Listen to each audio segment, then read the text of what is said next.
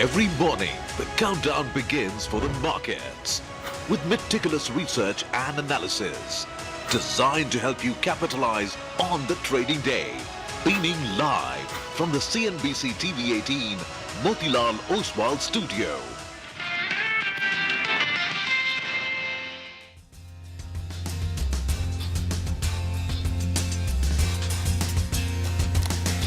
Good morning. You're with us here on a fresh new edition of Bazaar Morning Call. We are coming to you live from the CNBC TV 18 Motilal Oswal studios. I'm Prashant. With me, my colleagues Reema and Nigel. Guys, hi. Morning. Hi, morning. Hi, morning. Once again, we've got that two-track market. On one hand, on Middle East, there seems to be some fragile ceasefire or truce.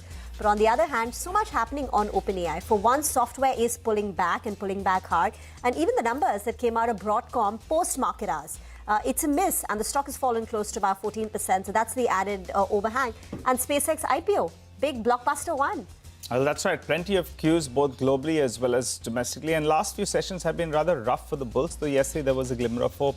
So we'll have to see whether or not, there's more pullback in store, or are we headed lower? Prashant, let's get straight to the action. Absolutely. Remember when you said that software is in a pullback, you mean pullback? Back of the rebound. Pullback of the pullback. Yeah. Because of the rebound in that sense. And yesterday was a case in point. Well, let's just take it from the top and tell you what's happening. So oil prices moved up 2% last night. And I just wanted to mention that, I mean, prices are down below 97 now. But, while US was trading, it was reacting to oil at 98. And that's the context. But this morning, as you can see, we're under 97 now.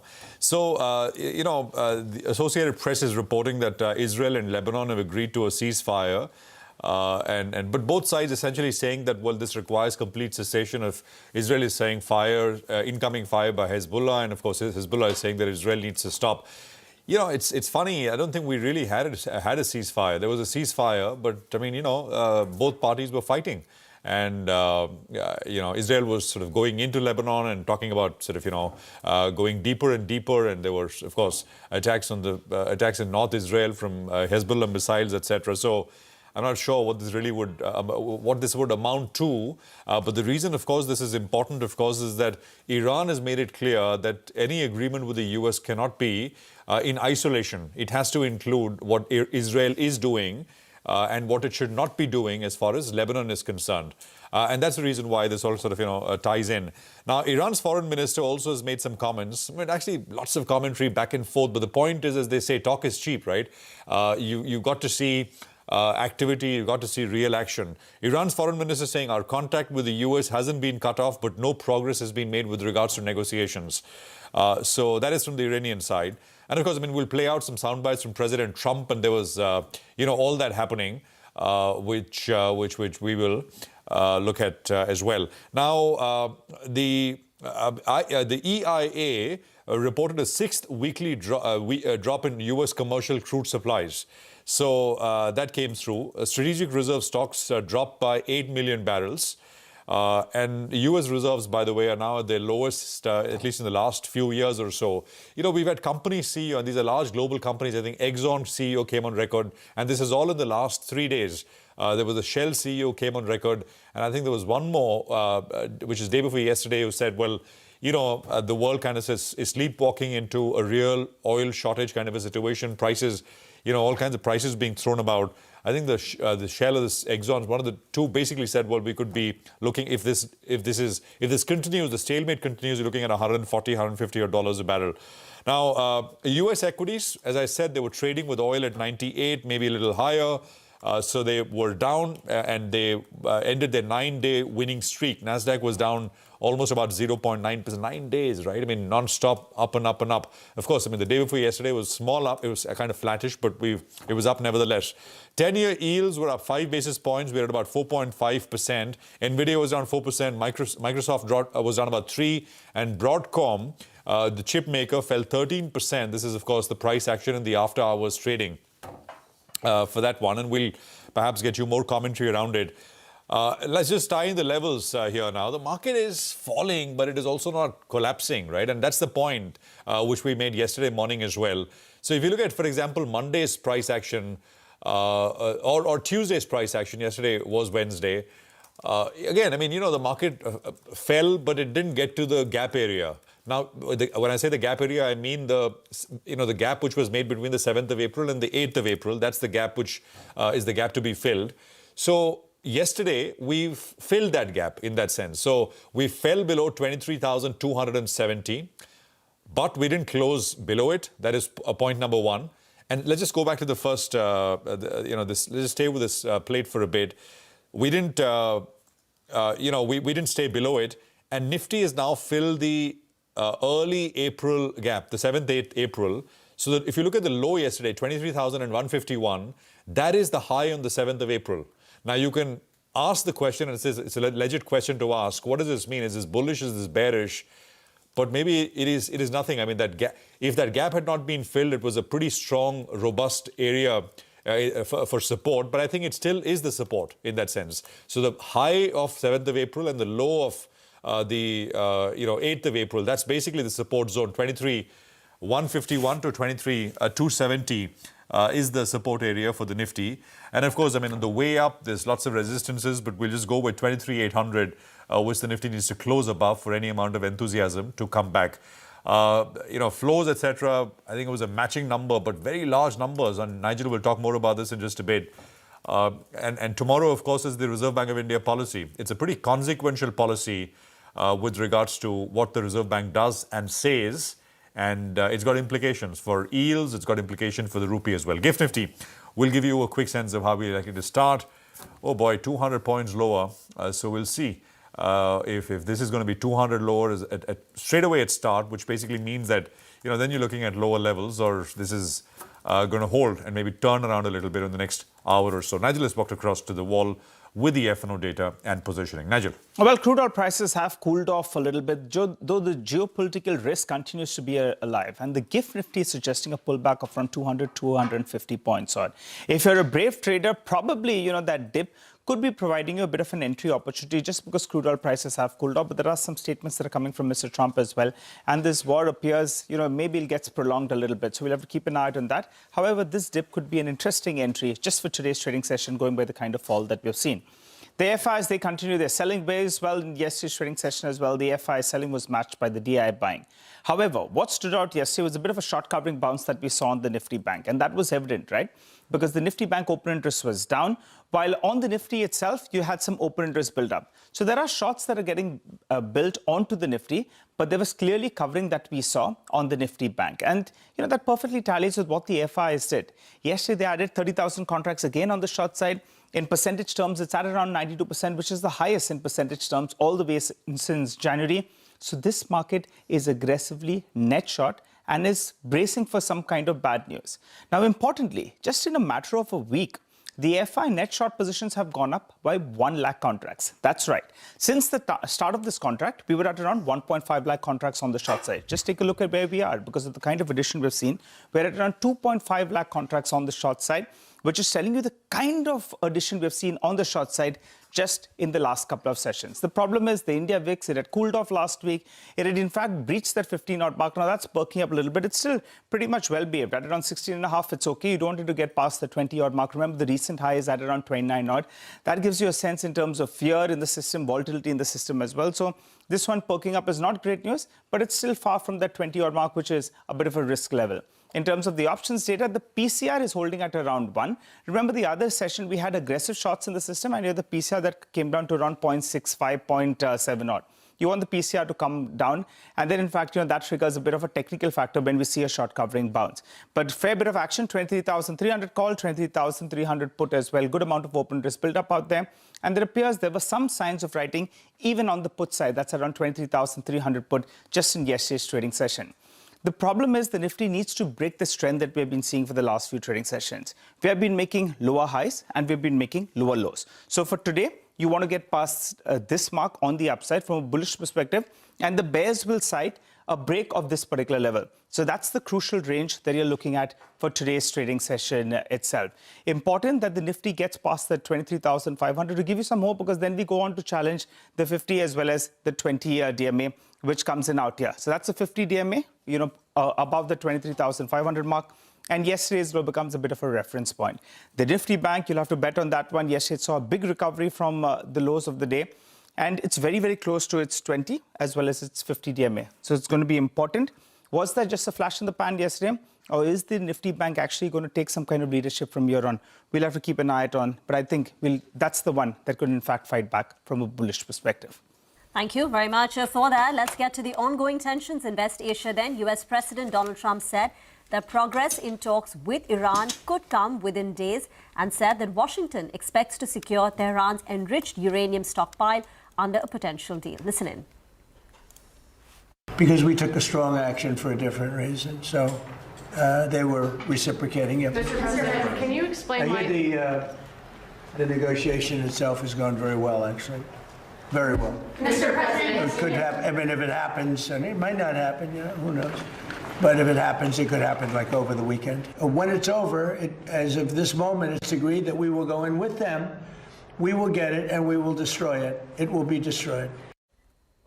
Well, he has been saying that negotiations are going on pretty well, but we just haven't had a final deal come through. But there was a ceasefire agreement between Israel and Lebanon that happened a couple of hours back. And just before that, a reporter asked the US president whether it was possible to get a deal with Iran and open up the Strait of Hormuz, even if Israel did not stop its hostilities in Lebanon. This is what he had to say. We're trying to separate it. I mean, look, it's a very different kind of a thing. We actually spoke with Hezbollah for the first time ever. We didn't know they spoke. And they agreed yesterday they're not going to shoot. Israel's not going to shoot. We're just going to see. But I'd like to separate it. I'd like to have a separate thing because it is separate. Well, it is separate, but I guess Iran would disagree, right? Well, it's been, they're saying, well, it's not separate. I mean, they said it so in so many words, and that's the problem with regards to arriving at a sort of a MOU to end this thing now. William Lee is Chief Economist and Managing Director at Global Economic Advisors. William, good to have you with us here. Good morning. Thanks for joining in. I want to we'll talk about US, Iran, etc. in just a bit, but just want to start with, you wrote something around the Marco Rubio visit to India, right? And by the way, Sergio Gore yesterday was speaking, and the big one is the trade deal between the US and India, like a framework agreement. And what we've been hearing is, we've heard it a few times from the Indian side and of course from the US side as well, that 99 is done, 1% is left. That's it, and it's going to get done soon. So just quickly, your thoughts there, William, and then we'll move on. I think it's important for the U.S.-India relations not to look at these trade deals in isolation. Look at the trend. And I like to say, ignore the weather reports and look at the climate reports. The climate is one where the U.S. is clearly strengthening its strategic relationships with India. The technology transfer for the production of jet engines, fighter jet engines, as well as small modular reactors, I think is a very clear indication that if you follow the money, the strategic asset transfers from the United States to India is leading the way for further private sector investments into India. That's the full story. And I think that was the gist of my report. Is I wrote something for our clients, many of whom were expressing interest in investing in Asia and trying to decide between China and India. And I wrote a very pro-India piece because I think when the choice comes to setting up long-term investment facilities, India is got a lot of things going for it, and the deals that the Rubio was talking about are the hallmarks of the growing strategic relationship. Like I said, the weather report changes day by day, and you can have tariffs, you can have all sorts of trade problems. But when you follow the money, follow where the strategic assets are going, I think that's a very clear sign the U.S.-India relations are getting better. William, hi. So the weather is hot when it comes to long-term FDI strategic money coming into India. But the problem is that the weather is very cold when it comes to capital markets and the outflows that we're seeing from the Indian markets. And we're losing out to all our Asian peers. So what's the weather climate check on that? And is there any sign of it changing? That's why the building of infrastructure in India is so important. You're right. And in this show, in fact, I have advocated to many of your investors, if you want to put money to work, put it to work in the most efficient place, United States. Emerging markets are not the place that I tend to favor. But if you do want to see where where in emerging markets you do want to diversify, India has all the attributes. And I think the losing out to other investors, I think it partly comes from the AI trade that we're in. And I think Jensen Huang just turned the page on the AI trade when he talked about how local computing, where smaller language models and the ability to do more of the computing locally takes a lot of the pressure off of having to have these hyperscalers. And I think that's a very important shift in how to perceive and understand the AI revolution. It to me means there's a wider spread of the technology, an ability for companies in India, for example, the AI technologies without having to have these humongous hyperscaler computing facilities. Hi, William. Good morning. Good to see you, Ben. William, I wanted your take with regard to this entire currency move globally. The Indian rupee, well, that's weakened a little bit, and there's a lot of yuan cry out there, and it's hurting sentiment as well. However, the Chinese yuan, well, that's seen some strength. And that could possibly place India's exports as a bit of an advantage in comparison to China. Do you see this playing out? Do you see India getting a larger pie globally? Nigel, that's part of the weather report I'm asking you to not pay so much attention to. The currency fluctuations will affect portfolio investments for sure. If you're a bond investor and you want to do swaps and engage in derivative trades, absolutely focus on what the currency is doing. But if you're interested in making longer-term strategic investments, fixed investments of the sort that will mature in a 3 to 5 year, maybe 10-year horizon, then you want to look at the fundamentals. And when you compare the strengths that China offers and the uncertainty that China offers compared to the democracy and the kind of forces that are gathering in favor of India, I think the balance of investment positions is going to slowly shift toward India as people continue to discover how difficult it is to do the adequate due diligence in China and to be able to find the kind of information you need to make a clear decision. Yeah, got that. By the way, it didn't sound like advocacy for India when you said I would advise investors to invest in the US, not in emerging markets. Short-term money. But as I said, if you choose to diversify into emerging markets, India is certainly at the top of the list. No, I was just pulling your leg. But William, Bitcoin, right? While everything is ripping higher, so we don't, India's. Lots of Indians invest, I guess, but there's been there's a big gap, black hole, in terms of whether it's, how to think about it. I don't think the Reserve Bank or the central bank has changed its mind about crypto, etc. But just as a signal, I thought this could be used as a signal, as a risk sentiment indicator. Bitcoin up means, lots of retail coming in, enthusiasm is looking up, and just as a signaling indicator, what does it represent, if anything? Bitcoin is well off of its historic highs. It's nowhere near the 90,000 plus that it was back, a few months ago. And I think that rightly so. The bubble in Bitcoin, I think, has moved on. The technology behind Bitcoin is being implemented as we speak by almost every bank I know of to try to effect transfers across border in a more efficient and a cost-efficient manner. So the technology clearly is being implemented. And that's where Ether really comes into its own. But again, the infrastructure isn't there, and I think the acceptance hasn't been spread wide enough outside of the confines of established institutions like the banks, global banks that are using that kind of crypto technology to do their transfer. So I would say Bitcoin right now is still a case that yet to be decided. And if you want to be speculative about it, yeah, buy some Ether. But I would invest in some shares in India before I buy Ether. All right. Thank you, William, for joining in. Moving on now, let's tell our viewers the interactions lined up on the show. 8:35, the management of Happiest Minds will talk about their outlook for FY27, AI, and all things related to that. At 9 a.m., Ajit Kumar of JM Financial will put the spotlight on banks. 9:20, Manishi Ray Chaudhary of Emma Capital will be our market master for the day. 9:30, we bring you a discussion around the cabinet nod for old trucks and bus replacement in Delhi NCR. Following that, the management of D Development will be chatting with us at 9:40 to talk about their fundraise.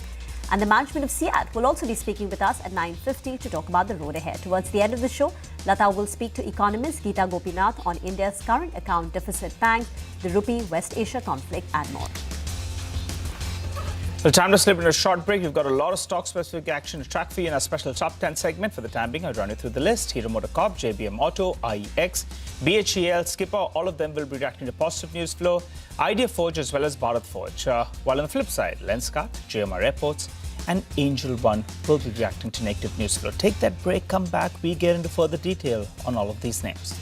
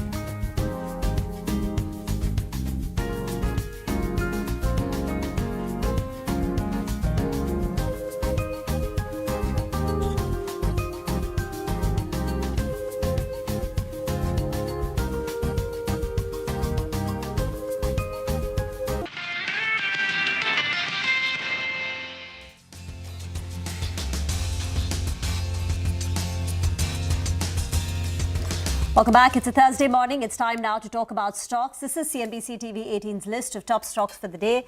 But let me begin with Sudarshan, who joins in with a whole host of news today. Sudarshan, hi, good morning. Good morning. So I'll start with Hero MotoCorp flexing with flex fuel vehicles. Company is launching 2 bikes in 100cc segment, and that would run on flex fuels. Basically, that would be compatible to run on alternative fuel, and that would be combination of ethanol and gasoline. And ethanol part can go up to E85, basically 85% of ethanol and remaining part of gasoline. So company has launched HF Deluxe flex fuel. So HF Deluxe would be priced at rupees 72,792.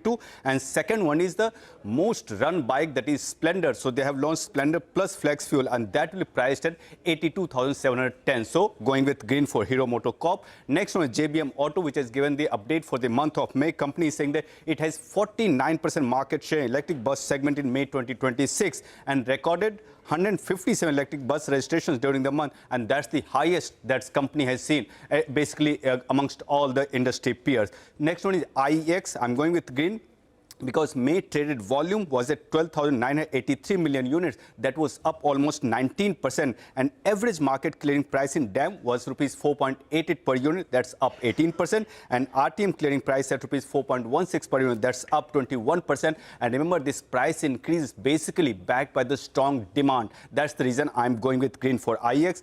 Lenskart, SoftBank Vision Fund has sold 5.7 crore shares for rupees 2,873 crore, and Society Generali has bought 1.4 crore shares, but just 1.4 crore shares have been bought via block day. That's the reason I'm going with red. Next one, GMR Airports. GQG Partners has sold 16.3 crore shares. That's 1.5% equity for rupees 1,600 crore. And FMRC Fidelity Advisor has bought 14.93 crore shares. But here also I'm going with red because GQG was the seller. All right. So thanks very much for that. Well, more stocks with news flow. Winnie's joining us with that list. Winnie, morning.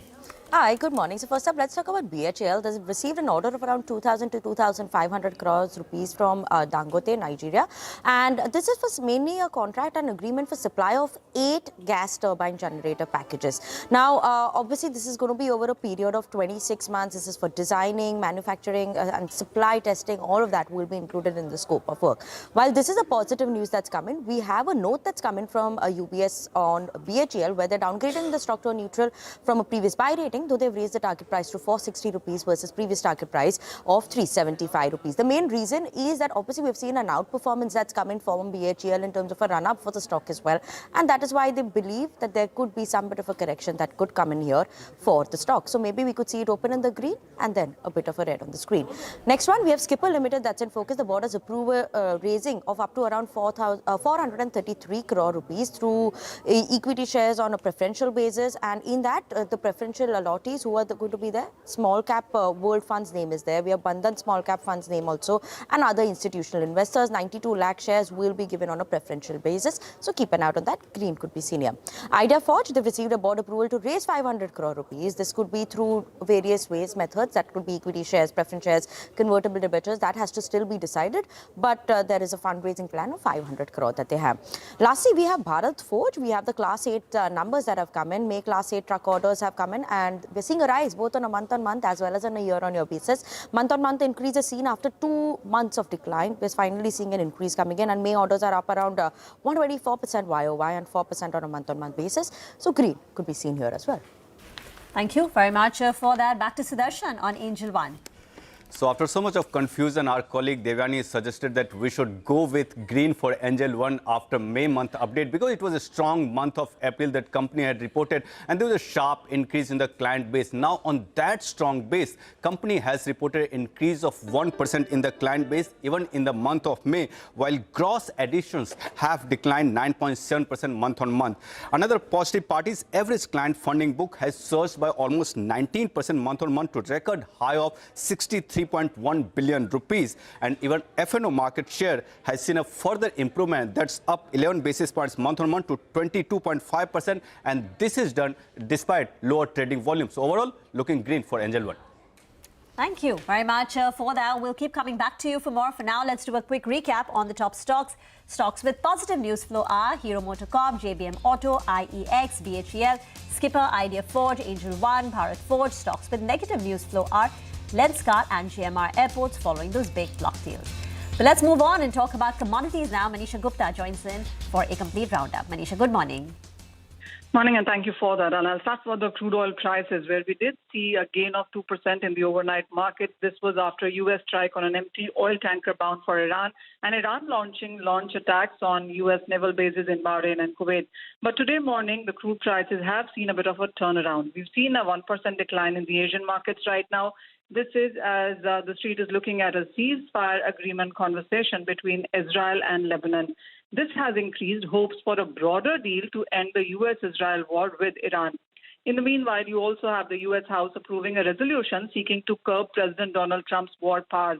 Now, this resolution needs Senate approval and two-thirds majority in both chambers. So this is something that the street will watch out for. In the meanwhile, it also is about the U.S. crude stockpiles, which have declined for a 7th straight week, this time around by 8 million barrels to just about 433.7 million barrels.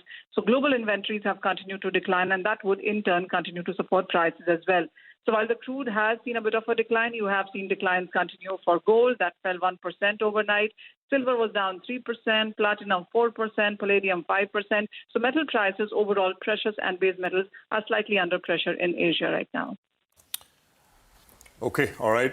Thanks very much, Manisha, for that. Well, that's commodities, and we'll do more commodities with Manisha a little later after markets open. But, you know, there's a scathing, damning SEBI order on Rajesh Exports. It's a listed company. It's been, I guess, listed 20, 30 years now. And it's a company you don't see very often on CNBC TV 18. I don't remember talking about it or ever coming up. Always a ring of suspicion that maybe things were not all right. The SEBI order, of course, confirms it in really blistering detail. So this is an interim order following SEBI's investigation of the company for a period of nearly 4 years. Yash is joining in with details of what SEBI found. Yash, take it away. Well, Prashant, as you rightly pointed out, it's quite a scathing order which stretches across 109 pages. The the period of assessment which SEBI has done is merely 4 years, but the kind of allegations in terms of the kind of numbers and the size of numbers is quite huge that SEBI has put forth in its order. As far as the notices or the people accused in the order are concerned, the first one is the entity itself, that is Rajesh Exports, and the second one is Rajesh Mehta, the promoter of the company. The period of investigation, as I said, 4 years, April 2020 to March 2024. And as far as allegations are concerned against the promoter, against the company, there are about 12 to 14 very, very serious allegations which SEBI has put forth in its order. It has substantiated these allegations with exact numbers that were involved behind the misappropriations which SEBI has pointed out, and those numbers are large as far as getting any kind of attention is concerned. As far as large brackets under which the allegations get divided, I'll put them into 4 or 5 large brackets. The first one is systemic failure on the part of Rajesh Exports to substantiate its financial figures. Second one, non-availability of financials of Rajesh Exports subsidiaries and the step-down subsidiaries. This is very crucial because the subsidiaries and the step-down subsidiaries overall contribute more than 95% of the consolidated revenue, where the details of the financials were absolutely absent for the last many years. Third one, selective and incomplete disclosures by Rajesh Exports. And the fourth one, elimination of intra-group transactions to mask specific entity risks, cash flows, related party exposure.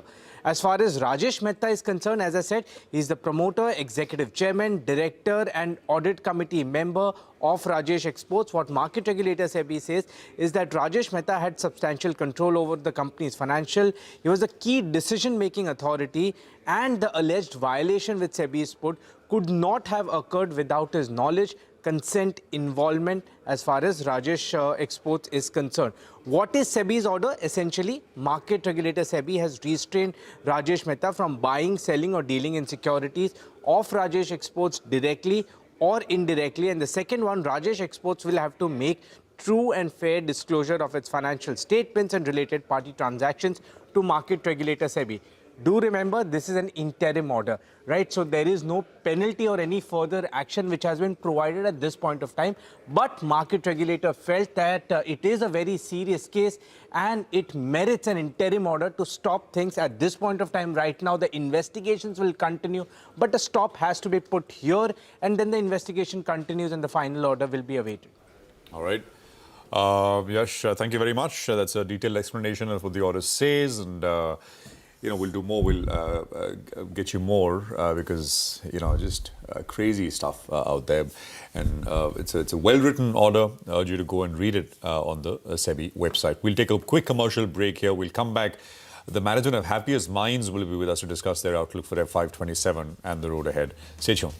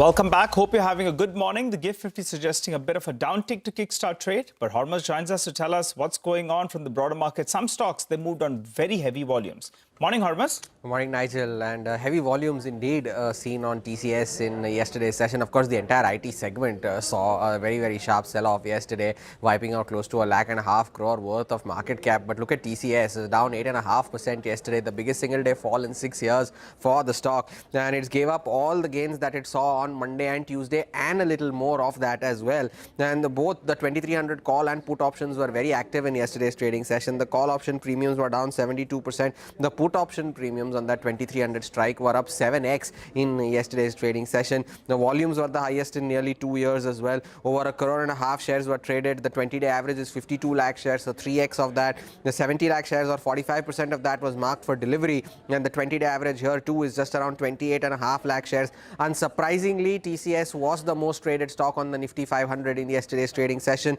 And of course, now the next important level for TCS is 2210, because if it slips below that level, its market cap will be now below 8 lakh crore rupees. The stock that bucked the trend in an otherwise volatile market yesterday was Car Trade Tech, and of course that came on the back of an upgrade from Kotak. The stock ended with gains of close to 10%, the biggest single day gain and volumes in over a month. It was the 5th straight day of gains for the stock yesterday, and the stock is up 15% during this 5-day period. The volumes that were seen in Wednesday's trading session were the 3rd highest in 2026.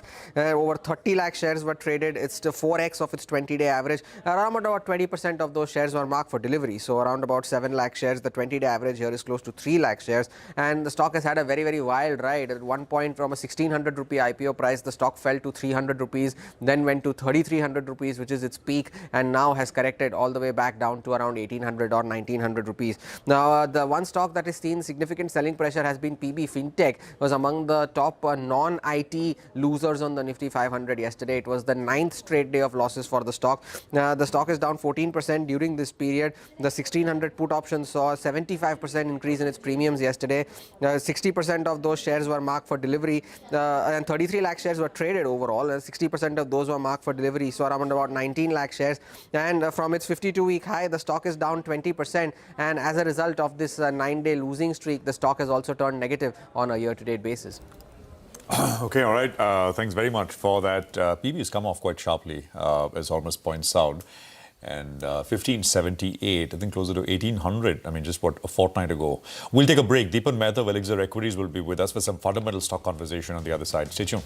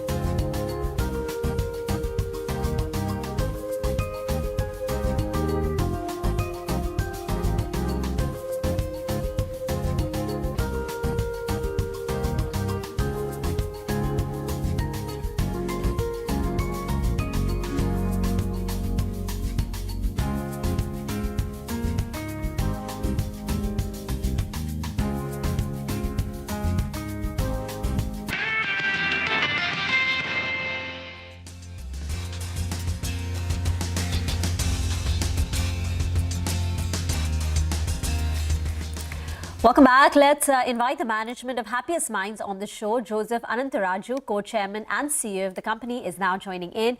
Thank you very much for joining in. So much happening in the world of AI, Joseph. But before I get to that, just a few things on your numbers, since we didn't speak to you post the Q4 announcement and the outlook for FY27. Now, after reporting a 9.2% revenue growth last year, you are guiding for 12.5% for FY27, but the aspiration is 15%. So what do you expect? What can get you from 12.5% to 15%? Yeah, the 12.5% plan or growth was predicated on a grounds-up approach that we did, looking at each business unit accounts. And so we built it grounds up, which gives us much more confidence, and we've stress tested it. But the 12.5 to 15% growth, Rima, will need 3-4 things to work out for us. And, I'm hopeful it'll happen. The first is, I think we need to see more conversions of some of our GenAI deals from POCs into, larger projects or larger deals, right? That's one. Second is the revenues we get from our solutions and from our products, whether it's Artha or whether it's Insurance in a Box, which we introduced this year, or EduWeave. I think that will help because these are all lumpy and they contribute to the top line in a big way, right? The third thing is we have quite a few large deals in our pipeline, and even if a couple of them, these are like cutting across quarters and across years. If a few of them close, I think that will help us get over the line. And the last I would say is, we're getting good traction with some of our P partners. If we can get a few more deal or wins out of these channels, I think that would help. And on that point about how, we were listening to the Emphasis Analyst Day a couple of days back, and they too are talking about how the entire business model is moving towards outcome-based from time and material. And you've also spoken about it as the way for happiest minds. What percentage of your book today is outcome-based, and what will that number look like 2 or 3 years down the line? Sure.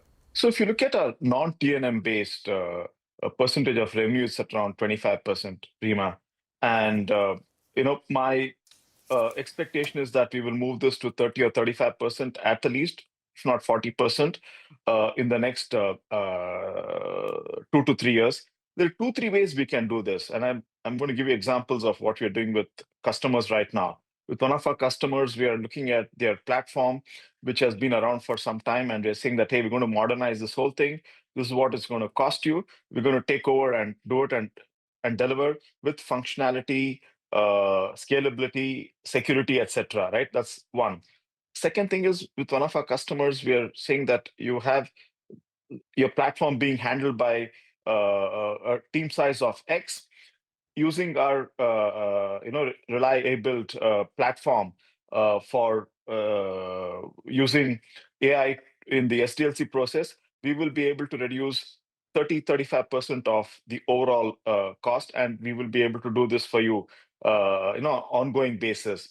And for one of our other customers, what we've done is saying that you have this platform. It's in the healthcare radiology space, and what you're saying is that we will be able to deliver this outcome based on per X-ray that you would be transacting through the platform that we have, which is more of a AI-driven image recognition analysis platform. So that's the approach we're taking. And the last one is on our EduWeave platform. And what we're doing out here is we have a bunch of components.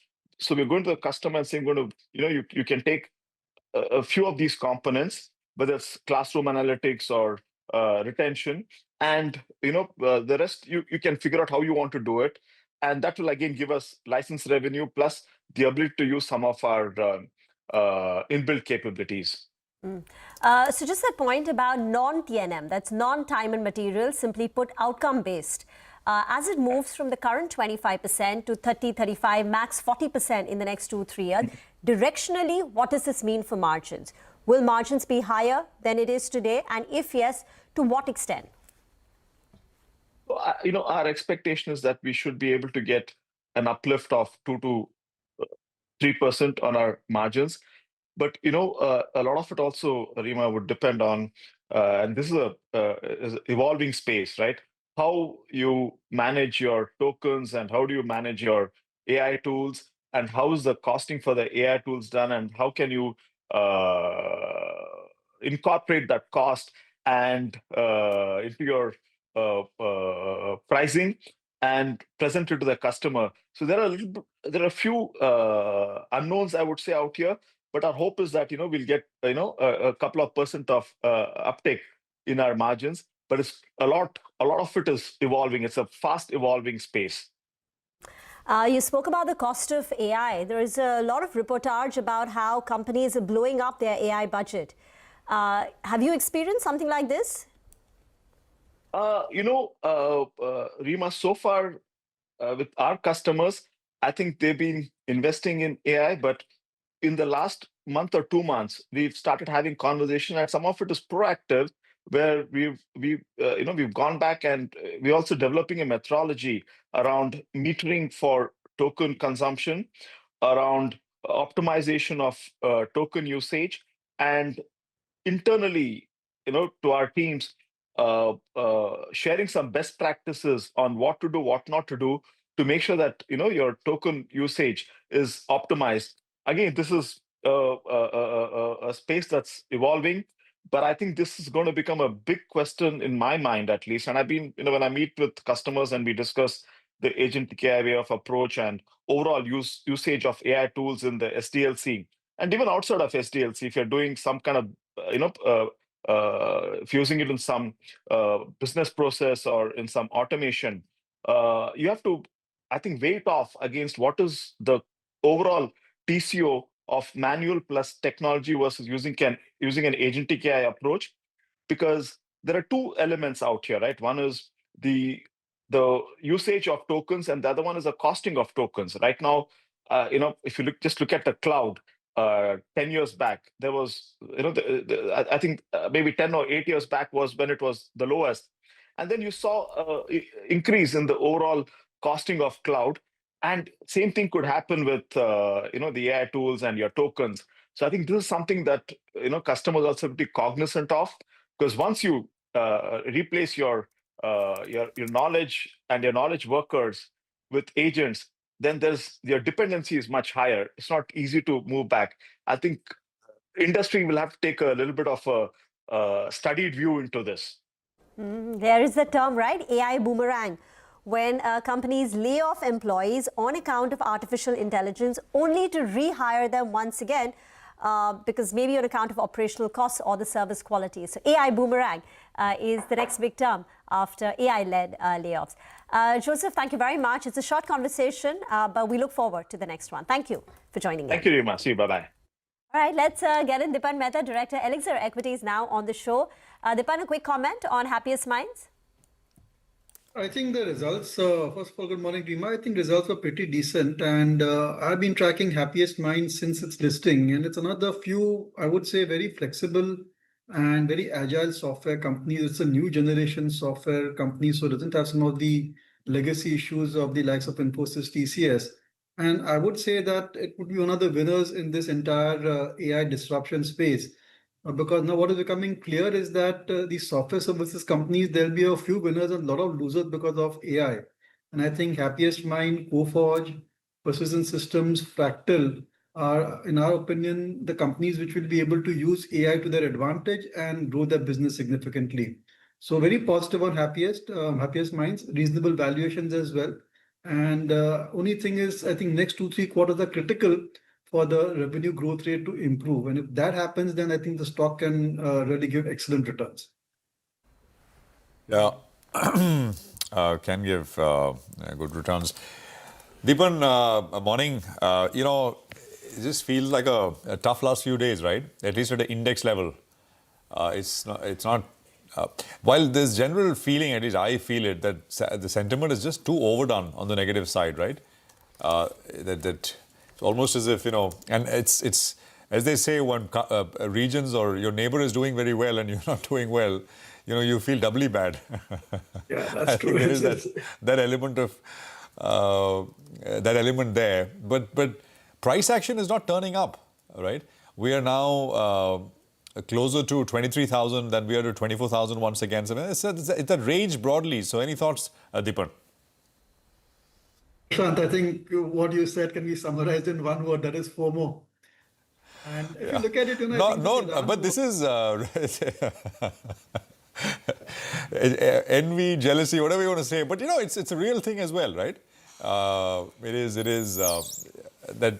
But you think it'll turn, and what will it take? By the way, yesterday we were all anticipating that the government perhaps will do something on this on withholding tax and bonds. Nothing came in that cabinet briefing, which happened at 3 o'clock. But there are newspapers reporting this morning that perhaps it'll come through an ordinance. We don't know exactly what will be part of the ordinance, but the cabinet has cleared the government to be able to sort of, do a ordinance in that sense, and whether it'll be the withholding tax and bonds being cut, and we'll see. But just your thoughts, Deepan. Prashant, I think one thing is very clear, that we are the biggest losers in this Iran war. I think whether it's America, whether it's the other Asian countries, I think it's business as usual over there. In fact, the Chinese markets or the Japanese markets, South Korean markets are just, going ahead, giving great returns. And we are stuck in this particular narrow range. And I think that even the sentiment is slowly getting impacted, and our patience is wearing out as people who have been a lot of conviction in stock. So all I can say is that this war has to end quickly. Oil prices need to come down to below $80 or so, or I'm sorry, that I think this market may go down even further. It may test the earlier lows and break that as well. I mean, already we are seeing trickles of bad news flow. I was very disappointed to learn that for the month of May, the actual commercial vehicle sales were lower by 20% or thereabout. And that's not a very good sign. And the reason ascribed for that is higher diesel prices. So if these things start to, get into more, I would say, mainstream, and we see more slowdown, then I'm not sure that our markets can sustain even these levels. So I remain hopeful. But as I said, I think patience is wearing out, and our ability to absorb the shock also, whatever reserves we had as in the company, at the company level, at the economy level, that is now fast getting used up. All right. Hi, Deepan. Good to see you. And Deepan, what's your view on some of these, NBFCs? Yesterday, you had IIFL Finance. The stock moved up. It was one of those loan stocks that were up, I think, 4% or thereabouts. It's been a big underperformer post that income tax, notice that they got. The stock, I think, is still down close to 30% from the recent top itself. I was looking at some selling, a small fund, I think they have been gradually selling, and it appears from 5% it's down to less than 1%. Any view on this name at around 500 rupees? See, Nigel, it's very attractively valued. They have really scaled up the gold loan business very well. And some of the risks which were there with IIFL Finance earlier, I think those are now, they've addressed it very well. A large portion of their loan portfolio is well secured. And I think it's just a matter of time. Once the consistency comes through in the earnings, then markets will start to pay at a higher premium. And as regards your question on NBFCs, I think the best way to play the lending lending theme is to the NBFCs. I'm not that positive on banks. I think it's a red ocean over there, and competition is severe in that segment. But NBFCs have certain flexibility, and they have certain advantages, and therefore I think they may do pretty well. And within the NBFC space also, our focus is for multi-product NBFCs, like say Bajaj Finance or L&T Finance, Cholamandalam, there's Tata Capital, there's HDB also. So these are the companies where I feel that investors can expect steady growth. I don't expect extraordinary returns like say what you get in the defense or railways or shipbuilders, but they can provide certain amount of steadiness to their portfolio and deliver that typical 15-17% type of investment returns, which will be linked to their profit growth. Having said that, all of these companies, we and our clients may have investments as a measure of disclosure. Okay. All right, Deepan. Deepan, I want to ask you also about the cookware companies, TTK, Hawkins, and Stovecraft on the other side. But for the time being, we'll slip into a short break. We'll continue our chat with Deepan. We'll also get Rohit Srivastava of India Charts, who will be joining in to tell us how does he see market shape up. And our technical experts, Sudarshan as well as Shilpa, will be joining in.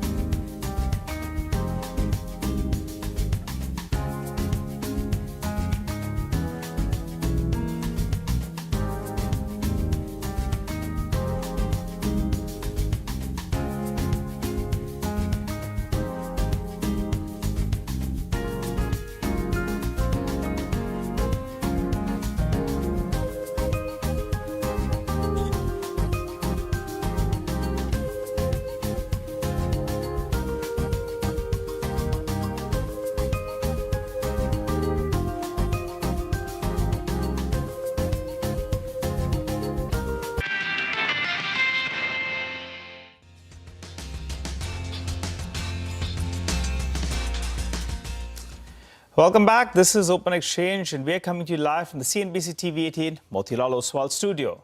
As promised, we continue our chat with Deepan. Deepan, I wanted your view on all these names. You know, TTK Prestige, Hawkins, Stovecraft.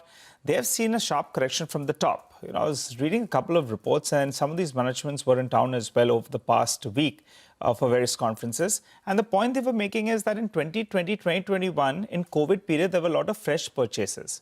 Now, in fact, the life cycle normally is around 5 years or thereabouts. So you'll see that, replacement that takes place. And that's why they're guiding for better growth in this year. Keep in mind, these are stocks that are nearly half from the top. Your view on any of these names?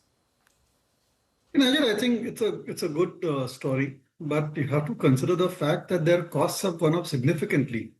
And these are consumer-facing businesses in very competitive industries. So passing on cost increases is going to be very challenging. So I would be a bit circumspect. Base effect and overall, I think, slowdown in consumer spending may affect these companies. And right now, I think investors are chasing very different themes. They could be in defense, they could be in export, they could be pharma, specialty chemicals. So consumer-oriented businesses are under a bit of a negative radar as far as I look at it. And even the correction has taken place. I'm not sure that this is the optimal level to get into these companies. I've been disappointed by their growth rates last 3-4 years or so. I thought they could do much better, but that's not happening the way at least we expected. Okay, got it.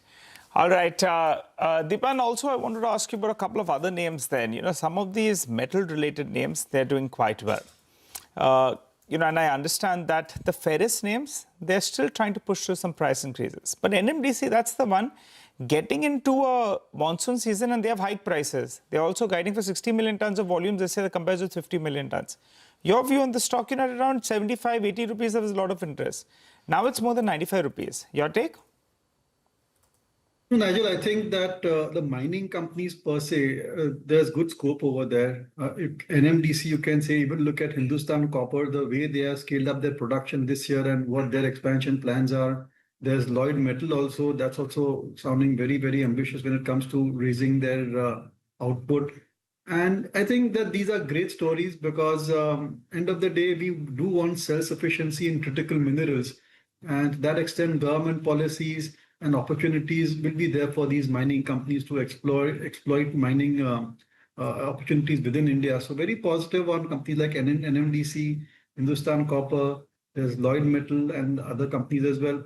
And also now looking at all of these mineral or metal kind of services companies, companies benefit from increased mining activity or from increased, I would say, kind of exploratory activity. So that's also a good investment theme to kind of research further.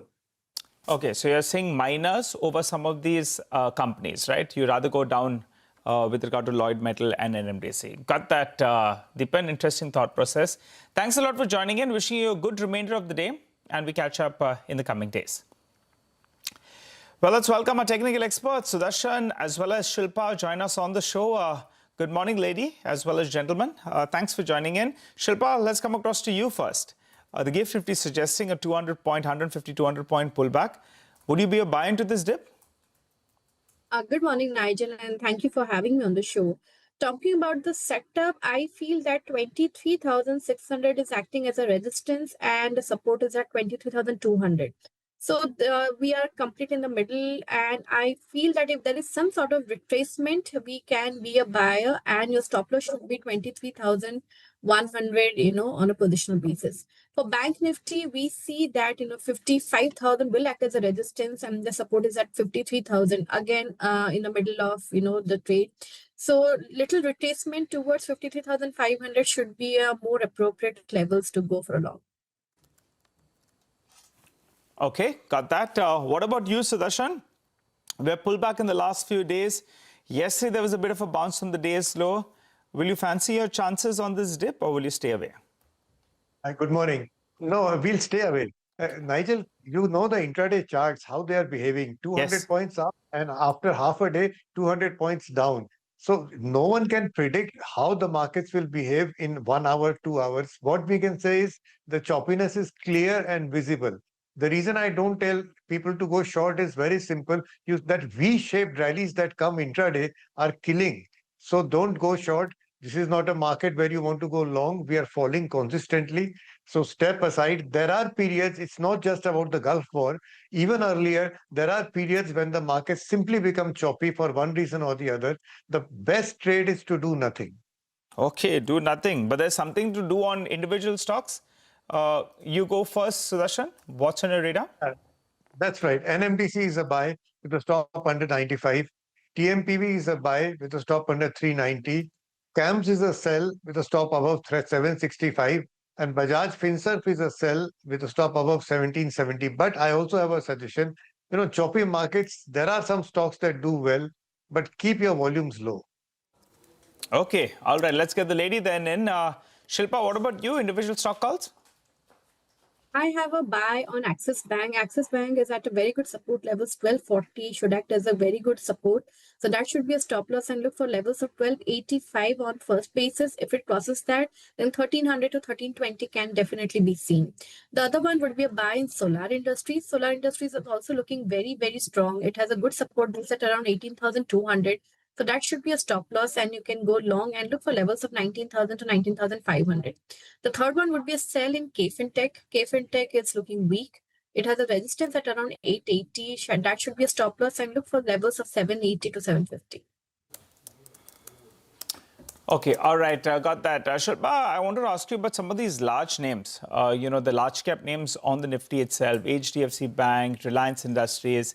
They have seen a decent pullback, and if the markets need to turn, they'll be counting on one of these names. Any of them on your radar, or you want to look at the tech pack? I would actually go for HDFC Bank. It is having a support around 730 zones on immediate basis. So as long as we are holding above that, I believe that 780 can definitely be seen. So among the large caps, I believe HDFC is better placed. Any levels on HDFC Bank, Shilpa?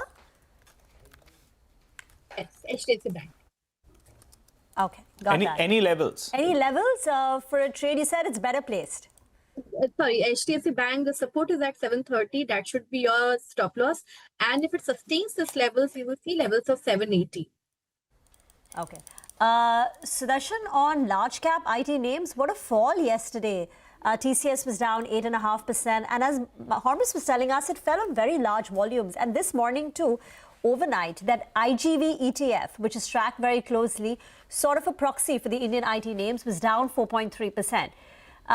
Is there a trade on the Nifty IT or on individual IT names?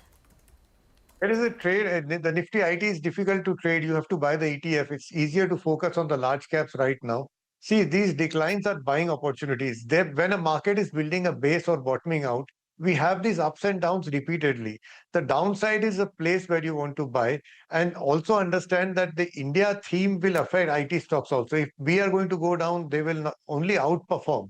They may not actually stay up, but still they are buying opportunities on every dip now. Yeah, no, absolutely. Gentlemen, we'll chat again. Thank you very much for joining us. Good speaking with you, and appreciate your time here on CNBC TV 18. Well, let's keep it with the markets for the next 10 minutes or so. Rohit Srivastava is founder India Charts and Strike Money is with us. Rohit, good morning. Great to have you with us here. Thank you for joining us. The market is not breaking down, but it's kind of, maybe it's happening in slow burn. And every day it gives us hope with a bounce by the end of the day. But it's been making lower bottoms. Just look at the last 4-5 days or so, right? But there are the bounces, which gives you hope that maybe this is the point of maximum pessimism, maximum negativity, sentiment is poor. But near term, Rohit, what are the levels and how do you see this pan out? So we're getting very, very close to what is a important retracement level, considering that the bottom was made in April, and this is a pullback. Then 61% retracement comes in at around 23,077 for the Nifty, and for the Bank Nifty it comes in at 52,687. So these become critical points close to which you do expect that the markets bottom out and reverse. Now we have taken support close to that, like probably 100-120 points away from that. Rohit, repeat that level. Where do you expect the market to bounce from? Yeah, 52,687 for the Bank Nifty and 23,077 for the Nifty. These are spot prices. They are not futures prices. and they involve the 61% retracement to the up move that we saw from the April bottom.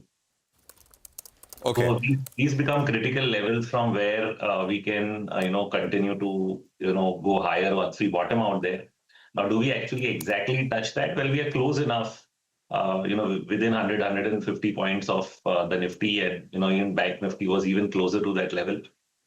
So we would start looking at, as we get closer to that you're at the final stage of this pullback. And at some point of time, you will see things turn to the better on the upside.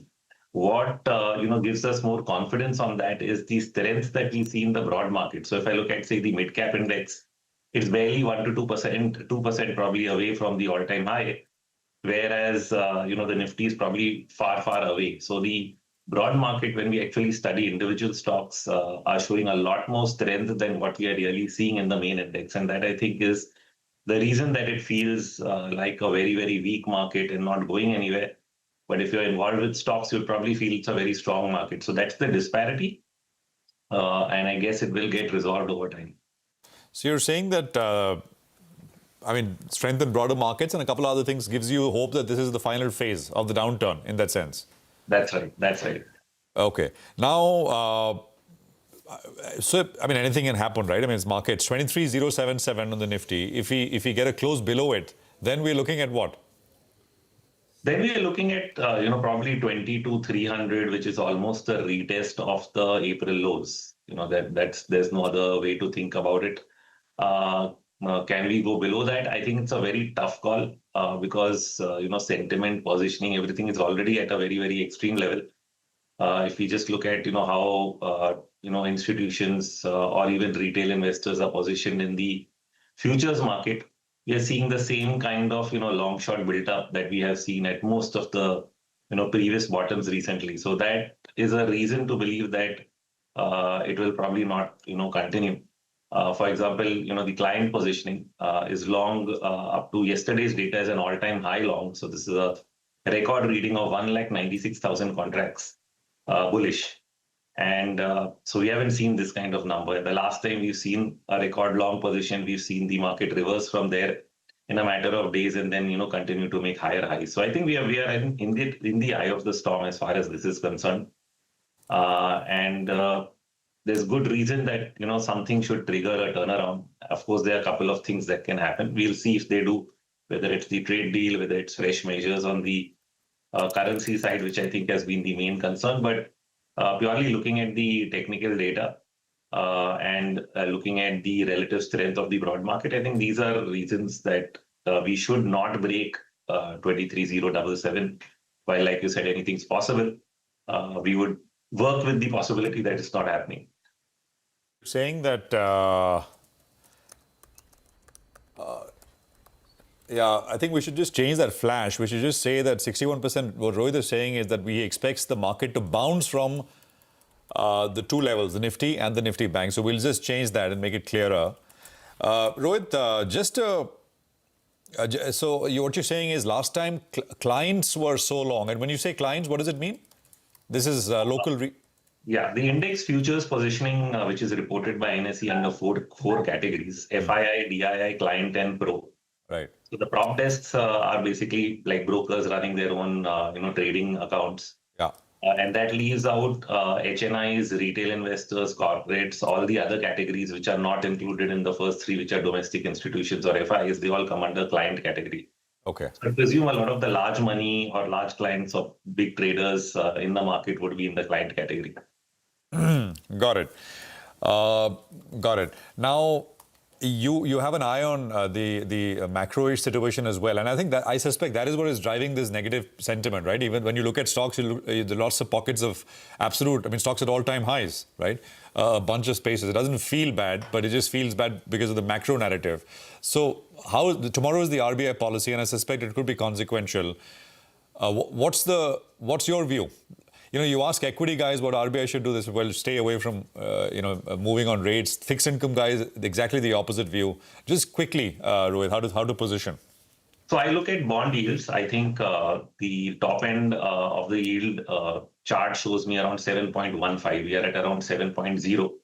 And we've touched close to 15 twice now in the last month during the crisis. So my worst case scenario is we probably go and touch that again. I don't think yields will go above that. Will RBI try to align with the bond yield? I doubt it, because most of the central banks around the world are avoiding touching rates, given that the current situation around oil or Iran are expected to be temporary. So that is why nobody's really touching it and trying to play the game around inflation coming up and rates moving. They probably wait for the data to show up and deal with it accordingly. So I think right now, unlikely that you get a rate hike. Probably the RBI would take more measures on the liquidity side or somewhere which can actually help the market. Oh. Yeah. So worst case on the 10-year bond yield to you is 7.15? Yes. Got it. Fair enough. Any way to put a number on oil? I mean, if not, we'll move on. So oil, I thought it had peaked, 104, 103. Still, if we get further one upside, I'll say 101, 102. I don't think we go beyond that.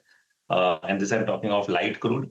On Brent, it would be a little higher than that. But sort of around 110, that's the upside. So on Brent, it may look a little further away, but 102 on WTI, 110 on Brent, I lost.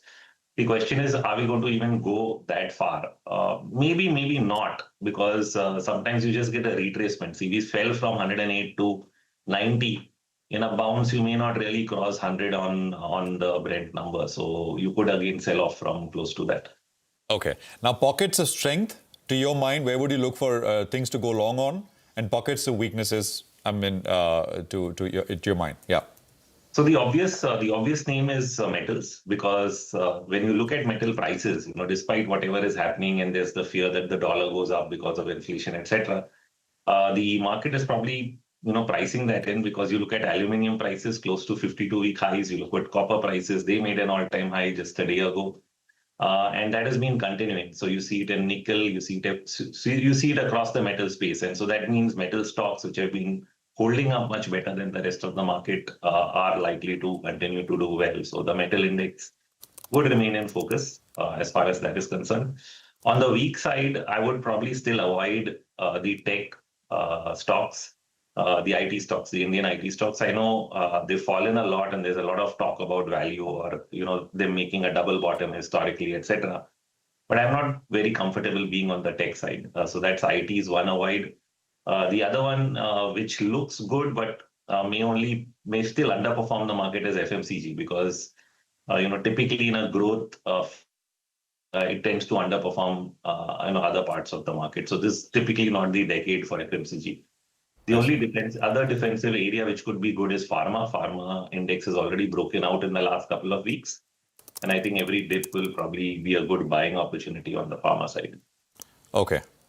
Pharma is a good defensive area, so perhaps buy on dips. Although FMCG, you said, doesn't do well in great growth periods. But the great growth period is yet to arrive, Rohit. We're waiting. Hopefully it'll come. We are hitting market open, Rohit, so we'll say thank you. But this is a pretty useful conversation. And, we'll mark to market next time you're on with some of these levels and see how it's kind of played out. But I think gives you a framework to think about where we perhaps will go from here. So the first rates will come up in just a few minutes and a few seconds, beg your pardon, 5 seconds, and just counting down. And it's going to be 0.5% lower start. That's how the Nifty is left off. So we're 23,300. Yeah, 0.5% down, 23,280. The Nifty Bank is also down about 0.6. The mid-cap index and the small-cap indices are down 0.1. 0.15, so in that range at this stage. Advanced decline, 760 down, 570 higher. It's early. It's just opening levels, and things will pick up pace as you go into the next few hours. But 140 down, settling down. The heat map on the Nifty in terms of how the 50 stocks are opening will give you a quick sense. So you got coal and Adani Enterprises and Grasim, which are higher, and everything else is down. Infi, HCL, Tech are some of the losers. So Cipla, iShares, and so on and so forth. Rima.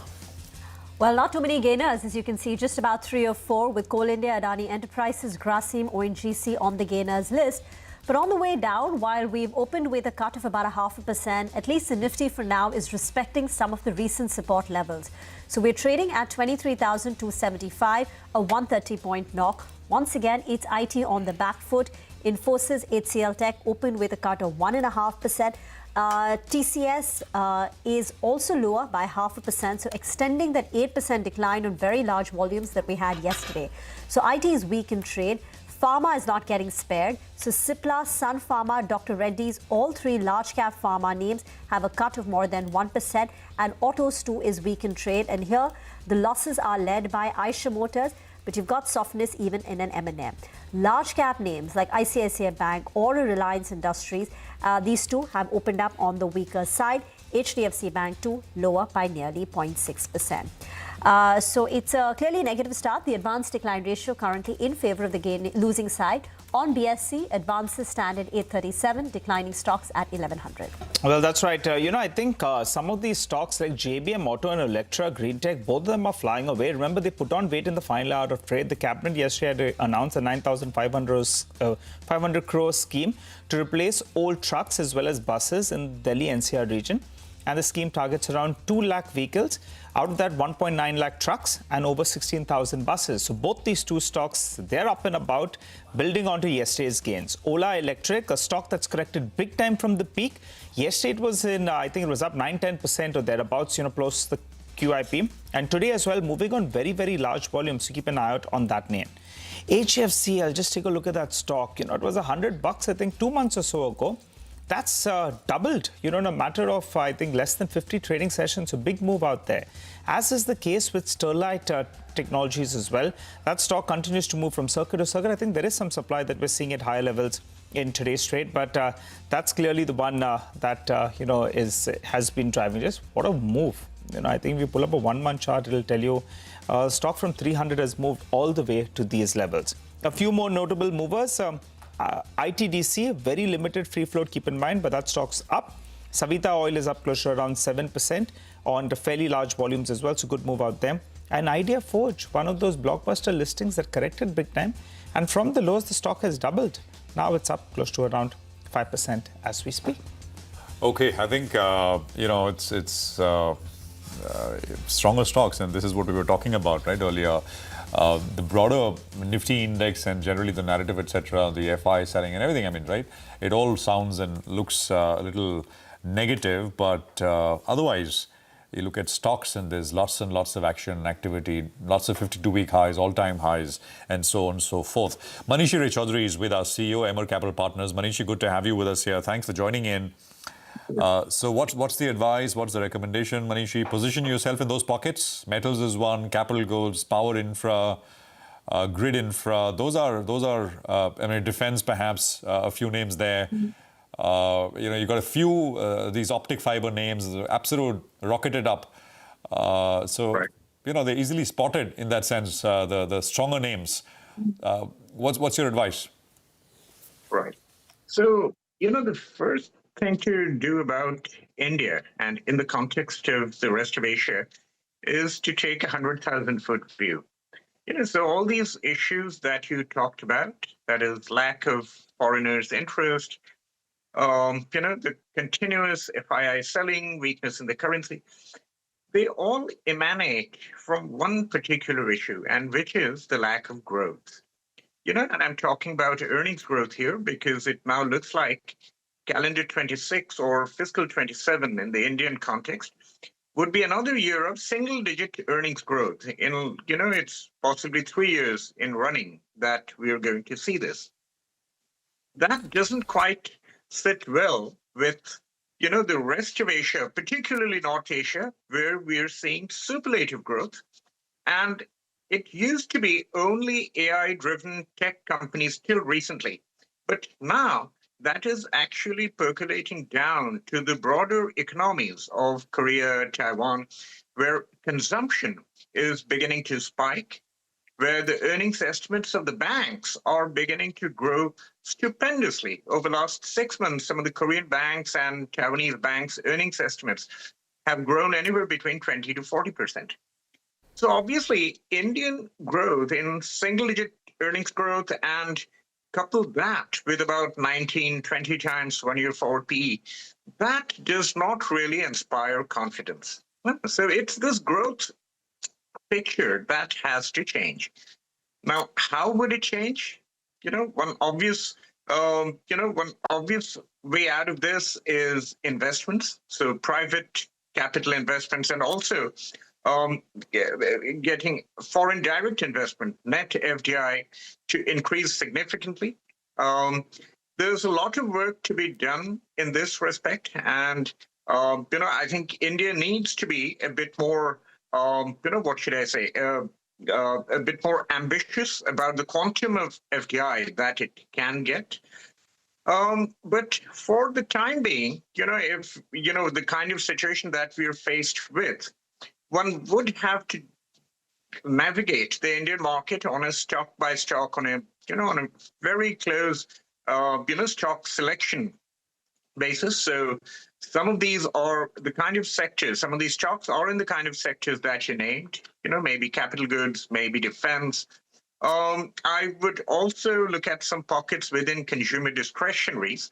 One has to be a bit careful there on account of the valuations. And maybe metals, the basic materials, which is perhaps the only sector where there is a growth outlook, and at the same time, there are relatively modest valuations. So that is, possibly the only thing I would say about India, but for Indian investors, I think, and I'm repeating myself, I said this a couple of weeks ago on your channel, for Indian investors, looking outside, diversifying their portfolio outside India is absolutely essential. So, Manishi, hi, morning, and thank you for joining in. So if I had to ask you one of your most high conviction buy ideas when it comes to India, from here on, incremental money, where would you put it? Because even if you put money in banks, so large cap banks is a safe space, valuations are comfortable relative to previous periods, but it's not yielding any return for investors. So what would your bet be right now? If you look at the near term, maybe next 3 to 6 months, it is very difficult to, kind of answer that question because, we actually did this exercise recently. We looked at all across Asia. If you look at companies with market cap greater than 1 billion, there are about 4,800 companies in Asia ex-Japan. And we tried to identify companies which have earnings growth forecast of at least 10%, price to earnings growth, PEG multiple of less than 1.2 or so, decent balance sheets, which are, debt to equity ratio less than 1 times or so. There are hardly any companies in the large cap Indian space, more than 10 billion that actually show up. I think the only company that we were able to identify was Tata Steel. On the other hand, the companies in Korea and Taiwan, which have gone 10 times, like SK Hynix, like Samsung Electronics, they figure prominently in that kind of a screen because it's not just those stocks have moved up, but their earnings estimates have also moved up. And that is very difficult to find in India. We do have some, some Indian choices in the mid-cap spaces, and majority of them possibly come from, capital goods, industrials, and some of the consumer discretionary services spaces. So those are some of the opportunities that one has in India. If I have a longer term time horizon, maybe over the next 3 to 5 years, I would still hang my hat on the private sector banks. They're gaining market share. Their valuations are way cheaper than they used to be. I would also, certainly focus on the capital goods, the big frontline industrial companies. They also have some experience in the Middle Eastern region, which will have to be rebuilt. There are lots of transportation infrastructure, which will have to be rebuilt to de-risk the world. And so these are the things I would possibly focus on. Hi, Manishi, you're sounding quite cautious on the Indian markets. Not too interested, it seems. Would that be fair, as at current reckoning? You're not that optimistic on the prospects? I mean, the kind of fundamentals that India have unfortunately leaves me with no choice. And I just talked about it. If you look at the earnings growth for fiscal 27, it's again in single digits. It used to be in the mid-teens if you go back about 6 to 9 months, but consistent earnings estimate downgrades have now brought it in single digits. Next year, fiscal 28, we are possibly around 14 to 15%. But there again, the market, I don't think, believes that forecast right now. And the market believes that forecast can also be whittled down. On the other hand, Korea, Taiwan, and to a lesser extent onshore China, their earnings estimates are rising. And that contrast doesn't quite sit well with the foreign investor. Okay, all right. Got that. But you said there could be pockets in the broader markets that you would be interested in. With due disclosures, if you could give us a couple of names that you like. I think capital goods is what you briefly mentioned. Would you look at some of these mid-cap IT companies? Some of them are half from the top. Well, IT in general, and as you know, I've said this repeatedly on this show that I have actually avoided Indian IT for more than 1 year now. I have not had any Indian IT company in my model portfolio, and that has actually stood me in good stead. I mean, the large frontline companies have, some of them have halved over the last 1 year. The kind of screen that I talked about, there is somewhat curiously, one IT company actually came up on that, on that quantitative screen, and that is Tech Mahindra, which has strong earnings growth forecast at a relatively cheaper valuation, a good balance sheet. But there again, I mean, one doesn't know whether the macroeconomic backdrop and this whole AI-driven backdrop that we are seeing, whether that would lead to whittling down of those earnings estimates or not. So it's a sector that I would possibly remain cautious about for the time being. Manishi, you were talking about and making comparisons with Korea, Taiwan, and the kind of earnings growth they offer. Would you be comfortable buying any of these AI players because they're now $1 trillion, $2 trillion companies in terms of valuations? Can you buy at current levels? And SK Hynix and the other TSMC, Micron? Yes, and this is a point I would like to make. SK Hynix has gone 11 times over the last 1 year.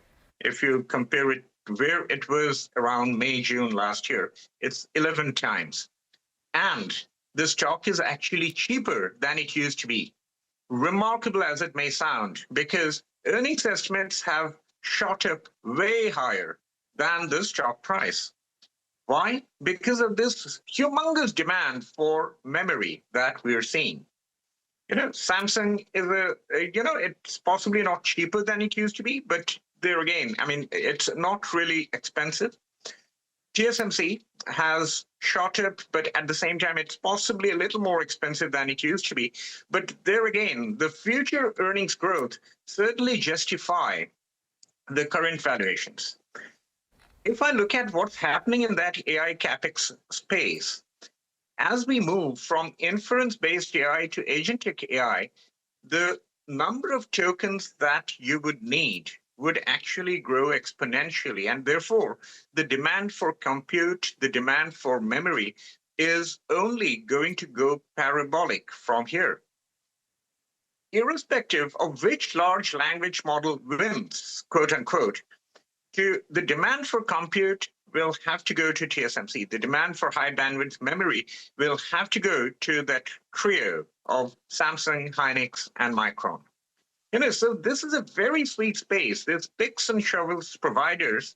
They're either a monopoly or a very benign oligopoly and benefiting from very sharp rise in product prices. So at least, for the foreseeable time horizon, I would definitely still remain focused on those companies. And remember, these companies have moved up despite the fact that foreign investors have sold these companies. The biggest selling in Korea has actually come in Samsung and Hynix from the foreigners. The biggest selling in Taiwan has come in TSMC because of the benchmark weight related reasons. They have to rebalance their portfolio to manage risk. But fundamentally, I don't see any concern for the time being. We'll leave it there. Thank you very much for joining us. Thank you. And, it's always a pleasure. Well, I just want to sort of tease out an important face that you will see on the channel today. At 12 noon today, you'll hear it from the global CEO, the global chief executive officer at Citigroup. Citi, of course, needs no introduction. Jane Fraser is the relatively, she's been, of course, in the hot seat for a while, and the stock's done well. The Citi stock in the US is up some 80% since Jane Fraser took over. She's made lots of changes, top-level changes as far as Citi is concerned. So this is a high-level view on what needs to be done, and we'll ask some of those macro-ish questions, and of course, global flows very much a part of that conversation.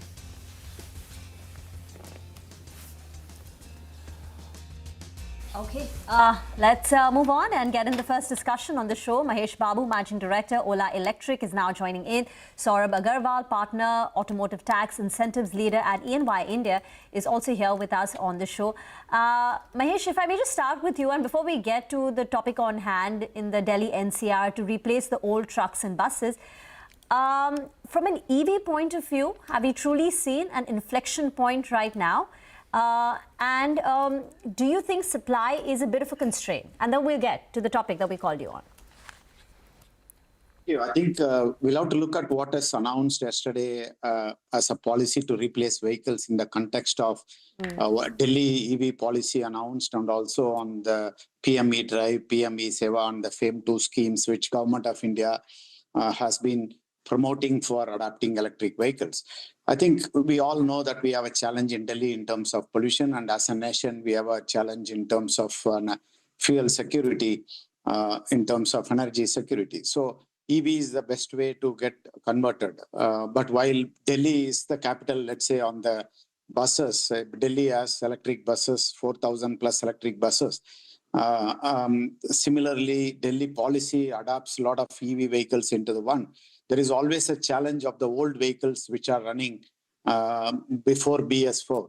I think this new policy clearly promotes older vehicles to be replaced with either a EV or less polluting vehicles, which will give incentives. I think Government of India is giving about 5,000 crore and other tax incentives of about 1,600 crore, total of about 2 years. I think it's a very good period by which all customers and consumers in Delhi will be able to replace both trucks and buses in Delhi, which will really help in terms of pollution, as also in reduction in fuel consumption. All right. Hi, Mr. Babu. Good to see you in, sir. So 16,000 buses is what the opportunity is. All of them will be electric, or will a proportion of that be electric? I think most of the proportion I wish it is electric, because the policy says you can take newer emission vehicles as well as electric. Looking at the total cost of ownership and benefit, I would envisage most of the conversions will happen to electric now, because the future is electric, and that's what the policy of Delhi government and most of the state government, where the pollutions are higher, are taking a step towards reducing them through electric mobility. Okay. Could you tell us what is the current capacity in the electric buses for the industry on the whole, for your company as well? If you could give us a brief idea, because will there be, what we're trying to understand is, you're indicating that there could be a shift, but is there adequate capacity available? I think industry has enough capacity. It's a question of absorption. You know that EV needs ecosystem development, including charging, funding, and the route planning and everything. Right now, if you look at it, there is about 17,000 to 18,000 electric buses in the market from inception. I think last year about 5,400 was sold. I think industry has a capacity more than 10,000 plus. And we in one shift can produce about 2,500. And if on given a case, we can do 2 shifts and quickly come to 5,000 electric buses per annum. So I think when the demand comes, I think an industry is capable of delivering what it is. Mahesh, hi, good morning. It's I think you've been in the hot seat at Electra for little less than a year now. So a little delayed, congratulations, but I think the street is hoping that, with you at the helm, the company does good things. Now, so just to kind of finish that last point, you said the total capacity at Electra for electric buses could be 5,000, right? That's what you're saying. Please. If you do 2 shifts, it could be 5,000. You can do it. You can do 5,000 with existing lines. Yes, please. Okay. That's right. Okay. So just 2 things. One is what is the order book right now, right? What is the visibility for future orders? And on the second part, we were picking up that maybe, in states, and Maharashtra came up as one example, that some payments were stuck. There were these schemes, etc., and that was a problem. That was an issue from a state government. Actually, that's true even for two-wheelers on the electric side, because there were these specific schemes which later ran into some disputes. So just give us a clarity on both those, Mahesh. So if you look at it, we have a order book of about 10,000 vehicles to be delivered in next 24 months. We are planning to do upward of 2,500 vehicles this year, and then get into much higher, doubling that in the next 3 years. That's what we are planning. As I said, the EV adoption is not only capacity. We need charging infra to be developed, power connection to be available, and absorption at the end at STUs and depots are important. So we are working on all this to make sure the adoption is higher. Not only us, the whole industry is trying to work on this to get this going. So even if we have to expand our capacity, we are happy. We have a facility of 150 acres. And in fact, within 6 months, we can build up the capacity to 10,000 vehicles if market can absorb. Regarding payment, I think government payments never defaults, but there are delays, there are procedures to be followed. All this are part of the business we know very well when we do STU business. And I don't think that's a big issue in terms of adoption. What are the receivables right now? Outstanding receivables, and how many months old? So we have about 3 to 4 months of receivable typically overall, average. And that's typically in the industry overall because we need to submit the bills and we get it. There are some challenges. However, it's continuously getting resolved by the state government. The intention of everybody, including the government, us, everybody, is to run electric vehicle because it gives a viability gap funding lower than the diesel, what prices are today. So everybody in the ecosystem wants to benefit out of it. But only scaling up needs all of us to work together and then scaling up. And I believe it will happen in the coming year. One last question from my side. Which are the states to watch? I mean, who are far ahead in terms of ordering? And is there a cycle or is this kind of ad hoc? When orders come, you have 10,000 bus order. So is there a method to this? Or this is, each state comes up and then you got to work and... so just trying to understand that. And which are the top states? If you look at number of electric buses, Delhi has the highest 4,300 buses. The next is Maharashtra. Then you have Karnataka. You will have UP. Every state now wants an electric bus. No one wants to be left out. I think that's the good news. So you will see hardly any state, Gujarat, Tamil Nadu, Kerala, everybody has an electric buses and electric vehicles adoption. So looking at electric buses, I think most of the states have it. We have a spread over Telangana, Maharashtra, Goa, Pondicherry, every place to be delivered. I think industry has pipeline of order of close to 25,000 vehicles, which will be delivered in next 2 years. Saurabh, what is the cost differential when you go to replace between a BS6 compliant vehicle and the electric vehicle? So it changes from model to model, and it can range somewhere between around, from an electric vehicle perspective, it can go as high as around 30% is the difference between, say, a ICE vehicle as well as a EV vehicle. And if you see BS4 to BS6, that differential should be in the range of around 10 to 15% depending upon model of each of the vehicle owners or the OEMs. Okay, so but on an average, you would say it's 15-20%? So on an average, yeah, 15-20% is the right average. And other than cost, are there any factors that the state government will look at when choosing between a BS6 compliant vehicle and EV? So, I think emission is one of the important area which the state government will look into when they are replacing a BS6 versus an electric vehicle. So from a Delhi perspective, if we look at, there has been a significant pollution which the Delhi citizens have been facing for long. So it's a right move by the government. Even on that 15-20% differential, I want to specifically highlight that some of the OEMs who are eligible for a automotive production linked incentive schemes, they are getting around 13% to 17% as a production linked incentive scheme from the central government over and above many of these state schemes or this recently announced scheme yesterday. So that particular bridge, I think depending on manufacturer to manufacturer, that differential will surely move to the market if OEM is eligible for such production linked incentive schemes. And that creates a disproportionate competition between a OEM who is eligible for a production linked incentive scheme vis-a-vis an OEM who is not eligible for a production linked incentive scheme. So which are these OEMs which can get the PLI schemes, which makes them more competitive? I think the scheme came out in 2021, and after that, the scheme hasn't got opened. If you talk from purely from a commercial segment, it is Tata, Eka Mobility. Those were the ones who are pioneers. Ashok Leyland, of course, they have not got their vehicle DVA approved so far, But if you look at other side, there can be PMI, there can be JSW, and other OEMs who are now coming into the picture, Electro Green as well, where the production linked incentive scheme has not got eligible to them so far. So therefore, while the fund also, if you see, there's a lot of fund which is left out into the scheme. If you look into 26, 27 and 27, 28 numbers, broadly around, by the government estimates themselves, if you look at the budget, somewhere close to around 17,000 to 18,000 crore worth of incentive claims will still be left out for 26, 27 and 27, 28.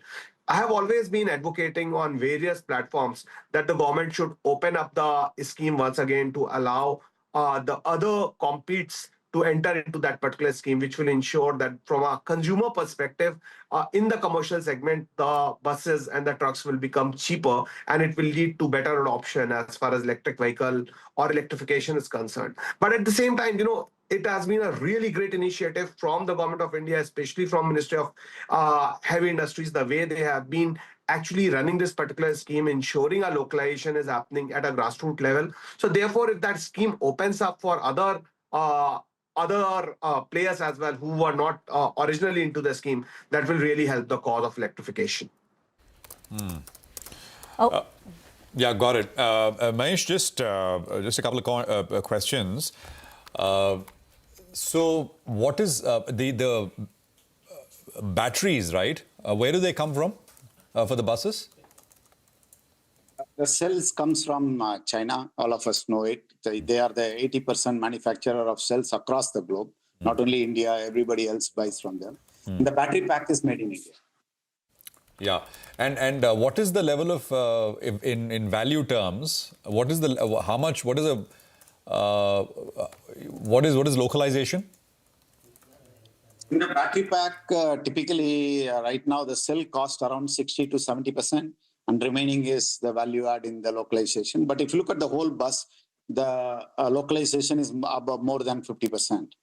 It's close to 60, 70%. I see. I see. And anything policy-wise, Mahesh, you are expecting from in terms of a big push to move towards EV in a more rapid pace, Mahesh? No, I think government have done a lot of policies, FAME 2, PM E-Drive, PM E-Seva, now the Delhi policy, and also the new scheme to replace vehicle. But as rightly said by even ENY, I think the PLI scheme, all the new players are left out. I think most PLI is won by the big giants like Tata, Ashok Leyland. I think we are looking at the next phase of PLI in auto EV industry to be launched, where the new entrants and medium range players like us will play a role and benefit from PLI. So that's the only thing we are expecting. Otherwise, I would thank Government of India for doing multiple schemes. I think we have enough schemes for EV adoption today. But if at all they consider any new scheme, I would consider announcement of PLI for EV manufacturing for new mid-range players like us.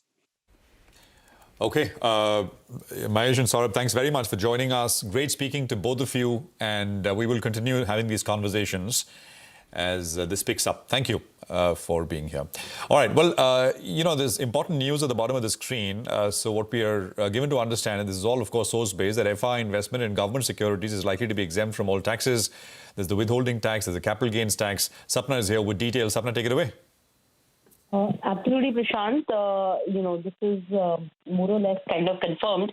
We are aware of the fact that yesterday an important cabinet meeting has been held under the Prime Minister's leadership. So most likely, in principle, decisions have been taken, and now we have to wait for the implementation in the form of an ordinance, most likely, as these changes are going to require changes, rather modifications in the amendments to the IT law. Having said that, so this particularly the withholding tax, the 20% levy that is there at the moment, there has been a big demand from FII since a pretty long time. So basically, how it operates is like, the earnings that you get on your investment in the shape of interest. The entire portion is levied. I mean, the entire portion, 20% tax, which is pretty steep. 2023, this thing was taken away in the sense it had been reduced to 5% and then brought back to 20%. So there has been a big demand since quite some time that this should be at least reduced back to 5% or better still removed completely. That's one. And of course, on the capital gains tax, the 12.5% that we're talking about. But what I'm able to understand is that the withholding tax is a bigger issue with FIIs. So our understanding is that, yes, an in-principle call has been taken and we have to wait for the ordinance to come out and for this to get implemented. Of course, when the monsoon session comes up, I'm assuming that the government will, bring the amendment in the parliament, and at that point in time, the ordinance can be taken back. It won't be required. So this is it. Two big things. The 20% withholding tax likely to be made zero, and also the cap gains tax of 12.5% on FI investments in GSEC to be removed. So basically, all their investments in the GSEC market, the Indian bond market, or rather GSEC, government securities, that is supposed to become zero. Do we know what the size of holding that foreigners have? And this is obviously going to be prospective, right? Yes. I mean, as of now, most of the tax amendments are prospective in nature, so we'll have to wait for the rollout date.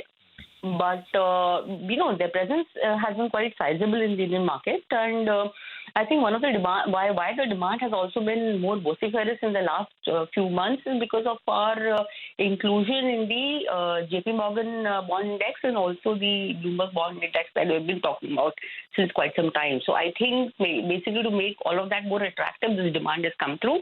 We are also given to understand that there were certain other measures, like, for example, making the fully accessible route for GSECs, bringing some long tenor bonds back again. Some discussions have happened on that front also, but we'll have to wait and watch, what really transpires. I think taxation is a big demand, so we'll have to see, Prashant, how this gets, by when this gets implemented.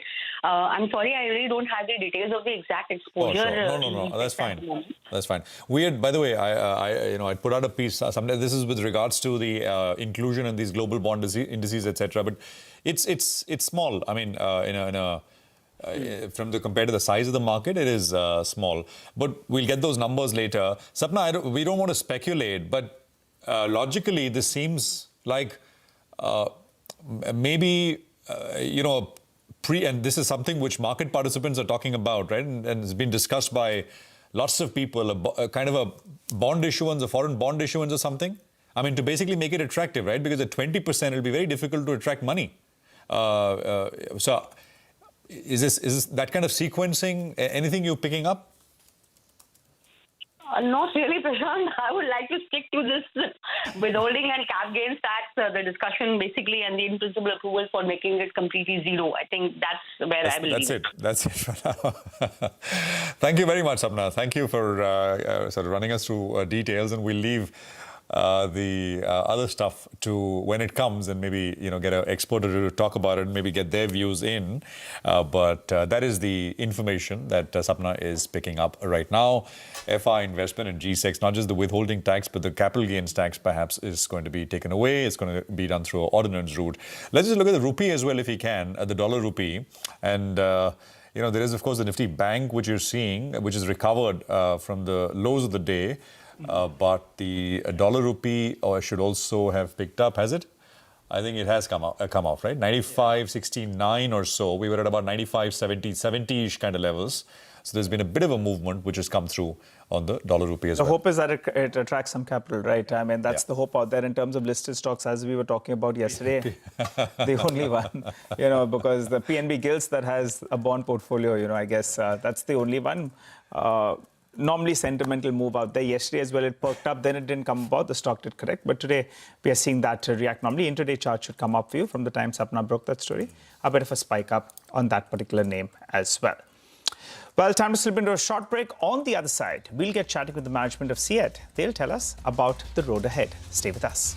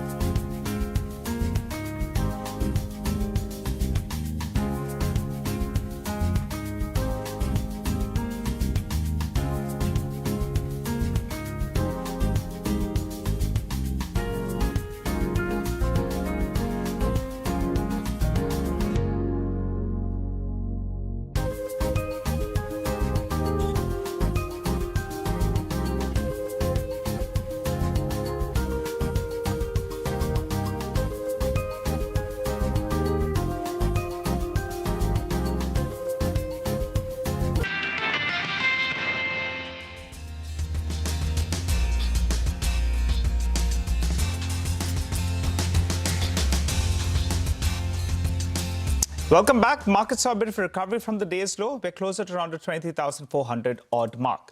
Well, let's welcome Mr. Arnab Banerjee, the MD and CEO at CEAT, who joins us on the show. Hi, Mr. Banerjee. Thanks a lot for joining in. Always a pleasure to have you on the show. Morning. Well, before we come to you, just highlighting the top points we're going to be targeting in this particular interview.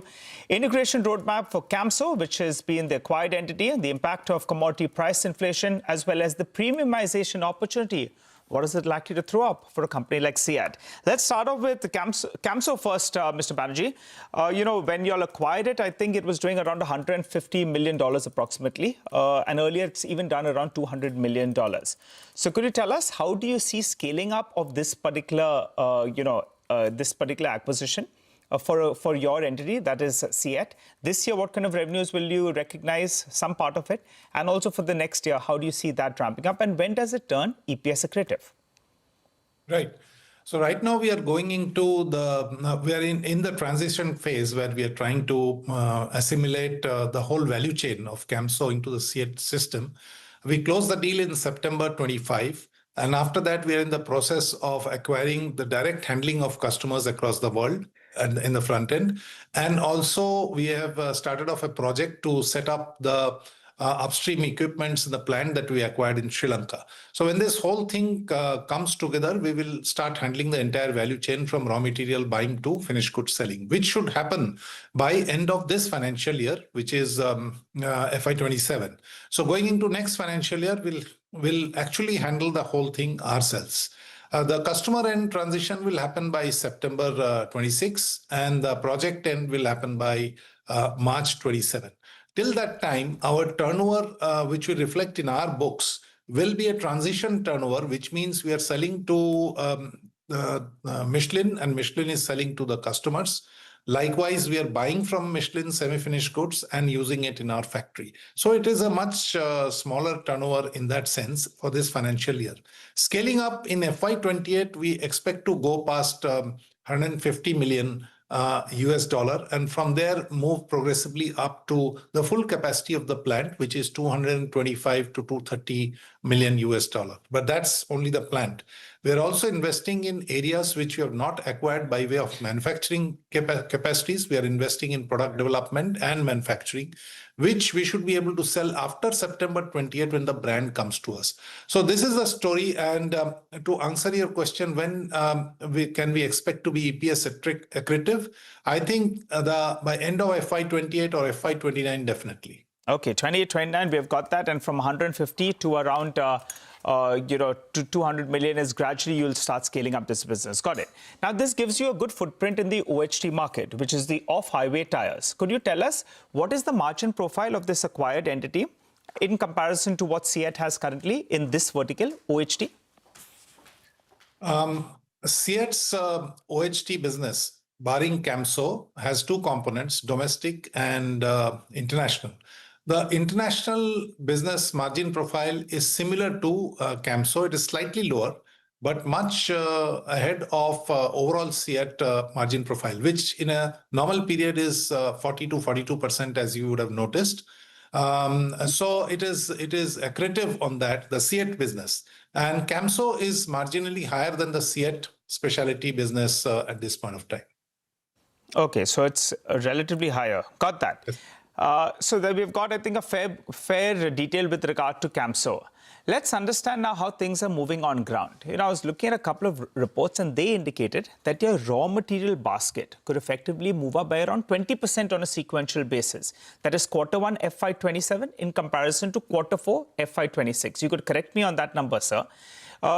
First, with regard to the cost price increase, what kind of increase have we seen on a sequential basis? And part of that has been pushed through, I believe. 5 to 6% approximately, you were attempting another 5 to 6%. So could you run us through both these numbers, raw material cost increase, and how much of it has been passed on? So you're absolutely right. Raw material cost increase Q1 to Q4 has been around 20%, if not more. And it is going to stay elevated at that level or maybe go up by another few percentage points through Q2. That's the expectation. It needs, to pass it on, it needs a price hike of around 12%, 11 to 12%. So far, we have been able to pass on about 6 to 7% in domestic aftermarket, about 5-6% in international business. And the pass-through in OEM has been low because it's an indexed pricing. So the April 1 indexed increase has been low single digits. So we expect a very high adjustment in the OEM prices on July 1st. And we still have to do about 5 to 6% price hike in both domestic aftermarket and international business, which we expect to do through June and early July. Got it. Okay. So margins in all probability will be lower in the first half of the year in comparison to what we saw in Q4 because of this raw material price increase. So you give us a rough number, what kind of a margin contraction could we see in the first half of the fiscal? And my other question to you, Mr. Banerjee, is since you're talking about a larger price increase, could it possibly hurt demand in the second quarter once the July 1st price revision takes place? Yeah, on the margin contraction, I agree. We don't give an exact guidance, but there is an impact, significant impact, because there's a lag in the price increase, though we may end up increasing the price adequately, but there's always a lag. So that compresses the margin, especially in Q1 and to a certain extent in Q2 also. As far as demand is concerned, fortunately, post GST, we have seen a demand spike in Q3, Q4, and it continues in Q1. So we see robust demand across categories, whether it's truck bus radials, whether it's two-wheelers, and little less so in four-wheelers. But the delta in demand has not changed vis-a-vis Q3 and Q4. So that's robust.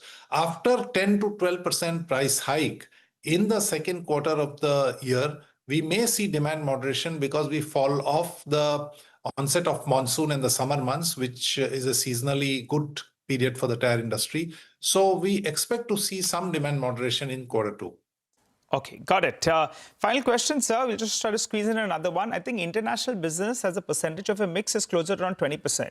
but your ambition is to take it higher. Could you tell us by when? I think you wanted to constitute around a third of your total mix. If you could help us out with regard to that. And in terms of your size, on the standalone basis, I believe you're number 3 in India. Help us out with that ranking as well. Where are y'all? Where were y'all? And where y'all headed? So international business is margin accretive, which is why we are focusing on international business. And it's not just export what we make in India. It's, as I've been mentioning, it's ground up like we cater to domestic aftermarket. So that's in the same way we cater to domestic aftermarket in Germany or Italy or the US. So ground up product development, local sales team, moving now into gradually local warehousing, hopefully in the near future. So that's at 20%, you're right. And with the Camso acquisition, it will jump straight away to 23, 24%. And over a period of 3 to 5 years, we may look at an ambitious target of 1/3 of our entire turnover coming from international business. That's a consolidated turnover. As far as rankings go, it really doesn't matter. We are focusing on our aftermarket market share. We have also started looking at market share in some key markets in Europe in specific categories where we have become significant. Significance means 1% of, let's say, 1.5% of Italy market in passenger or something like that. In domestic market, we are market leaders in two-wheeler. We aspire to be market leaders in four-wheeler in next 3 to 5 years. And we aspire to grow our share in truck bus radial, where we are number 4 at this point of time. So that's how we see it. Whether we are number 4, 3, or 2 is a consequence of that. And it may be transient, but it will push our ranking up naturally. We appreciate you joining in, Mr. Banerjee, giving us fair color with regard to trends on ground, your ambitions as well. We wish you and the entire team at CEAT all the very best, and we'll keep tracking the numbers. Pleasure. Have a good day ahead. All right, let's focus then on the options data, particularly from on the Sensex, because today we have the weekly expiry that will be playing out as well. And we have seen a good recovery from the lows of the day. The 74,200 call, just take a look at the premium. It started the day close at around 390 rupees. So we should get that one up for you. That came down to, I think, 180 rupees approximately. But we have seen a bit of a recovery. But there's higher amount of writing at this particular strike. The day's low was around 180. Now it's at around 267 approximately. But you'll have to say the smarter money is writing this particular strike because they want to defend the higher levels. Even if you look at the 74,300 call, well, the premium came down from around 331 to around 150 rupees. Now, there is a bit of a pullback, some kind of call buying at lower levels is what we have seen.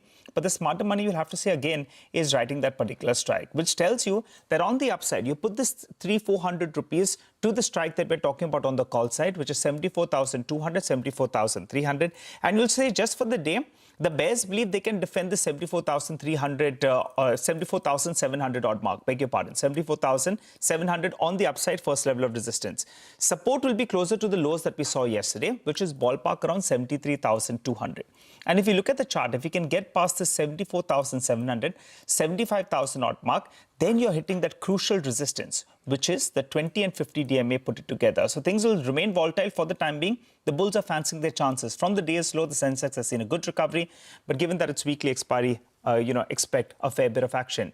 We're around 300 points away from that very, very crucial resistance mark. We'll slip into a short break, though. On the other side, Manisha Gupta is waiting for us. She'll tell us what's going on in the commodity markets.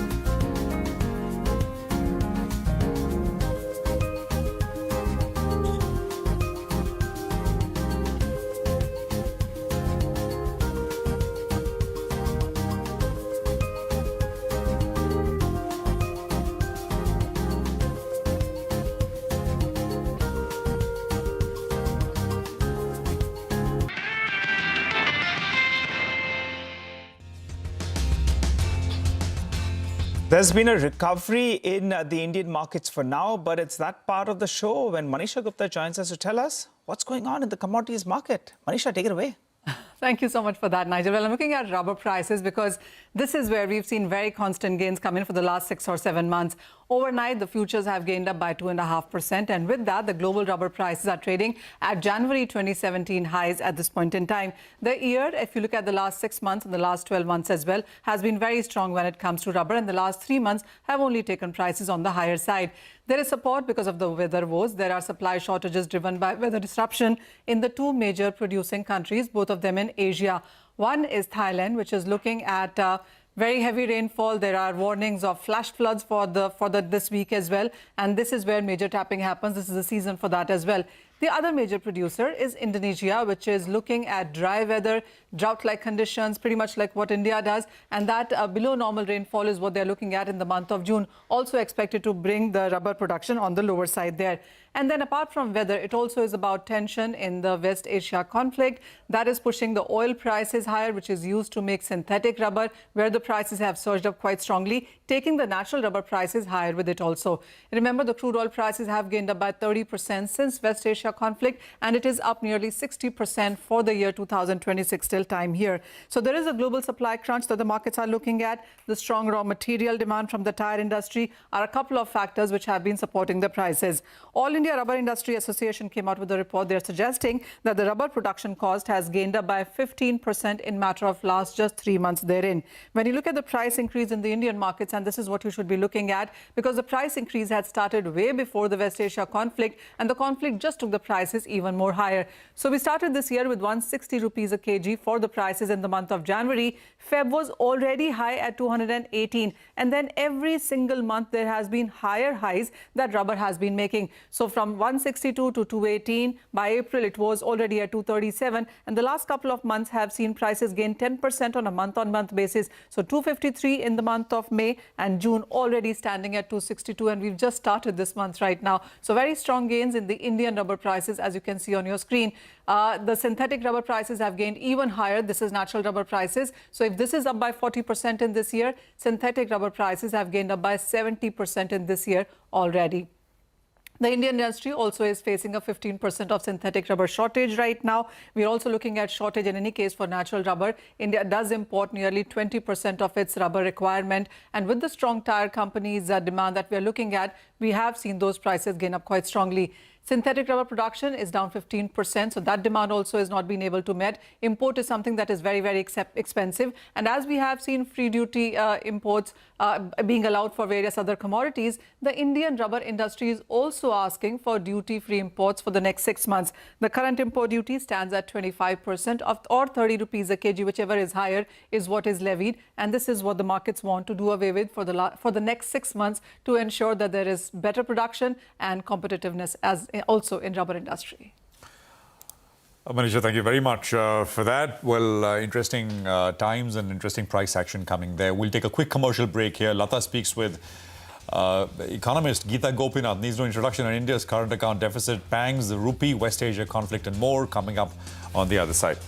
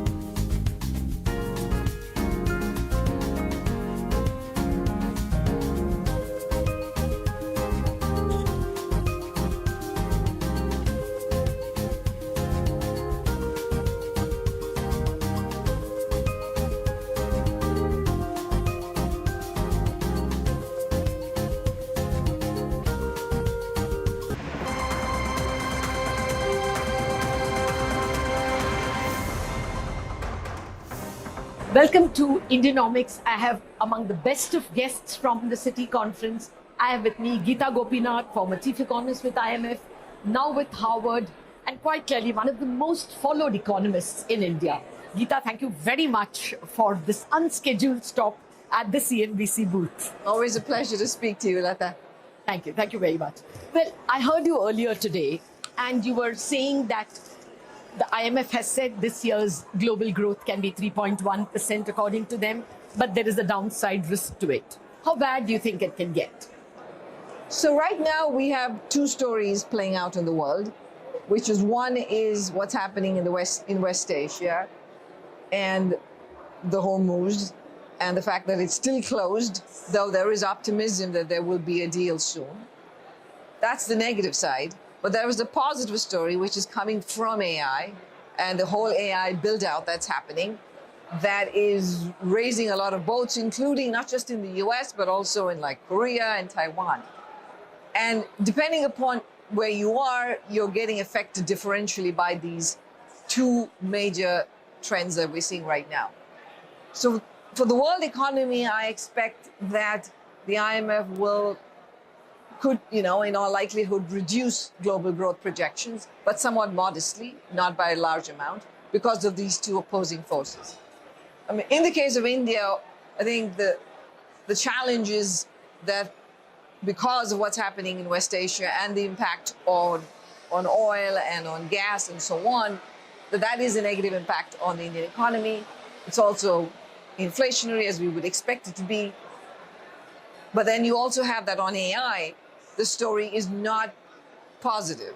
And therefore, that is reducing the amount of interest in terms of foreign capital in India.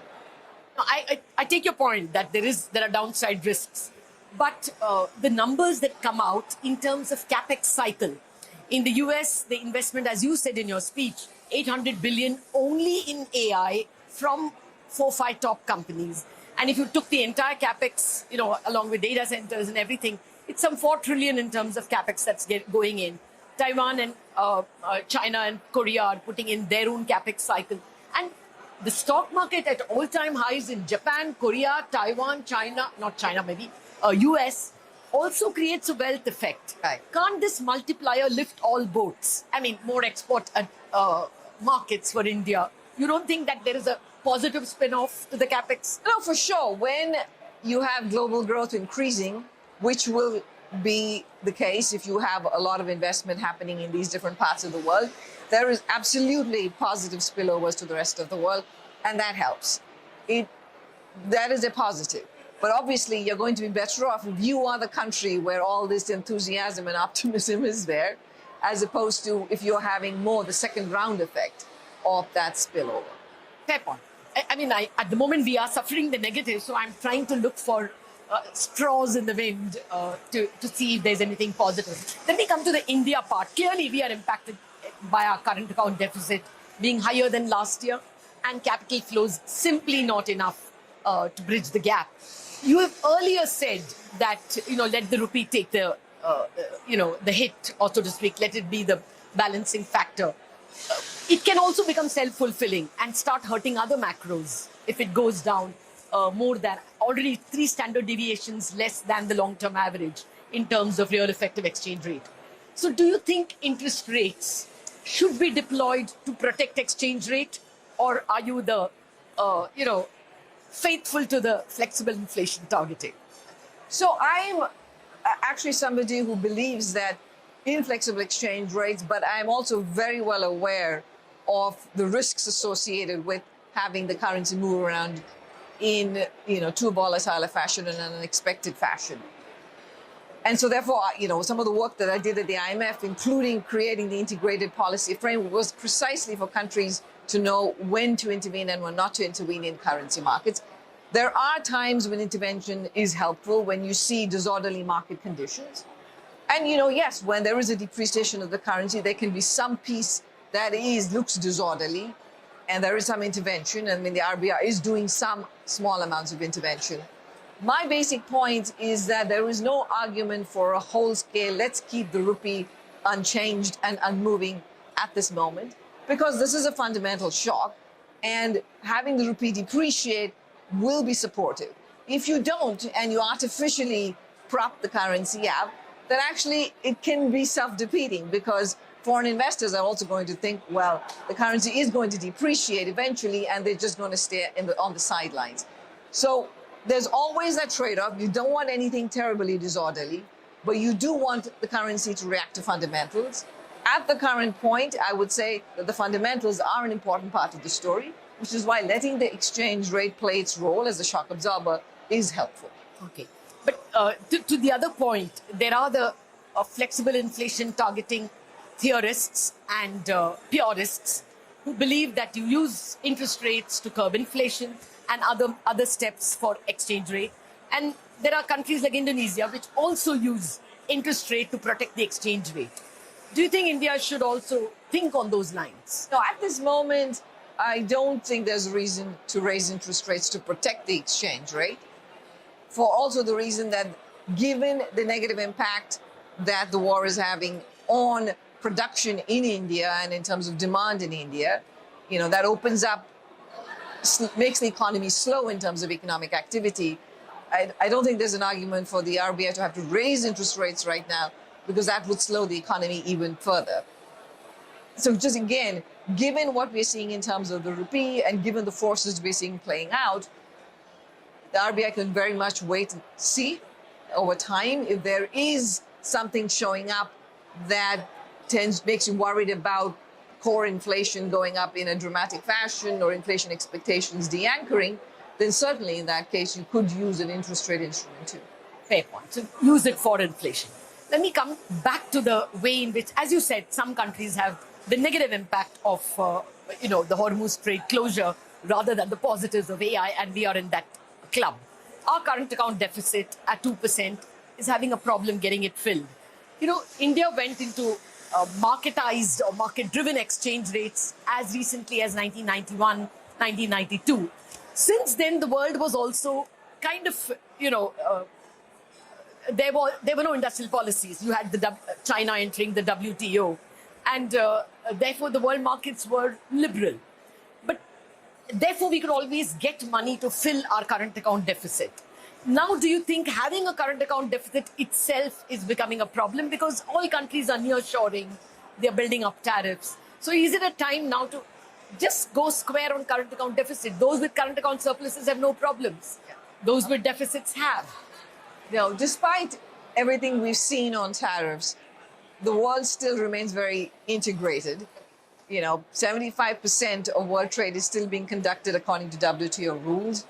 The US is run one of the biggest trade deficits it's had, and so nothing's changed over there. China is running very big trade surpluses. So I don't think that that's the issue. In the case of India, again, a 2% current account deficit is not a big number.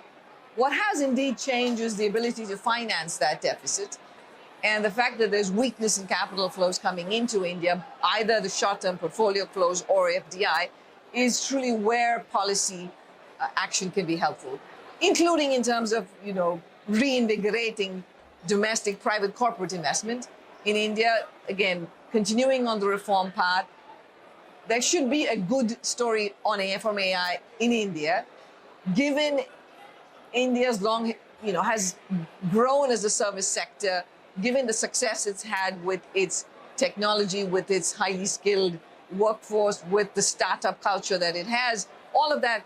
There has to be new products and new processes that are AI-driven that then also provide a good story for why it's a good place to invest. You've already answered what I was going to ask you. What is the recipe to solve the current account deficit in that case? What more would you say? I mean, we clearly have fallen back on the AI game. We are not up there along with the North Asian countries and China and the United States.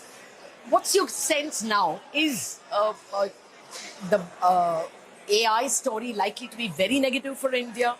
Or are people being unnecessarily pessimistic and that AI application will give us more jobs down the line?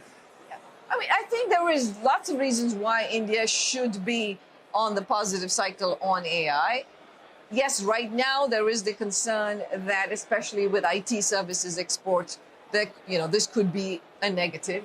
But things don't always play out as in a way you expect. For example, Philippines, which has a very big call centers, large number of people employed, you've actually seen that call center activity grow in the Philippines because they're using AI to reduce the cost of the service, and that has increased the demand for that service, and that's actually growing the industry, right? So similar positive dynamics can also play out in India.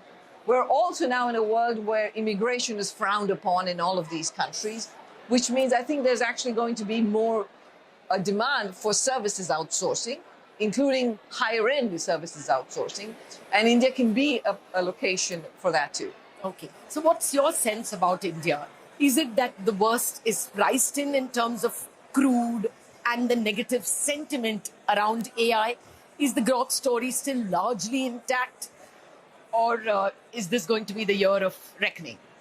I mean, this depends not just, unfortunately, on what India does, but it also depends on what's happening in the rest of the world.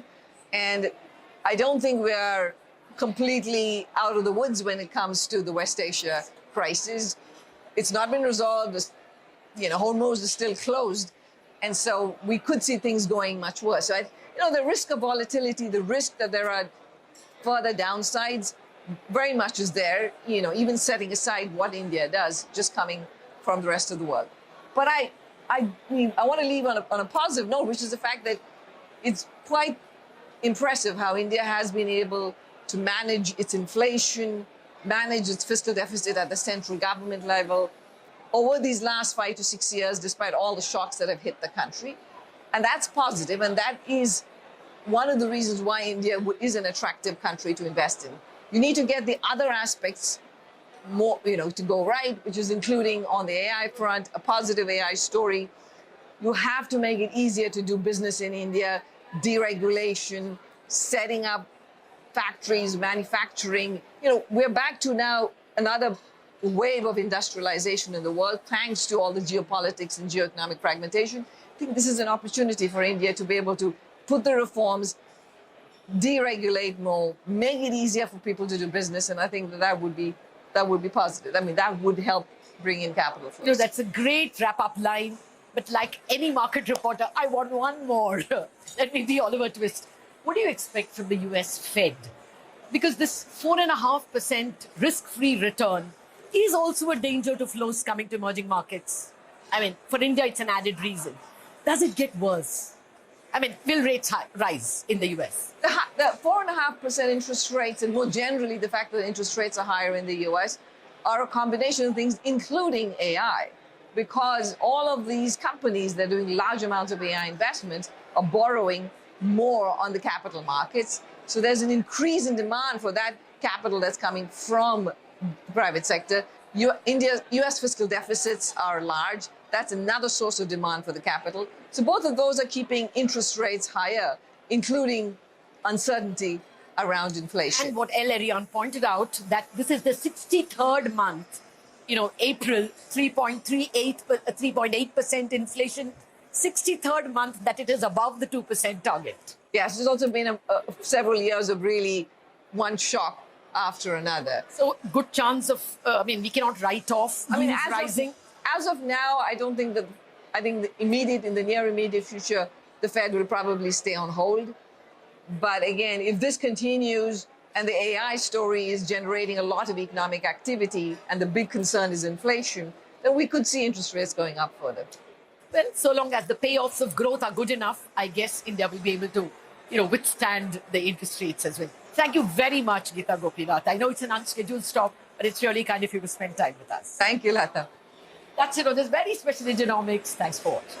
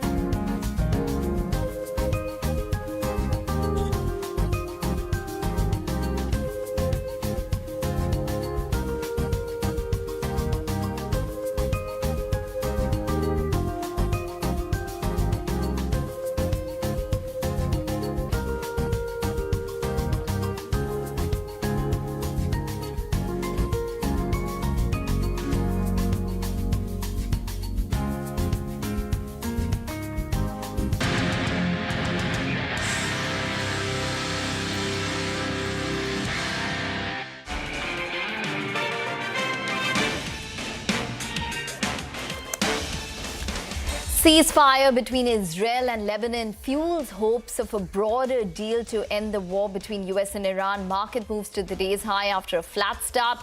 Autos upbeat, pharma and realty follow suit. Broader market stocks outperform.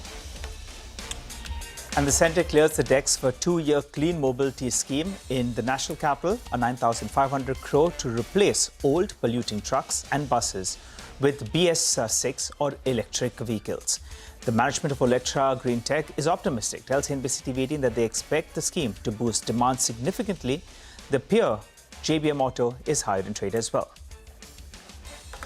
Citi shares an optimistic view on power equipment players, calls power grid a key transition in bottleneck, believes India is well placed to benefit. Shares of GE Vernova, TND, CG Power and Siemens Energy upbeat on the back of Citi's bullish stance.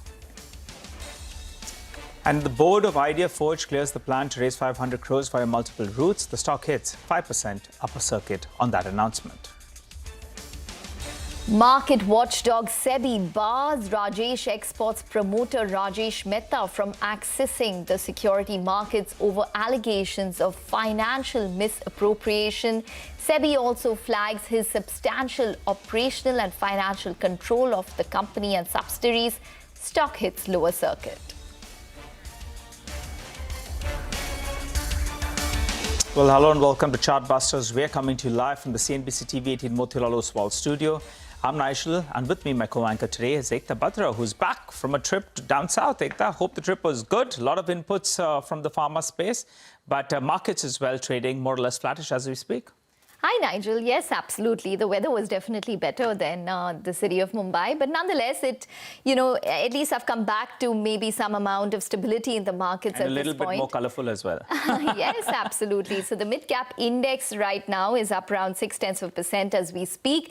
And on a week-to-date basis, we can do better. So let's see whether there's any kind of improvement on a week-to-date basis. So the mid-cap index week-to-date has lost around 1% and the Nifty is down around 0.5%. So let's see how we pan out for today's trading session and manage to close that loss. But let's welcome Sachidanand Utekar of Trade Bulls for a technical check on the markets this morning. Sachidanand, welcome to the show. Well, what's your take considering that the Nifty is managing to hold above 23,400 at this point and the mid-caps are doing better? Good morning, Ekta. Good morning, Nigel. Clearly, I think the market is in a better mood. And going forward, even for the day, we expect this particular rally to extend towards 23,560, 23,600, thereabout.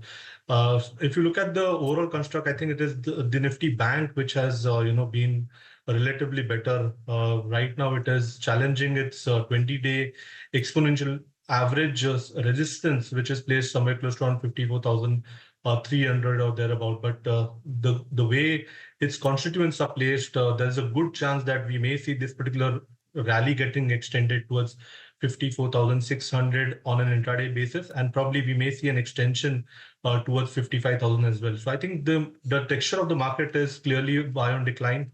One should stay long, stay committed when it comes to Nifty and Nifty Bank as well. From a trading perspective, one can keep a stop loss at 23,240 on closing basis and expect a rally towards 23,560 followed by 23,640 during the day.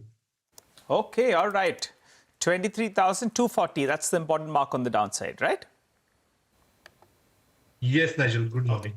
Got it. What about individual stocks, Sachi? Nigel, yesterday in the afternoon show, we did recommend trade setup in ICICI Bank, and we've already seen a very strong rally getting built in there. But if you look at the data set, it is still, very confident. We are expecting this particular move to extend towards 1284, eventually, testing its 50-day exponential moving average resistance. So still, I think the reward to risk is better. One can create fresh long positions, keep a stop loss at 1242 on closing basis. From a trading momentum perspective, we may see a swing towards 1266, but positionally, we are expecting this particular rally to extend towards 1284. So a long call on ICICI Bank futures. The other stock on our radar, which has been BSE. Now, after a very severe correction, we have already seen a good comeback in yesterday's session. We saw a bullish hammer formation near its 20-day exponential moving average support. If you look at the overall construct, the 4,000 call writers may go on the back foot, and this is where we expect a very strong short covering move to unfold. So we are recommending building long positions in BSE. One can keep a stop loss at 39.80 on closing basis. From a trading momentum perspective, during the day, we may see a swing towards 4095. But eventually, we see this particular move extending towards 40 to 30. Disclosure would be that we have recommended both these stocks to our clients. Okay, all right. ICICI Bank as well as BSE on your list. Thanks very much for joining in and giving us all of that perspective. So that's the view coming in on the technicals of the market. Just want to point out that just keep your eye out on specific stocks such as Idea Forge, which is up another 5% today. And the reason I'm pointing this out is because now on a year-to-date basis and only 6 months of the year are over, it's gained around close to 92% in terms of its market cap. So that's the kind of outperformance that you've seen in a stock like this. But let's shift focus to our special segment where we will get you a few ideas for profit from Money Control Pro. Anand Chaudhary of moneycontrol.com joins in now to talk about the stock that he's tracking very closely today. Anand, over to you. So today's stock is a leading consumer electronics and home appliances company, LG Electronics India. LG delivered a very strong operational recovery in Q4 FY26, where revenue grew by 8.1%, driven by healthy demand recovery across RAC, premium appliances, and large screen televisions. In home appliances, LG held more than 30% market share in washing machines and refrigerators. In premium refrigerators, it now commands over 43% share. It focuses on new launches like French door fridges, AI-enabled washing machines, which are seeing strong traction. In the home entertainment segment, LG continues to dominate in LEDs with a 63% share. TV industry growth remains steady, but the premium segment expanding faster than the entry-level models. Company is also setting up its third manufacturing facility at Sri City with a planned investment of 5,000 crore, of which 657 crore has already been invested till FY26. Compressor production is expected to begin in Q3, followed by RAC production in Q4 FY27, which should significantly reduce dependence on imported RAC compressors amid the tight import restrictions by the government of India. Localization in manufacturing has improved to 55.2% in FY26, and the company aims to enhance it further by 1 to 2 percentage points annually. The company is targeting mid-teen revenue growth along with early teens EBITDA margins in FY27. Stock trades at 36 times on FY28 earnings appears reasonable to us. Okay, thanks a lot for that, Anand. Well, time to slip into a short break. You come back, we'll continue to focus on markets and stocks that are moving around. Stay with us.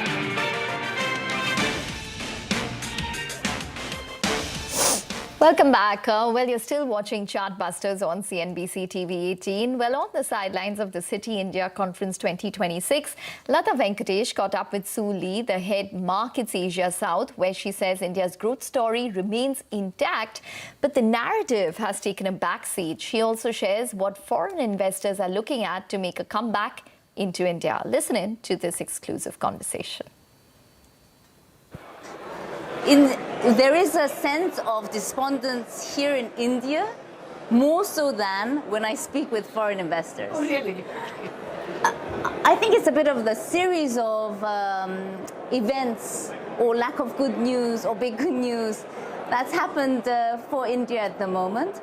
It seems that the long-term growth trajectory, which is intact, that's really become a back-ended narrative.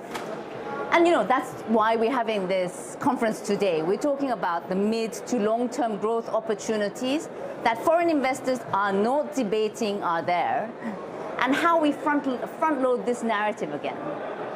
Yes, we do have to front-load the growth itself and not just the narrative.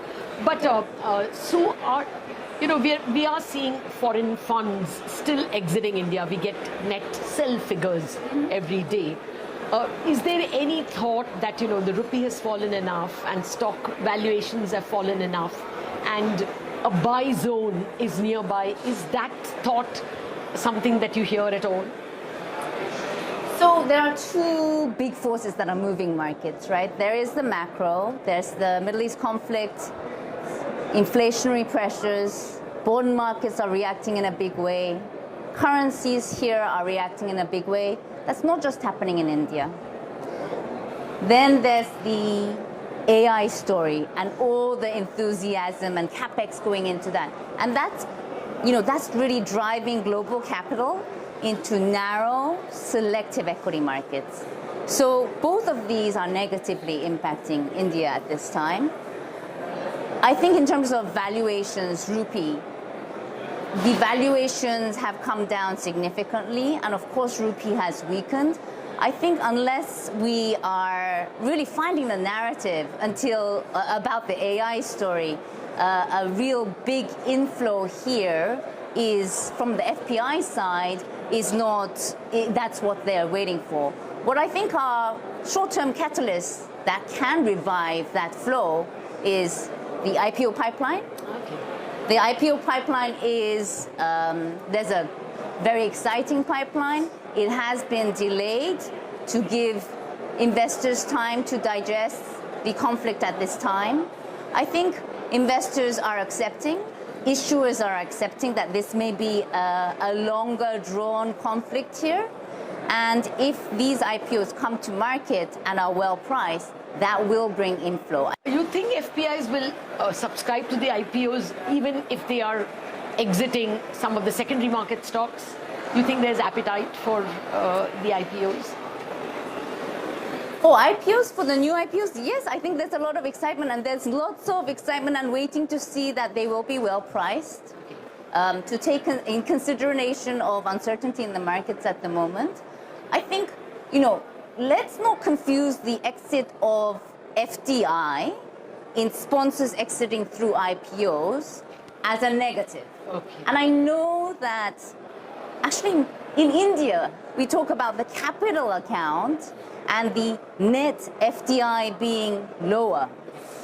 Yes, it's a concern because the capital account is what is funding the current account, especially in India historically, right? But the net FDI is lower because FDI sponsors who have made multiple returns are able to exit, and Indian corporates, Indian multinationals are able to go outside to invest offshore. Both of these are good things.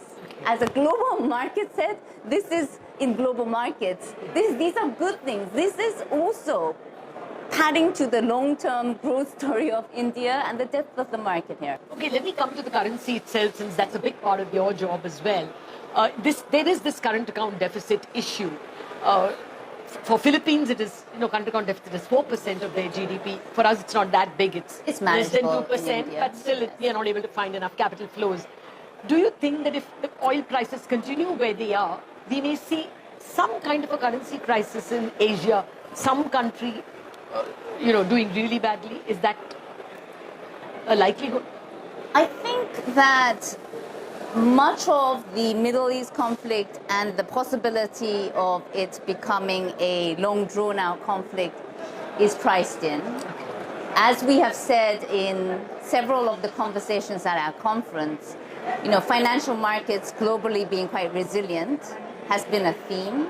So far, we've seen that it's been manageable with no panics about a impending threat or crash. Let me come to FDI, since you referred to it.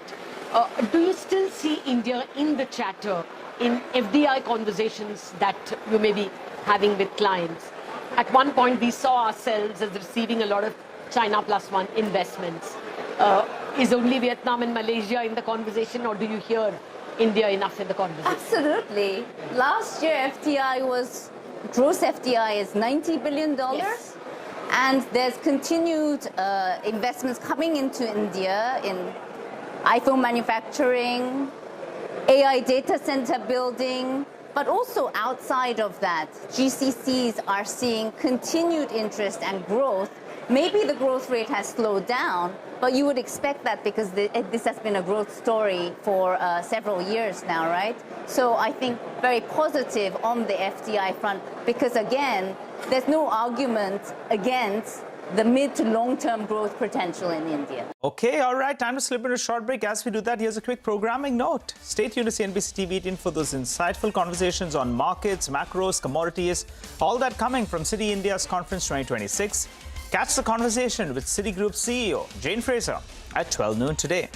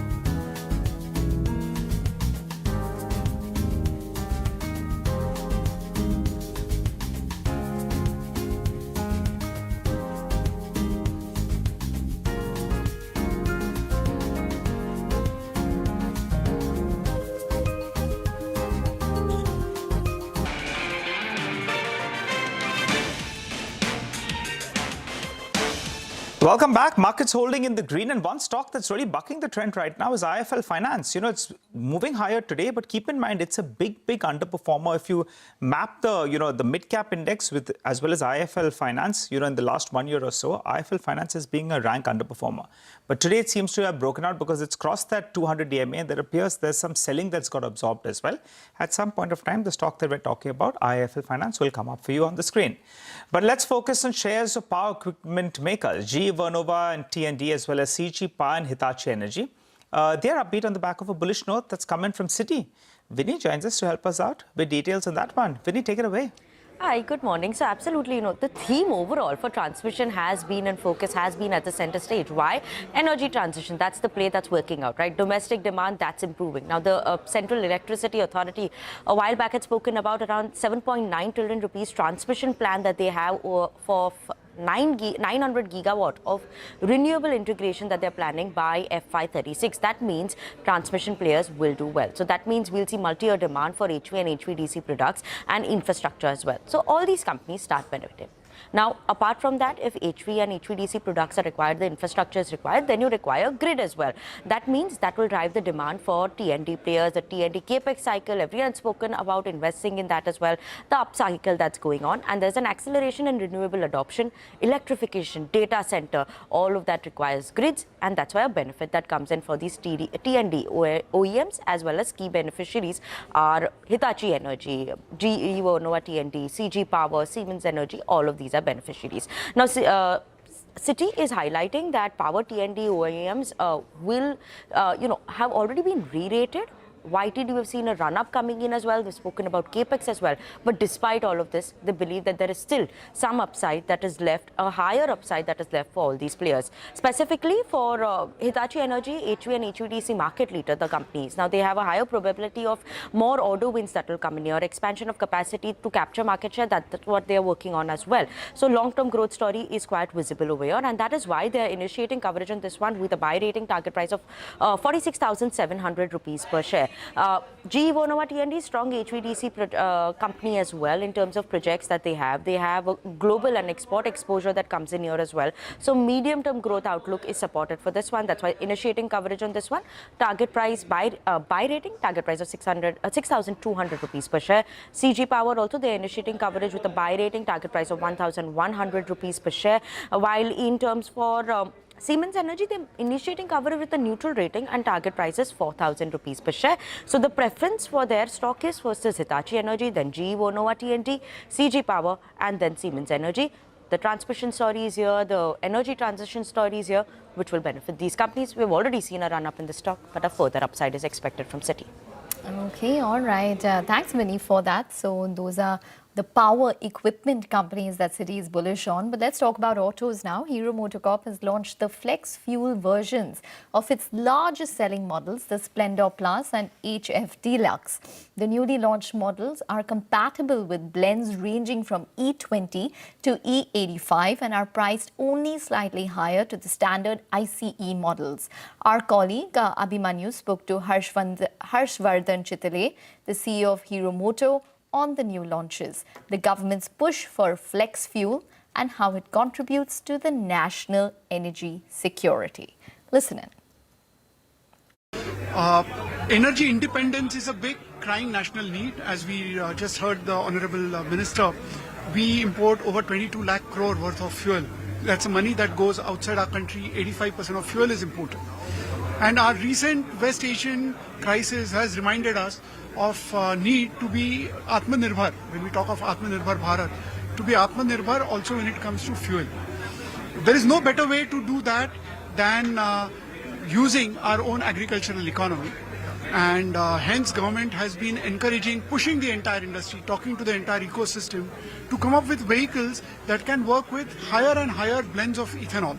With respect to the kind of concerns people have, and you have come across a lot of online chatter, a lot of offline chatter too, over the fact that use of ethanol is not really good for the life of vehicles, and also it leads to depletion of water. There are several concerns doing the rounds. How are you looking to address those? How are you looking to work more closely with the entire ecosystem and as well as with the government to address these? No, great point. Hence these bikes are designed to work with different blends of ethanol. They are tested for that, they stand guarantee. And if you can see a company like Hero, where Splendor and HF are the largest selling models, we are putting flex fuel technology in them. So our crown jewels, we are making flex fuel ready. You can imagine what level of testing and reliability, because these bikes are known for reliability. So they are fully reliable. Coming to performance, our tests show that because ethanol has a higher octane number, actually they give you more power. The peak power is higher, the torque is higher. So you'll also get a good experience of it. Knocking possibly? Absolutely. So you actually get a better experience of using it. My final question to you, while we say that the West Asia crisis is impacting energy imports, it's also impacting the entire supply chain, which also includes agricultural supply chains. So even if you are deriving alternate fuels from agricultural sources, even the price of that is possibly going to increase. How are you looking to absorb this price hike? Do you intend to increase prices for these variants? What is the current price differential which these variants have with the existing ones, and any policy asks you have from the government? So coming to your last point about the price, what we have launched right now is at a price of about 4% more than the base E20 based vehicles. But to make them more attractive, for the first 1 month, we are going to give them in the same price. So consumer can get a future ready vehicle that can go all the way from E20 to whatever is the blend available. They can have that at the same price. Coming back to the wish list, government is aware how to promote this. One of the requests that industry as a whole has made to the government is if they can come up with an incentive, either by way of GST or any other incentive, that reduces this price differential. So the cost that is extra gets absorbed.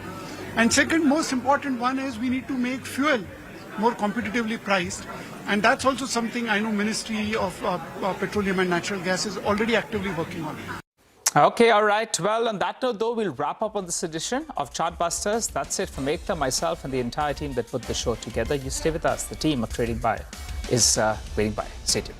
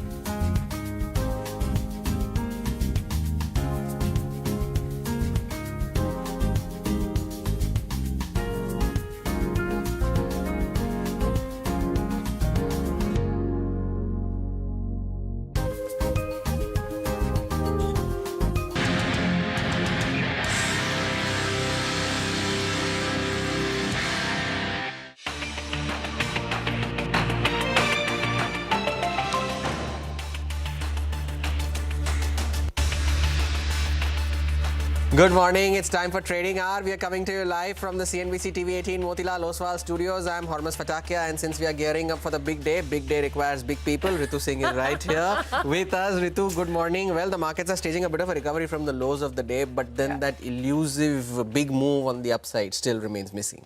Yes, and we hope to see that. A lot of it will depend on what comes out of the policy tomorrow. We've been reporting today that the government may reduce some taxation as far as foreign investors are concerned and their investments in government bonds. Whether that comes through or not, the markets are going to take that positively. And of course, the big cues will come from what happens in the RBI policy. Our poll is throwing up a status quo. With that said, for the frontline index, it's been flattish now, trading with gains of about 23 points. You have the advanced decline ratio that tells you that more than 2 stocks are advancing for every 1 stock that is declining on the National Stock Exchange. The Bank Nifty above the 54,300 mark now, trading with gains of about 190 points as we speak. And the broader markets as well, doing relatively better. So let's go across to Hormuz in just a bit. We'll get you the top stocks that are trading. Let's also, do one thing, tell you the sectors that are doing relatively better today. Among the top performers is the auto and the mid-select pack, and the weaker pack is, of course, IT. But for now, let's cut across to the Citi conference. Jane Fraser is speaking at the moment. Let's listen in. That, he said everything is not rosy. Yeah. There are a few challenges. But then he had a very clear vision and thought in terms of what are the few priorities that the government is focused on. Yeah. You talked about energy security. Clearly, that is something that, the government is super focused on.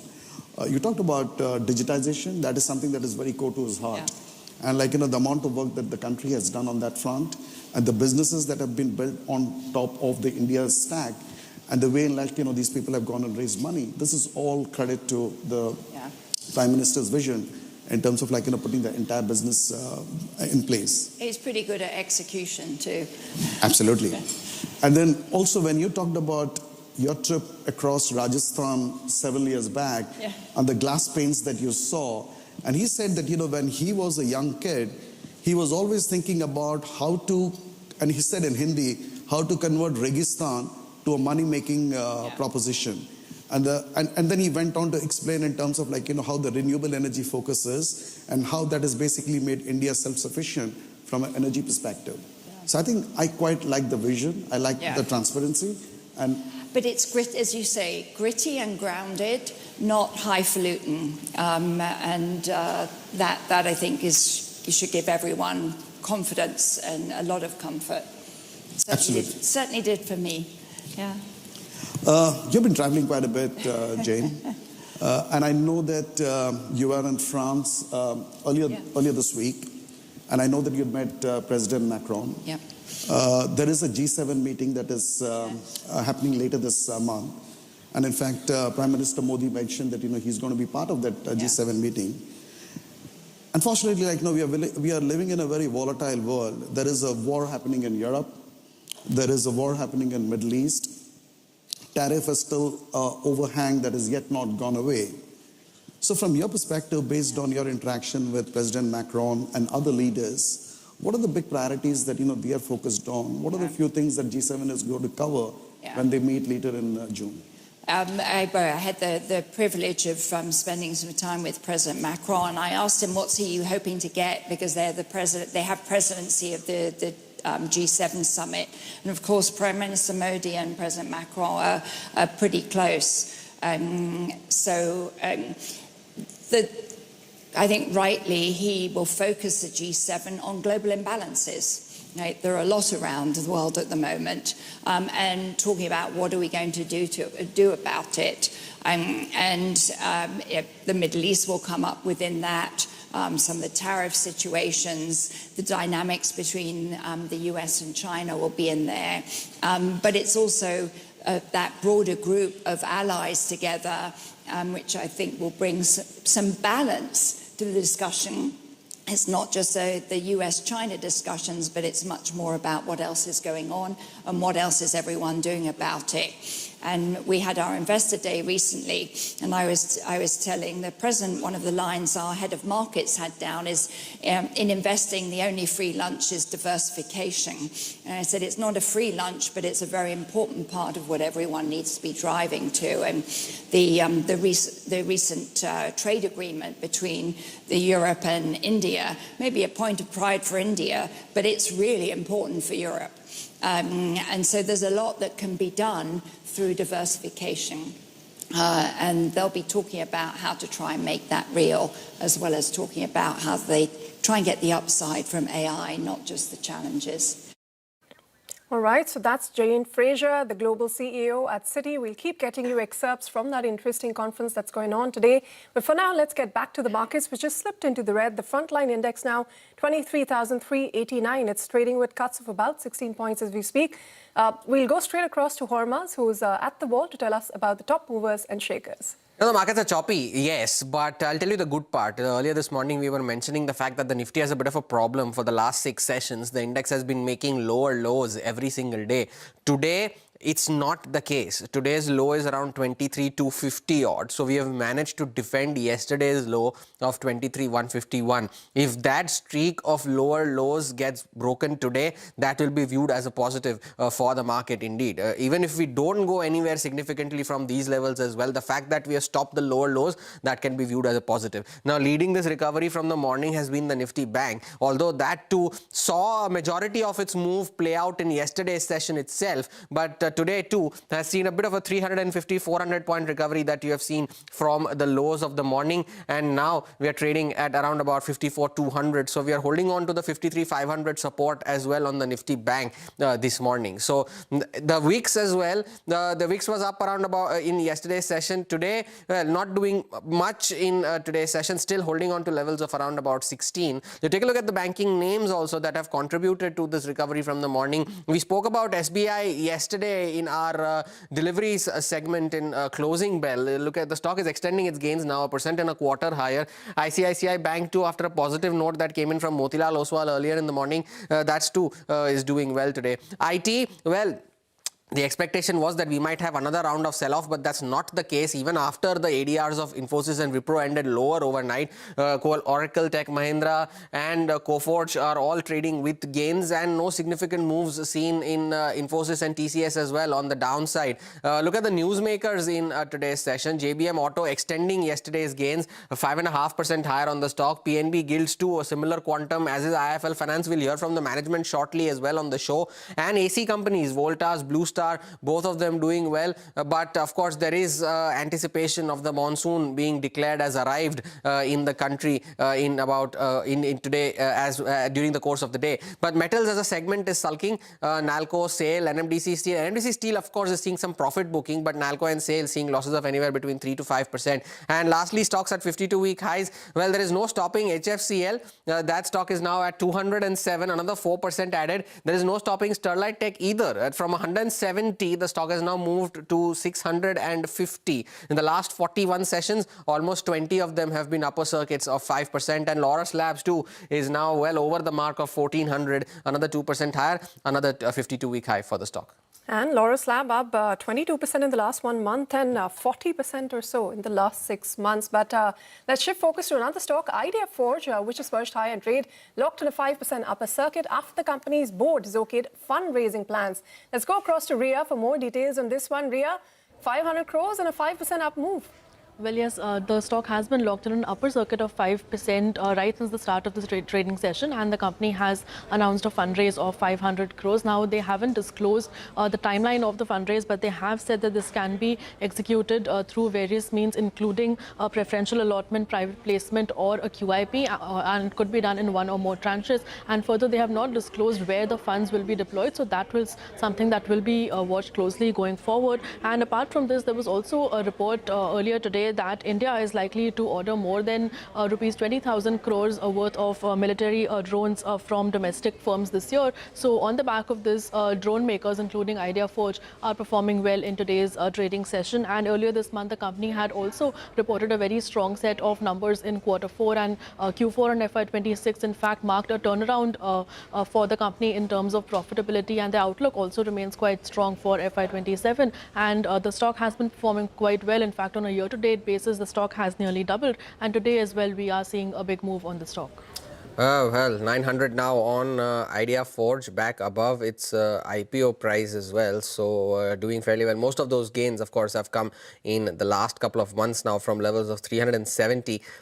The stock is now at 900. Ria, thank you for that. Just before we move on, highlight Physics Wala as well. I had to highlight that in the stocks that are making news. That stock is now up over 10% as we speak. And that's, of course, the company made an announcement just a few minutes back that they are going to reverse their student lending program by doing it themselves. And instead, they will now partner with third-party NBFCs to carry out the same. And therefore, the stock is now reacting 10.5% higher on Physics Wala. Of course, below its issue price is 111. Of course, the stock was seeing some bit of selling pressure over the last couple of days, but now has seen a sharp reversal from those lows. Now, the market, of course, is awaiting some tax rule changes for foreign investors that are investing in government securities. This news has been going around for a while now. Let's go across to Sapna Das to tell us what she is picking up from her sources. Sapna, over to you. Yeah, so basically this is, more or less widely expected, and most likely the important cabinet meeting held yesterday under the leadership of the Prime Minister, Mr. Modi. I think an in-principle decision has been taken to issue an ordinance to make some important key tax changes as far as the FI investments in government securities are concerned. So primarily, of course, a big ask has been this withholding tax, which was brought back to 20% after being cut to 5% in that period was there till 2023. I think it was a 2-year, kind of a relief measure that had been given, and then it was rolled back at 20%. So my sense is that big demand that is coming in from market participants is the fact that, this is basically taxing your earnings, right? So whatever interest that they earn, 20% withholding tax is pretty steep. That has been the feedback. So most likely government has taken a decision to do away with that. Not just that, we also give to understand that the capital gains tax at 1.5% again, as far as FI investments in G-Secs are concerned. This is all to do with G-Secs specifically. That also will go away. So in a nutshell, if there is any other tax that is there as far as G-Secs are concerned regarding FI exposure, so all of that is going to be taken away, or rather has been agreed to be taken away. And we have to wait and watch and see. Most likely it's going to come through an ordinance because the parliament is not in session. And my reading is that once the session, of course, starts, the ordinance will be replaced by a proper amendment with the IT laws. So this is what it is. Of course, there has been a lot of talk on this one since the last few weeks. And it seems as if finally the government has taken an in-principle decision. Now we have to just wait for the dates to be announced as to when this actually rolls out and, take the impact from there on. Almost. Okay. Thanks very much, Sapna. Important development there the market's waiting for. We also have, of course, the RBI policy tomorrow, so we'll have to see if the Reserve Bank of India also steps in with some measures. But for now, we'll slip into a short break. Up next, we're going to focus on the bond markets with Manisha Gupta.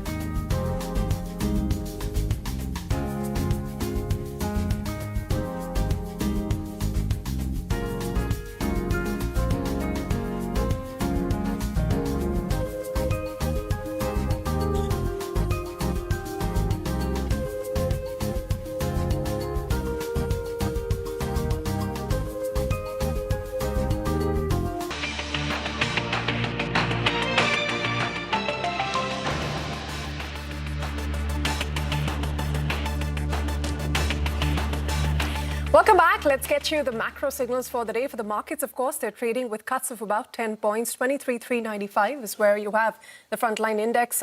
Leading that fall is the IT pack, which was again under pressure yesterday, again down about 0.4%. The rupee is seeing a bit of a recovery today, very slight. 95.65 is where it's at. It's in line with the fall that we've seen in crude prices as well. But of course, overall, the pressure does remain from the foreign outflows that continue and oil prices that are still high. So that's why we've seen a 7% plus weakening since the start of the year. For the oil prices, they are retreating from the recent highs because tensions in West Asia are showing some signs of cooling. Brent crude currently trading at around $97 a barrel. That's down approximately 0.75%, while WTI crude has also dipped to about $95 a barrel. The 10-year benchmark yields, meanwhile, they're reacting to the news we've been telling you here on CNBC TV 18, potential measures from the government to ease taxes for foreign investors on government bonds. Yields are seeing some slight declines, also reacting to the shifting geopolitical and fiscal news. But of course, the big Q will come for tomorrow from the RBI policy, and traders are cautious ahead of that, where the RBI is expected to leave the repo rate unchanged, at least in this one. So we'll slip into a break on that note. But before we leave, here's a programming reminder. Stay tuned to us for insightful conversations on market macros, commodities from the Citi India Conference 2026. Catch that conversation with Citi Group CEO Jane Fraser coming up at noon today.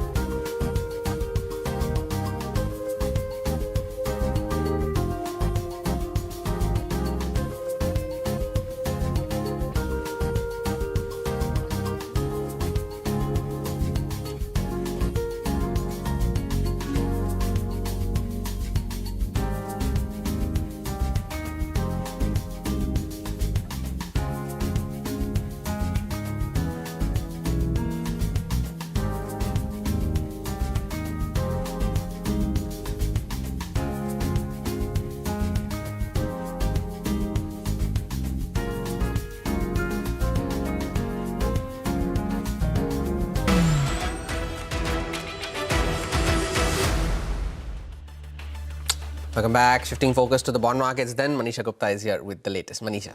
Well, thank you so much for that. It's all, one thing that the street is watching for right now, and that is the RBI MPC meeting tomorrow, and to hear on what they have to say about inflation and various other West Asia conflict impacts as well. In the meanwhile, we've seen the government yields for 3 to 5 year kind of trade steady there. Remember, it's been the very near-term trade that we have seen most activity in. The longer-term scenario is still quite uncertain there. But then it is also about India looking to scrap capital gains tax in FPIs and government securities. I mean, that is something that the street is watching out for, has been reported via sources in various medias, including us as well. So that is what the street will want to watch out on, what really goes through that. At this point in time, we also are looking at rupee, which is down 5% in 2026. Crude oil prices, which have gained 30% since the West Asia conflict, also 60% up in this year till time. It also has to do with the foreign portfolio outflows in the equity markets that we have seen. So what the street is now looking at is the foreign investors, which are as of now subjected to long-term capital gain of 12.5% and withholding tax of around 20%. This is what the street believes will perhaps work its way out. If you look at the overall numbers therein, the Indian government debt, $1.4 billion of an inflow is what we've seen into that, but $20 billion of an outflow from the equity markets. So government in some sense, or RBI rather, trying to make a balance of these things here. There also are quite some private issuances in sense of bonds coming in today itself, and you have some big names therein. You have Bajaj Housing Finance, which is looking to raise nearly 20 billion rupees. They are doing this via reissuing of bonds maturing in 2029. And then you have Aditya Birla Housing Finance. They are looking to raise 10 billion rupees, doing it via 3 to 5 year bonds there.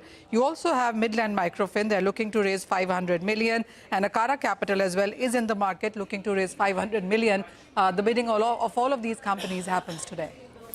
All right, Manisha, thanks very much for joining in with that. Let's now go across to IIFL Finance that's raised $500 billion in an overseas bond sale. The issue is priced at 7.6%.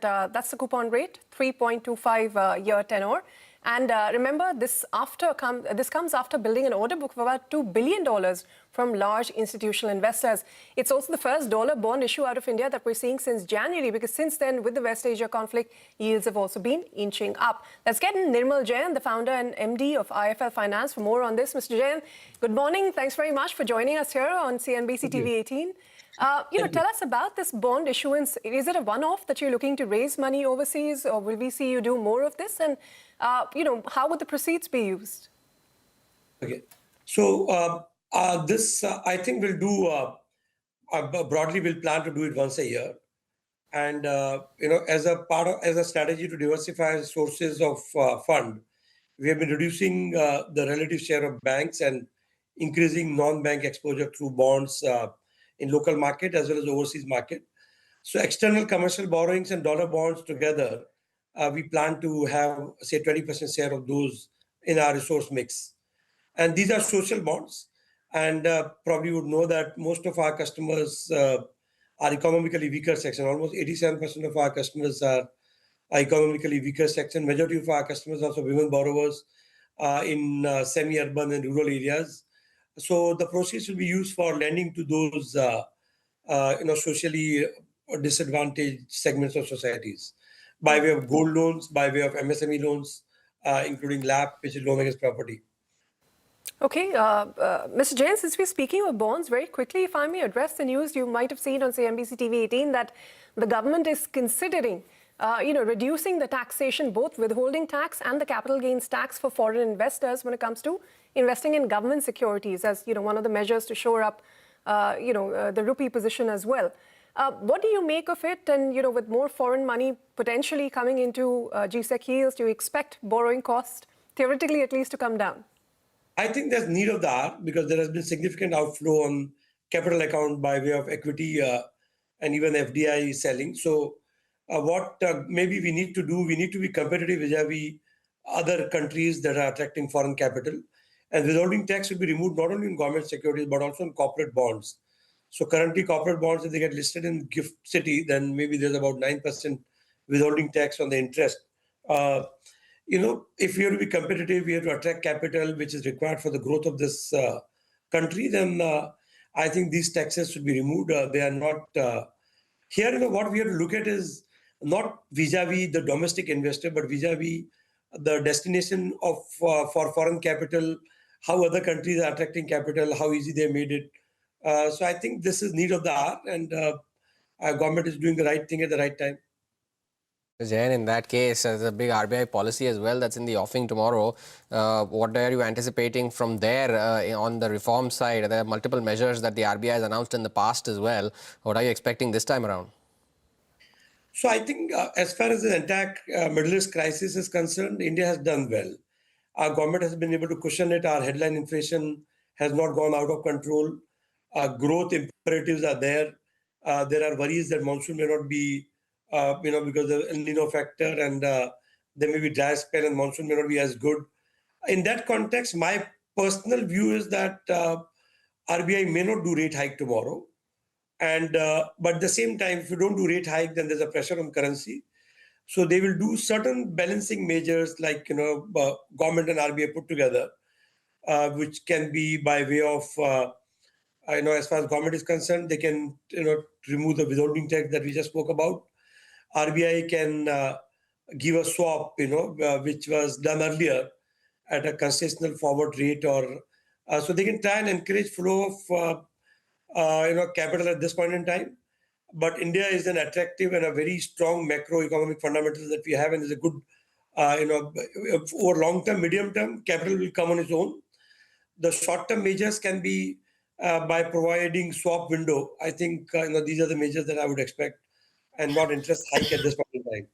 But Mr. Jain, apart from RBI, from the government itself, there is this talk of withholding tax being removed for foreign investors. Are there any other measures that you, as a banker, would recommend as well, would want to see? I think, the long-term capital gain tax that foreigners have to pay. There has been, discussion around this. This has been mooted that, that should be removed as it used to be a long back. And, maybe the time horizon can be increased from 1 year to 3 years. That will be very good, because equity investing is for long term. The long-term capital gains tax can be removed even for domestic investors. Many times people try to compare this with business income or salary income, but that's not a correct comparison. When we work and earn, then we pay our taxes by way of salaries or business income. But when our savings are compounding and to build wealth, then that get again taxed at a very high rate. So that is not allowing capital formation to, be at a pace at where it can, it ought to be. So I think if we are really, government is serious about attracting long-term capital into equities, which is risk capital, then they should do something about long-term capital gains tax. Yeah, well, we'll see that. But Mr. Jain, that makes our country competitive vis-a-vis many other economies that are also competing for foreign capital. Yeah. We hope to hear something, from the government and, of course, the RBI soon. But Mr. Jain, back to your, social bond fundraise. You said part of the proceeds will also go towards, MSME lending. As far as the West Asia conflict is concerned, and we've been seeing an increased, offtake in ECLGS by, of course, banks. Are you seeing any kind of stress build up there? How's it looking? And, how much more are you looking to extend to this segment? And what proportion would be exposed of your borrowers to what's happening in West Asia? So right now, we focus on your secured lending, which is loan against property for MSME at this point in time. Okay. I believe that, the impact as far as Indian MSME is concerned is almost negligible. There may be some segments that are impacted by supply chain disruption, some restaurants shut down or not operating at full capacity because of gas or some shortage of sulfur dioxide or some such material. But by and large, I think MSME is still doing well. In fact, even before war, when there was a tariff by US, sectors like textile, footwear, shrimps, or jewelry were impacted.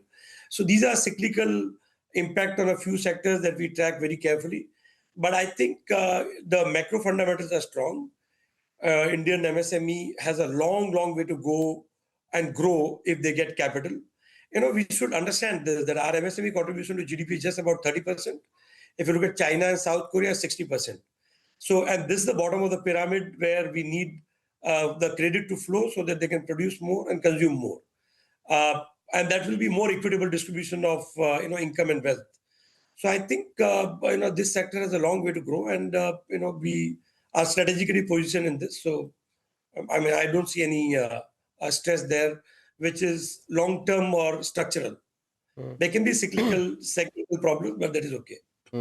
Mr. Jain, one final question very quickly. One of your key shareholders, the Small Cap World Fund, at December last year, they had around close to 7% holdings. In mid-May, it was around 1.8%. There's been significant increase in your volumes and on the stock as well over the last few days. Have you heard from them? Has the selling from them completed? Have they made an exit, or do they intend to sell their remaining stake?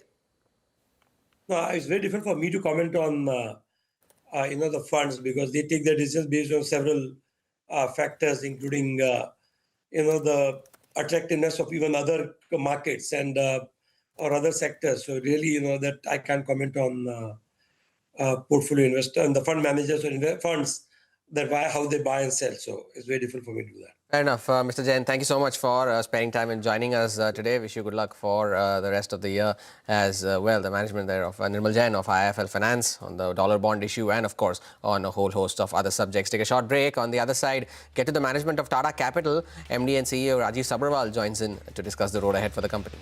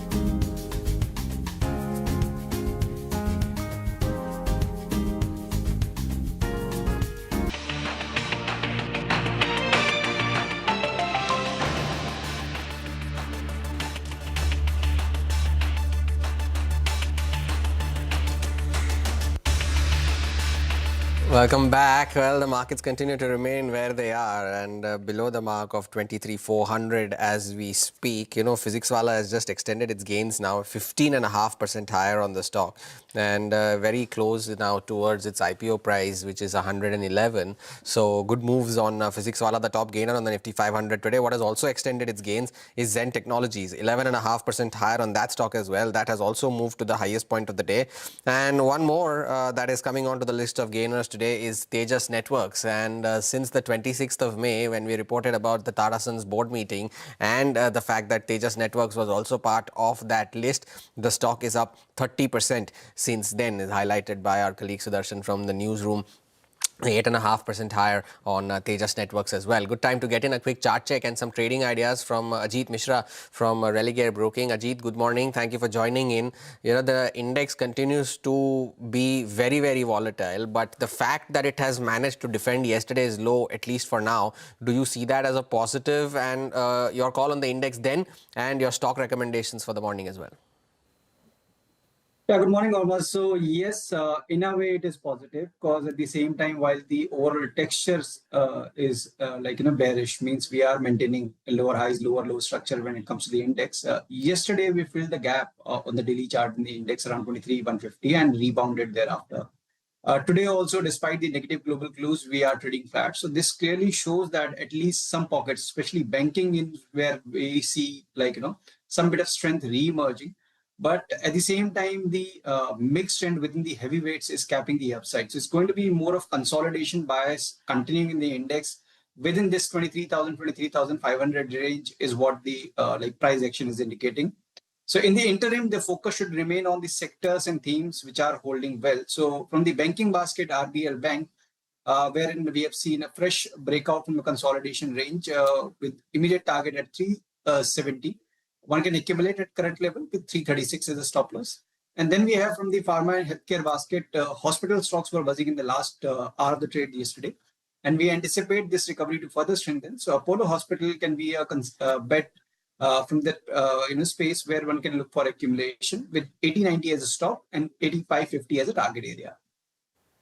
Ajit, thank you for sparing time and joining us today with your views on the index and on specific stocks as well. The IMD has finally announced that the southwest monsoon has finally made its onset in Kerala. That is today, the 4th of June, and they have anticipated that, of course, over the next 10 days, it should make its mark ahead on the city of Mumbai as well. But Ritu, there are other corporate conversations lined up as well, Tata Capital, of course, being one of them.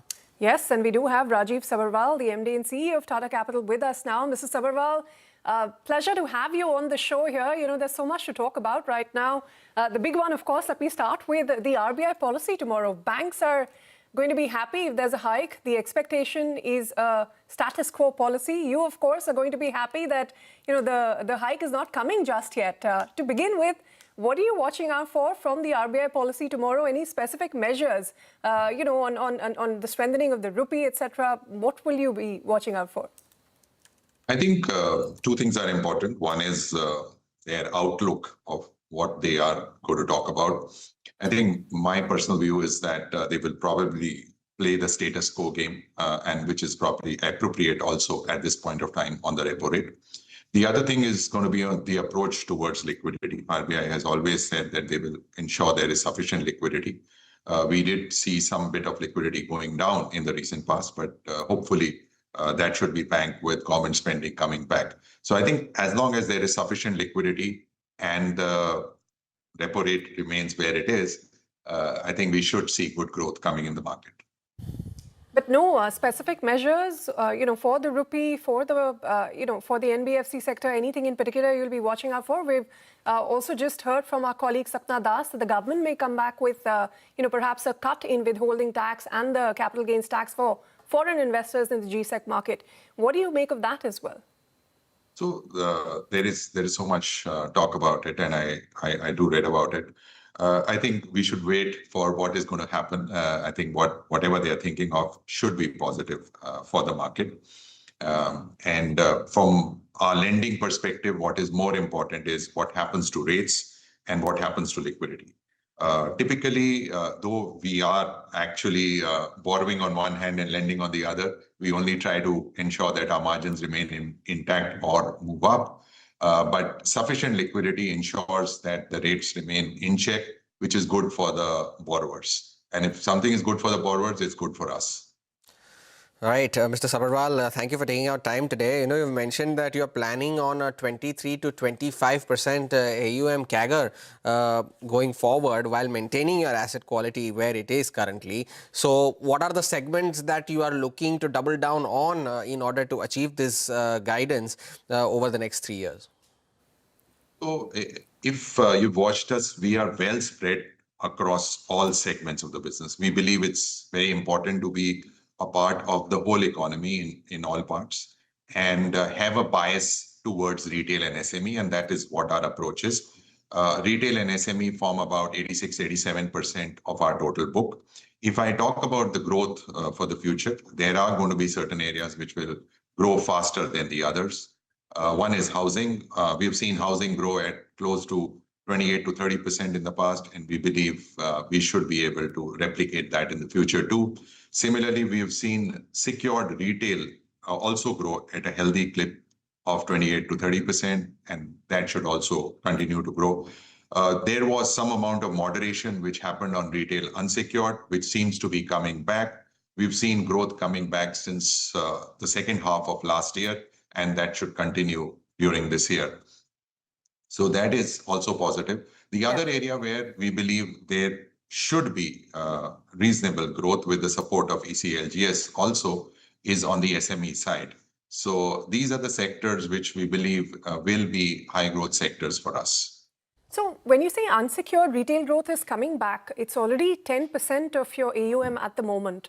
How much more do you expect it to grow, especially in light of what's happening, in the MSME segment, for instance, with West Asia? In the fourth quarter, we were yet to see whether any stress build-up took place, but in the first quarter, in the days since, how has the book performed, and how much more do you expect unsecured in particular to grow? So if you, look at our credit costs have only been getting better with every passing quarter. The credit quality on secured was always very good. Unsecured, which suffered in the past, has improved significantly, and we are on the right track to bring it to the levels which we are comfortable with. We've also seen growth coming back. As far as West Asia crisis is concerned, at this point of time, we've not seen any significant impact on either growth or asset quality. Going forward, depending on how it plays out, there will be certain segments in which one may want to be a little more careful. For example, the commercial vehicle sector or the construction equipment sector, which have a lot of dependence on fuel prices, or, for example, certain parts of SME, not the whole of SME. I think there could be some amount of conservative approach which we will adopt going forward. But SME is a very large segment. So while there may be certain segments where there may be some conservatism, there will be a lot of sectors where we will see good growth happening. Mr. Sabharwal, one final question from my end at least. The turnaround of Tata Motors Finance has been the one that has been the big talking point, right? But what is the beyond this turnaround, what is the long-term role of this entity that you see in the entire Tata Capital ecosystem, and how much of the synergies are you aiming to capitalize on in terms of the return ratios for your company going forward? So we've been on the journey to transform Tata Motor Finance, and we are, I'm saying, very happy with how things have progressed. In fact, in a lot of areas, we are better than what we had planned as far as Tata Motor Finance is concerned. We are a player which operates with multiple OEMs. So we've spread out 1/4 of our volumes comes from non-Tata vehicles today. We've been able to bring in more efficiency, embed technology, so cost to income is coming down. We have also seen our mix getting better because we want to be in segments which give us the right risk-return ratio. So our yields are moving up, and our presence in certain segments like mid and small vehicles, which was small, is moving up. Our presence in used commercial vehicle is moving up. So we are on track for that. I think what is more important at this point of time to watch out is how it will pan out on growth. While we are seeing some growth coming back because of the challenges on West Asia crisis, we will need to see how much do we want to push on growth as far as this sector is concerned. Mr. Sabharwal, since you spoke about commercial vehicles, just a quick question on the Delhi, this policy that the cabinet has approved for old trucks being replaced in Delhi. Does that open up significantly, more financing opportunities for you, especially on the EV front, as these trucks transition? Yeah, absolutely. I think the opportunities are emerging not only on EV trucks, on EV buses, which has been a good segment for the last few years. That is also growing at a much faster clip. So I do believe that there are certain tailwinds which are getting built up because of these changes. And the government is also helped in terms of being moderate in terms of passing on fuel price increases. So we had a good last year in commercial vehicle market.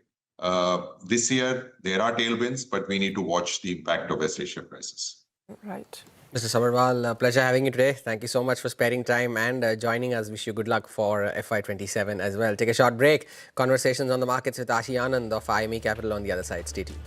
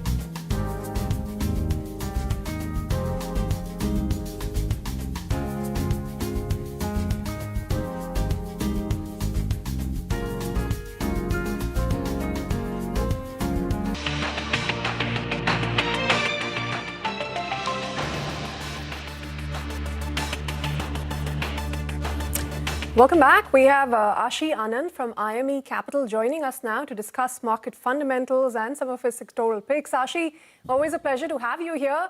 But before anything else, maybe a broader question on market sentiment, given this news around some of the measures that could come in from the government, perhaps even from the RBI later on, easing the taxation for foreign investors in India, if that lifts sentiments, and what you make of it. Yeah, sure. So I think firstly, in terms of the long-term capital gains, I quite echo the sentiment of one of your previous guests that if you are kind of planning on taking away long-term capital gains for FIs, firstly, this is not known. It is a potential rumor. But if that were to happen, it would be very, very encouraging to see that also lifted for domestic investors. There's really no reason why domestic investors should not also participate to the same extent as your global FIs. But FIs have been kind of pulling out from the Indian markets quite consistently over the last 4 years. Any kind of improvement in the taxation structure could help alleviate some of that kind of pressure. But that said, I think it's not just taxation. It is important to understand why FIs are pulling out. And I think one of the primary reasons is that the whole AI trade is one of the most attractive investment themes globally over the last year and a half. And an economy like India is really not present in a large part of the value chain. So what you are seeing is FIs actually redeploying from traditional kind of India allocations towards Korea and Taiwan in particular have actually benefited quite significantly. Now, growth in India has also been a bit subdued. So while, yes, if there is some improvement in taxation, there should be some kind of a short-term boost in sentiment. What is very, very important to see is an overall growth revival, because as long as growth in India is muted and you're seeing superior growth in other markets, we don't necessarily see a reversal in FII flows. Ashi, you know, the markets have not done much in the month of May, but have you made any changes to your portfolio? There has been a lot of sectoral churn that you continue to see all through last month. Yes, so we have made, and we made quite significant changes. I think one key thing is that we have generated a certain amount of cash on the portfolio. There continues to be a lot of uncertainty around what's happening with the whole US, Iran, and the Middle East crisis. With oil kind of around $100 per barrel, you clearly have inflationary pressures, pressure on the rupee, etc. Some kind of a resolution towards this particular crisis, we'd probably want to stay a bit defensive, and that's kind of reflected in the fact that we currently hold about 7.5 to 8% cash in our portfolios. I think the other key, we have also moved sectors around a bit. We have largely gotten out of our exposures in both IT services and real estate. And one area that we have been quite increasingly deploying capital towards is capital goods companies that are part of the global electricity supply chain. There is going to be an explosion in demand for electricity because of new age AI data centers. And we're trying to kind of identify companies in India that are actually parts of the value chain of some of the major global MNCs, such the likes of GE Vernova's, the Hitachis, Mitsubishi's, etc. So we're kind of trying to play that value chain. We've built up about 10% of our portfolio in such names. We're also building out certain exposures towards the whole GLP-1 theme, as well as selectively in certain parts of the consumer value chain. Okay, consumer, pharma, capital goods is something you're putting money into and taking it out of IT and real estate. Ashi, almost 8% cash that you're sitting on, what will get you to deploy it? I mean, is it just the end of the war? Will that turn sentiments, or, what will really get you back on the table? So, just on a lighter note, Trump has kind of promised a deal by the weekend. So, but any kind of clarity on a deal, right? I think what is extremely important from our perspective is you need to have ships flowing through the Strait of Hormuz.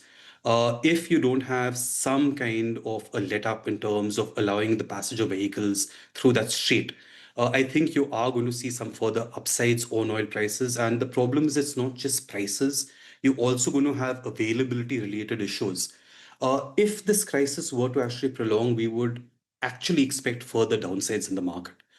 So until we don't see some clarity specifically on US-Iran, the Indian economy is quite exposed to oil prices. Every $10 increase has a 35 basis points impact on our trade deficit, about 25 basis points impact on inflation. We are already up $30 from where we were prior to the crisis.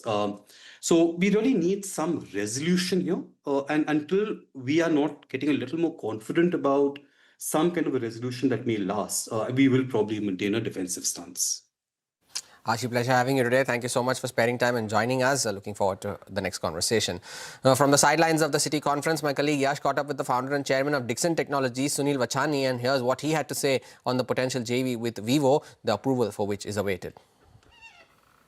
I don't want to talk about a specific case because this particular case is lying with the government, the central government. So, I won't want to get into the details.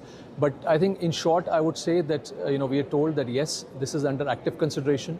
And hopefully we should be getting some news on this very, very soon. Just to close the loop on partnerships, as you mentioned, one thing as far as the partnership with Vivo itself is concerned, there were certain reports which suggested that the agreement time period expires in May, and if the government approval does not come by then a refiling or restarting of that approval process has to be done. If you could give some clarity on that, if it indeed is that process. And the second question, what are the new partnerships going forward in FY27 that you're looking to make, both on the international side as well as the domestic side? So see, as I mentioned, I'm not going to comment on a specific case because, as I mentioned, this is already lying with the central government and we're hopeful of getting the approval soon. Talking about some other partnerships, I think what we're really we're excited about all our partnerships. But as I mentioned, the industry that we're also excited about, besides the other industries verticals we're already in, is the IT hardware space. And we have entered into a collaboration with one of the leading Taiwanese companies, which is the global leader in IT hardware as well as servicing the requirements of data centers. And this factory hopefully should be which is being set up in Chennai. This factory should be ready in the next 8 to 10 months. And we are hopeful that once this plant is operational, we'll be able to cater to the requirement of the data centers coming up into the country. And also, we would ensure that the products which are getting imported into the country, like laptops and AIs on desktops, those start getting manufactured in the country, and the value addition, which is very, very low, starts improving in the times to come. All right, that's the Dixon chairman, hopeful of the JV with Vivo coming in soon. And on that note, Hormaz and I are going to take your leave here on Trading Hour, but stay with us. Halftime report will take all the action forward.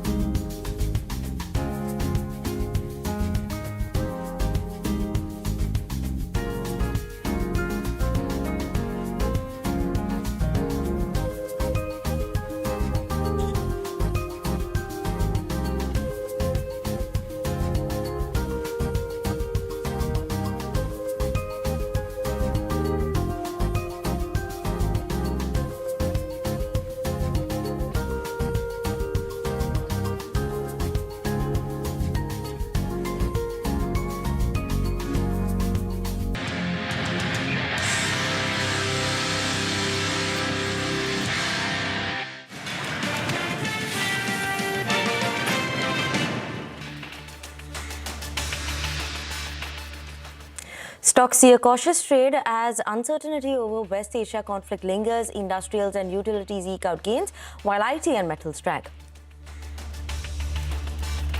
The centre is likely to waive 20% withholding tax and 12.5% capital gains tax for foreign investments in India's government bonds. Sources tell CNBC TV 18 an ordinance may soon be issued on this to aid foreign inflows into government securities amid rupee weakness. SEBI has issued an interim order against Rajesh Exporters and its promoter Rajesh Mehta for overstating revenues by 15 trillion rupees, falsifying accounts and diverting funds in what stands out as a classic case study in corporate fraud. Harvard professor and former IMF chief economist Geeta Gopinath says that India is losing out on FPI investments as it lacks an AI story. She adds that propping the rupee can be self-defeating and there is no reason for RBI to hike rates.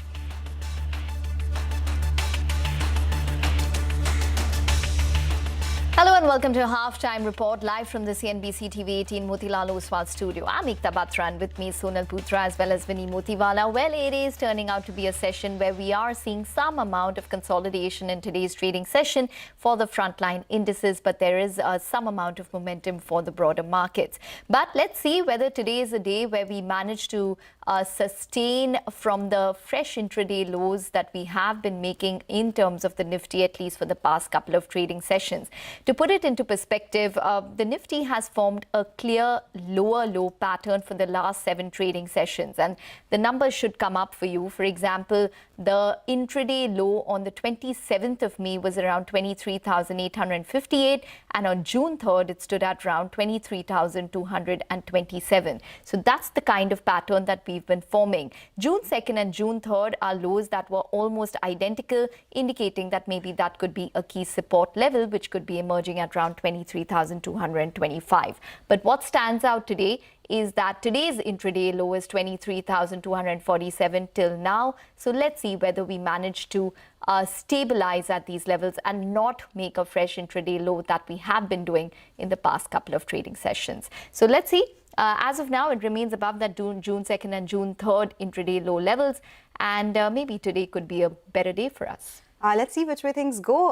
As per the charts, 23,100, 150 continue to be very important support levels. We have recovered sharply from the lows of the day by around 180 points and then came off again from the highs of the day. But you know, Winnie, we've been seeing it since last 2 days. During halftime report around 12, we see that massive recovery. Right, for the bulls to come in. Exactly. So we'll have to see whether that happens today or not. We've already seen a recovery which is getting sold into. So continues to be very volatile, continues to be consolidating at the 23,400 mark, and today more gainers versus losers, at least if we talk about the sectoral moves. Absolutely, more gainers versus losers in terms of the sectoral moves. So first up, talking about those gainers, energy pack, FMCG, autos are the top gainers, while in terms of the losers, we have IT and metal that are down and out in the trading session, 2/10 to 3/10% of decline for IT as well as metals. But we have a very exciting lineup for you all on the show today. First up, we'll get you an exclusive conversation with Jane Fraser of Citi from the sidelines of the Citi India conference. Also, we'll line up some excerpts from our interview with Geeta Gopinath and former MD as well as Chief Economist at IMF from the Citi India conference. In our commodities corner, we will have a conversation with Amina Bakar of Kepler joining us, and Catherine Chen of Binance will connect with us on the latest trends in the world of cryptocurrencies. So stay tuned in for that in our Crypto Corner segment. And in our Movers and Shakers segment, we will focus on Idea Forge, Hero Motor, JBM Auto and other big movers in trade as well. Now, that's what we have lined up for you all on the show. As of now, markets obviously have recovered from the day's low, but we'll see where that's going to be headed as well. Yes, absolutely. So that's the texture of the market at this point in time. But the markets might be consolidating with a little bit of a positive bias. The broader markets might be doing better, but stocks continue to be in focus. And this is our Movers and Shakers segment, where we track a whole host of stocks which are buzzing in trade. And first up, Vinny, you're looking at the power equipment space. Citi's come out with an interesting note. Absolutely. And they've initiated coverage on some of these names where you've seen such a good rally coming in. They've initiated coverage. They're still positive on some of the names. So first, what is the story behind this energy transition that's taking place, right? We had the CEA who's given a target also of that what they are focusing on in terms of the transmission plan is of around a 7.9 trillion rupees transmission plan that they have. That is around 900 gigawatt of a renewable integration. This is by FY36. That means multi-year orders that could come in or opportunities that could come in for HV and HVDC transmission infrastructure players. All of this, the whole chain, the whole value chain starts benefiting from this. Now, obviously, domestic demand focus on energy transition, that means grids are required. When grids are required means you'll see global T&D capex cycle that is also coming in for Indian players as well as global players, and that is positive for whether you look at the Hitachi Energy, Siemens Energy, GE Vernova T&D, CG Power. All these are the names that they've spoken about. Now, what does Citi like specifically? First, they like Hitachi Energy, GE Vernova T&D second, CG Power, and then Siemens Energy are in their list of focus areas. Specifically for Hitachi Energy, they said that obviously Hitachi Energy is that market leader in HVDC, HV projects, right? They have a high probability of winning more orders in the HVDC side because of this energy transition. They're expanding their capacity. They're looking at more market share as well. Significant in terms of long-term growth opportunity is what they're talking about. GE Vernova too has spoken about strong HVDC projects, export exposure. They have medium-term outlook is positive. That's why they like this one. They've initiated coverage with buy rating on both these stocks. Similarly for CG Power also it's a buy rating, and you've seen for Siemens Energy they're keeping a neutral rating as well, Sonal. Okay, all right. So that's about the power equipment space. A lot of these broader market movers continue to be on our radar, and of course we'll toss across to our colleague Lata in just a bit for that mega exclusive conversation from the Citi India conference. It'll be with Citi's chief Jane Fraser.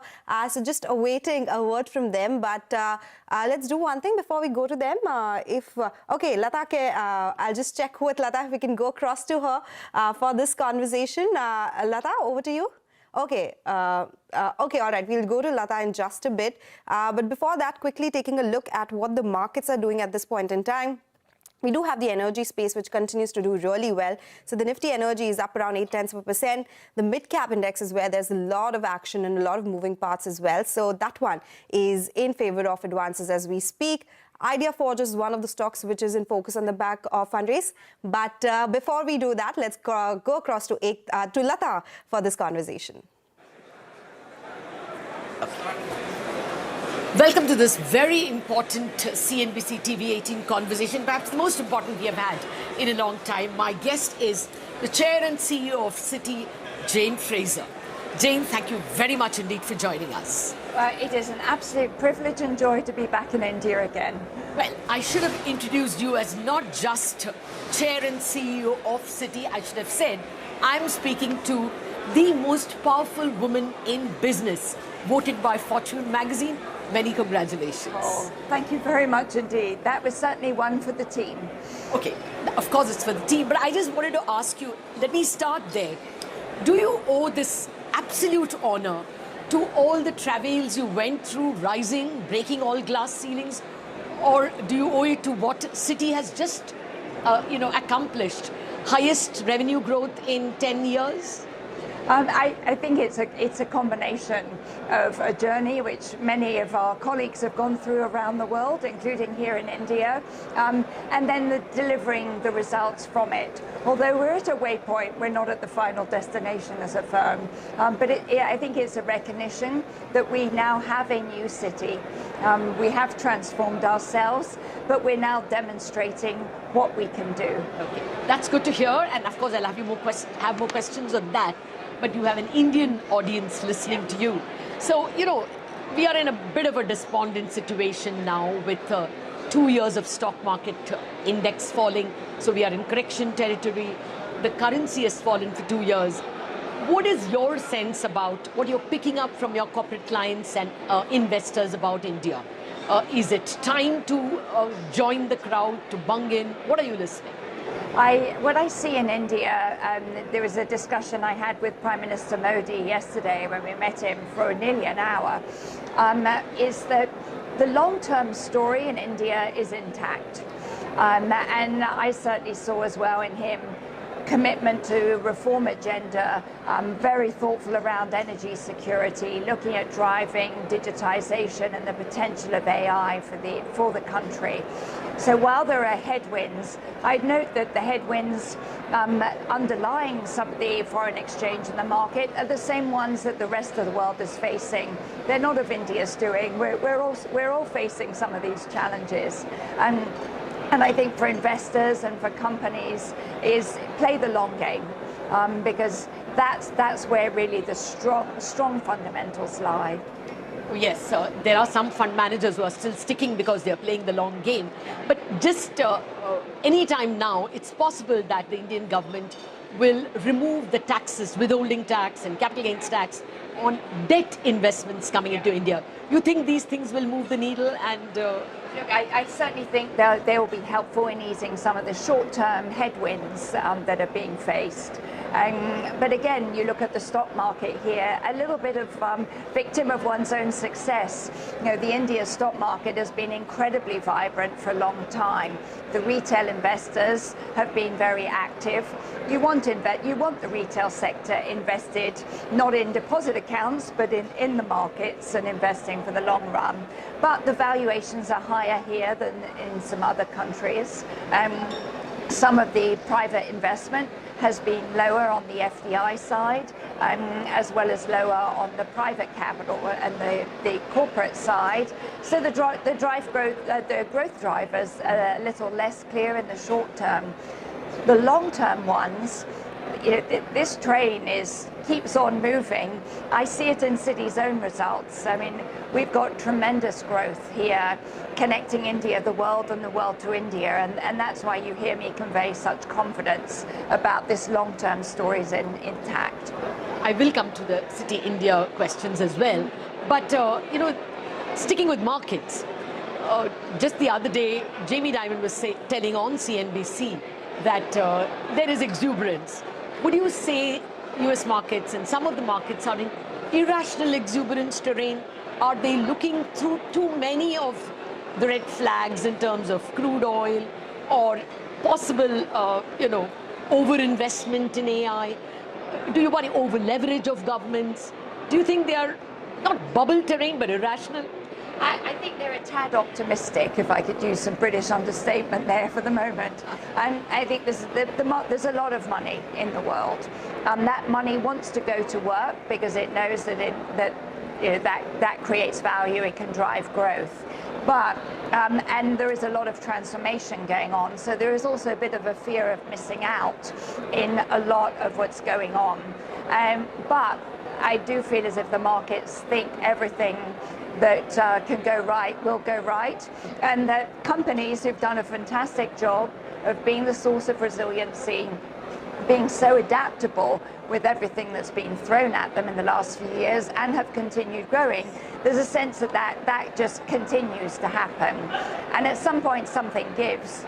None of us know when, and anyone who said something was going to give 2 years ago got that wrong. At some point, inevitably, there'll be further bumps in the road and maybe some more dislocations. But again, I don't think the AI investment is overdone. Oh, okay. I'll come back to that point as well.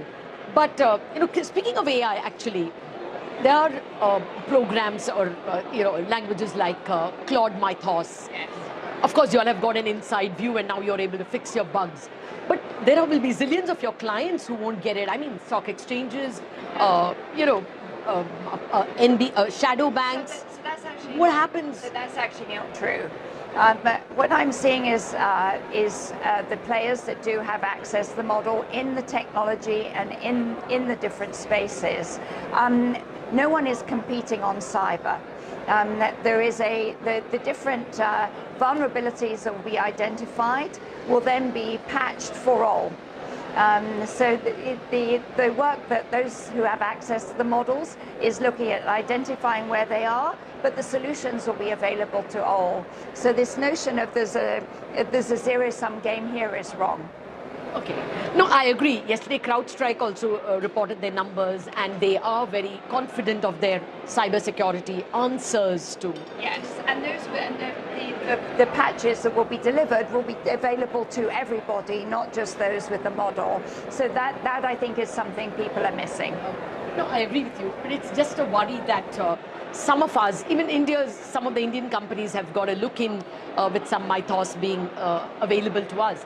But there's just a worry that you may be lending money to people who perhaps are not up in the game, and the hackers get hold of Mythos before they get hold. Are these not worries? or am I overstating them? What we encourage everyone to do is to use the AI models that are available for everyone to make sure that you are not only looking at how do you make your customer service better, how do you make your growth potential there, product life cycles faster, make your company more efficient, but you also deploy it defensively to identify where there are potential vulnerabilities and get them fixed, and to do so with urgency. Yes. Fair point. That's what they ought to do. But just a word more on AI before I move on to other things, macro and banking.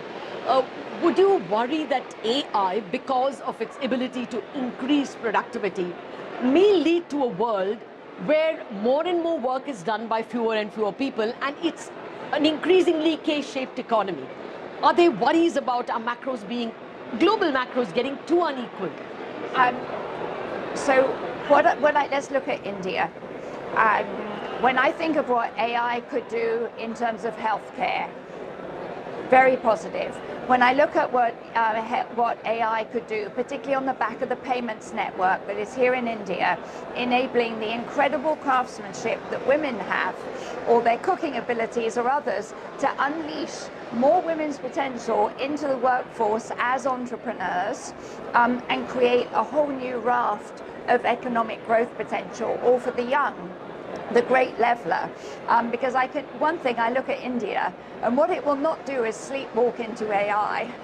Right? This country and the people in the country are going to look at entrepreneurship opportunities, and I look at it and say it will unleash new growth that we haven't thought of, new opportunities that I hope will be much deeper in the economy than just the large corporates that are there.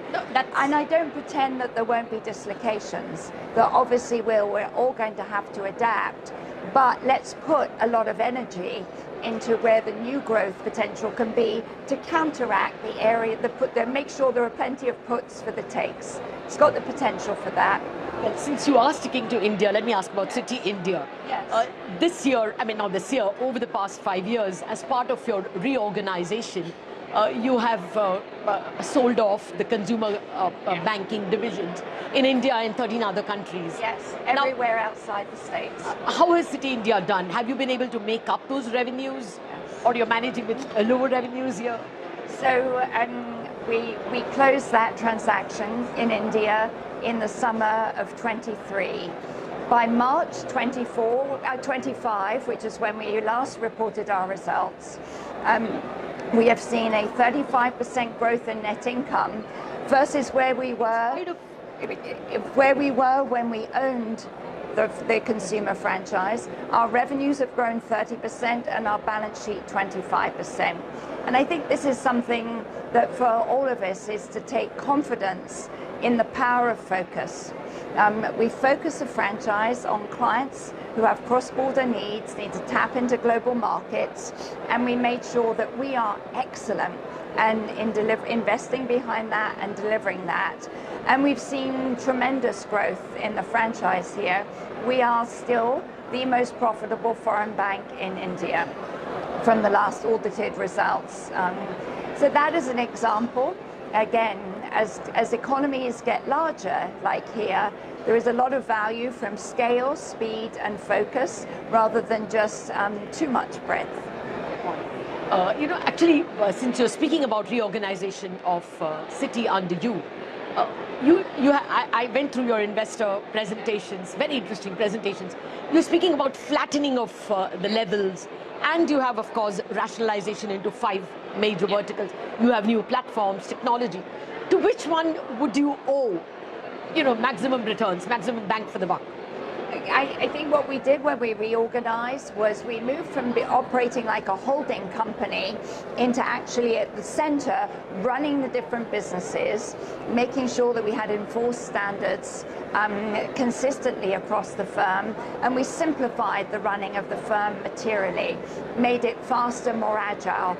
Thank goodness we did in this world with everything that is going on. But I think it's the combination of all of them that increased the speed, the agility of the firm, made it easier to connect, made it easier to run, and therefore we could drive the results for our clients and get the financial benefits of the back end. So it was the combination. I wish it was only one thing, because that would have made it much easier. No, I agree with you. I mean, flattening. I was very impressed by the flattening of levels. Yeah. There are some new age companies which have even flatter, levels. They don't operate in 180 countries, though.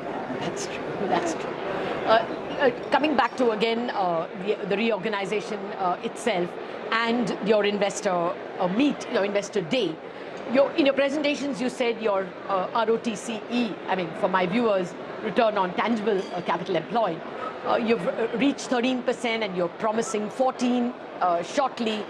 There is a view among the analysts that you're probably under-promising so that you will over-deliver. Is that fair? I mean, should we expect an upside surprise? Well, the 13% we delivered was in the first quarter. That's always the best quarter of the year, and sadly, one quarter doth not the full year make. So we still are very focused on making sure we deliver the returns we promised this year for the full year, 10 to 11, and that we continue the journey.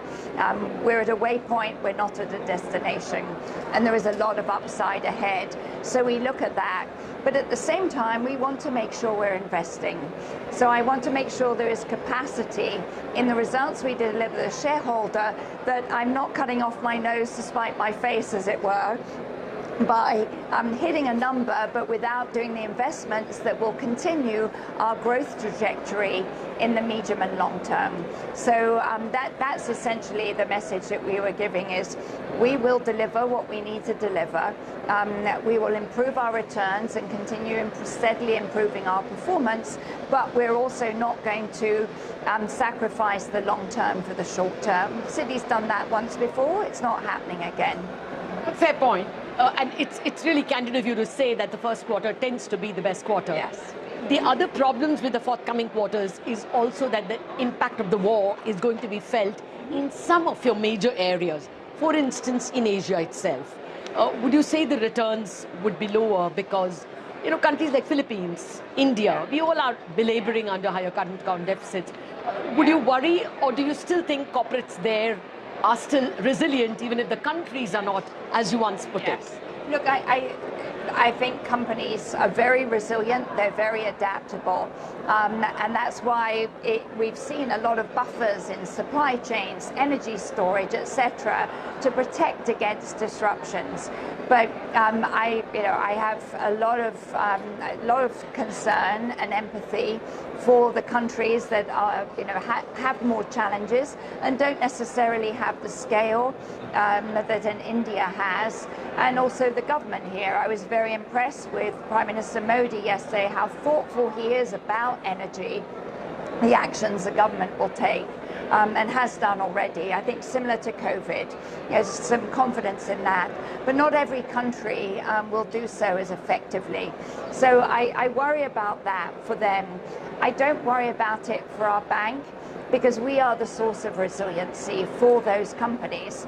We have a very strong balance sheet, strong capital, strong liquidity. We're there for them to provide financial resiliency, and we're there to provide operational resiliency, helping reconfigure supply chains, look how do they access what they need, onboarding new suppliers onto them and making sure their working capital and their hedging is there to protect them. No. So we not only like investing and helping our clients grow and succeed, but we also help make sure that they can do so when there are challenging times, and provide them the support that's required. I'm asking you this question from a city.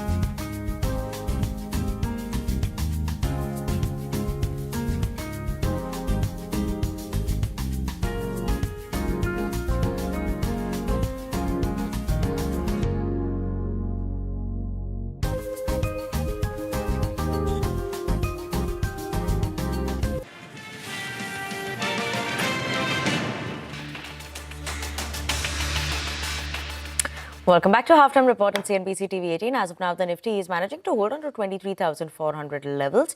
Not much of an up move that we're seeing from when we started the show, but still holding on to 0.1% of the gains. IT still continues to be under pressure in today's trading session. Banks doing well.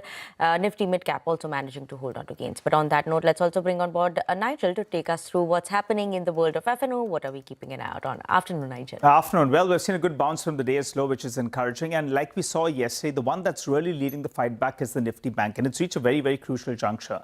The 20 as well as the 50 DMA, they should come up for you in the screen. So after this big recovery, it's back in line with where that 20 and 50 DMA. In fact, in the last few minutes, I think it's just managed to conquer the 20 DMA. Can the Nifty Bank drive home the advantage? If that's the case, it'll help the Nifty's cause because that's clearly looking like the index that wants to bail out the bulls in yesterday's trading session as well as today. Looking at the options data, 23,400.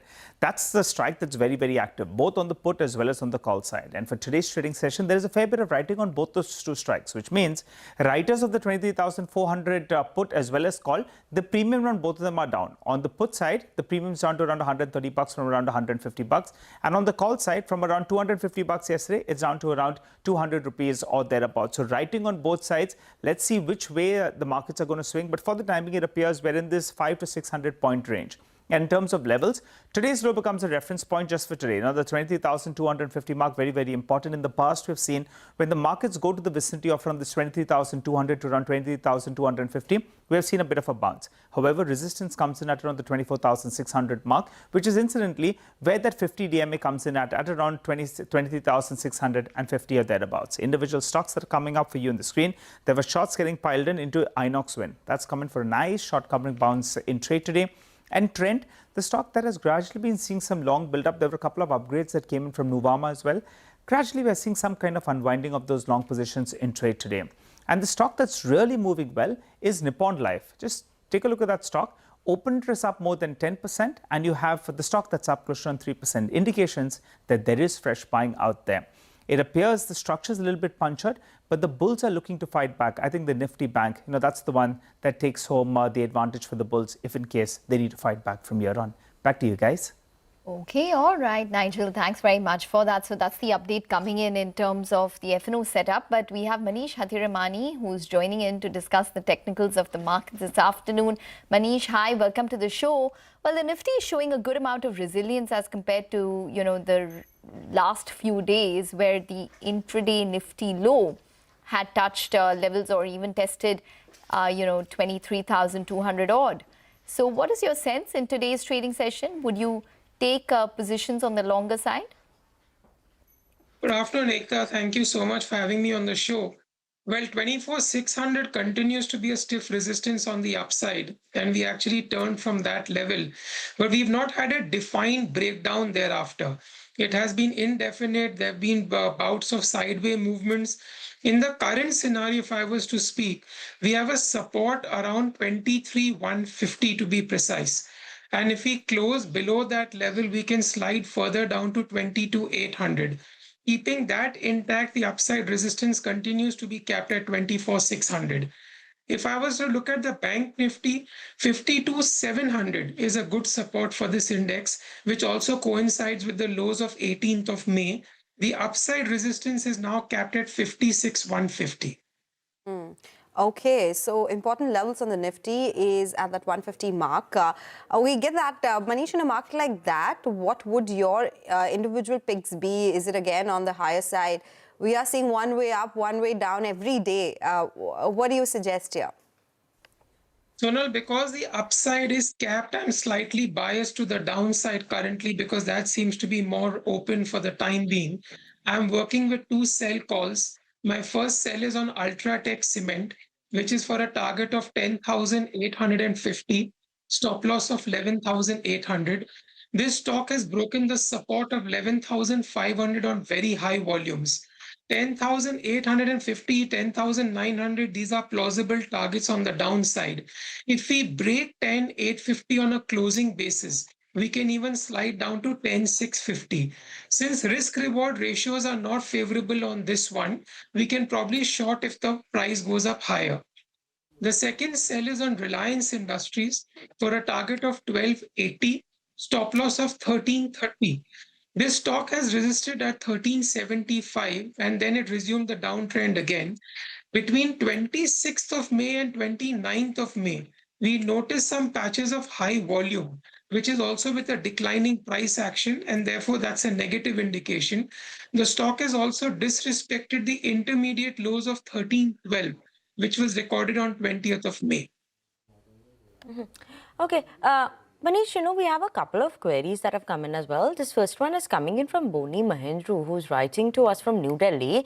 He's holding 100 shares of JBM Auto. This is at a price of 300 rupees per share. He's asking whether to hold or exit the stock. Obviously, they're making a profit on this one, but you heard the announcements that came in from the cabinet side as well. What is your thought on this one? It's holding on to gains today also of 5%. What should they be doing? What is the entry price for this one? The entry price is at around 300 rupees. So they're making a good amount of profit here. Stock is currently at 700. Well, I would suggest that he should take partial profits at the current levels, and then he should probably keep a stop loss, give or take, at about 625 to 630, where we see the next bout of support. Okay, so partial profits in this case. The other one that we have is from Utpal Srivastava, is writing to us from Chennai. He says he's holding some shares of Electra Green Tech and asks if he can add more shares. What do you suggest at these levels, 1346 on Electra? Can more shares be added? Not much detail on what price did he buy the older lot. So we did have a resistance around 1295 and we have flown out of that on the back of good volumes. The stop loss can be kept below the levels of 1150. Okay, all right.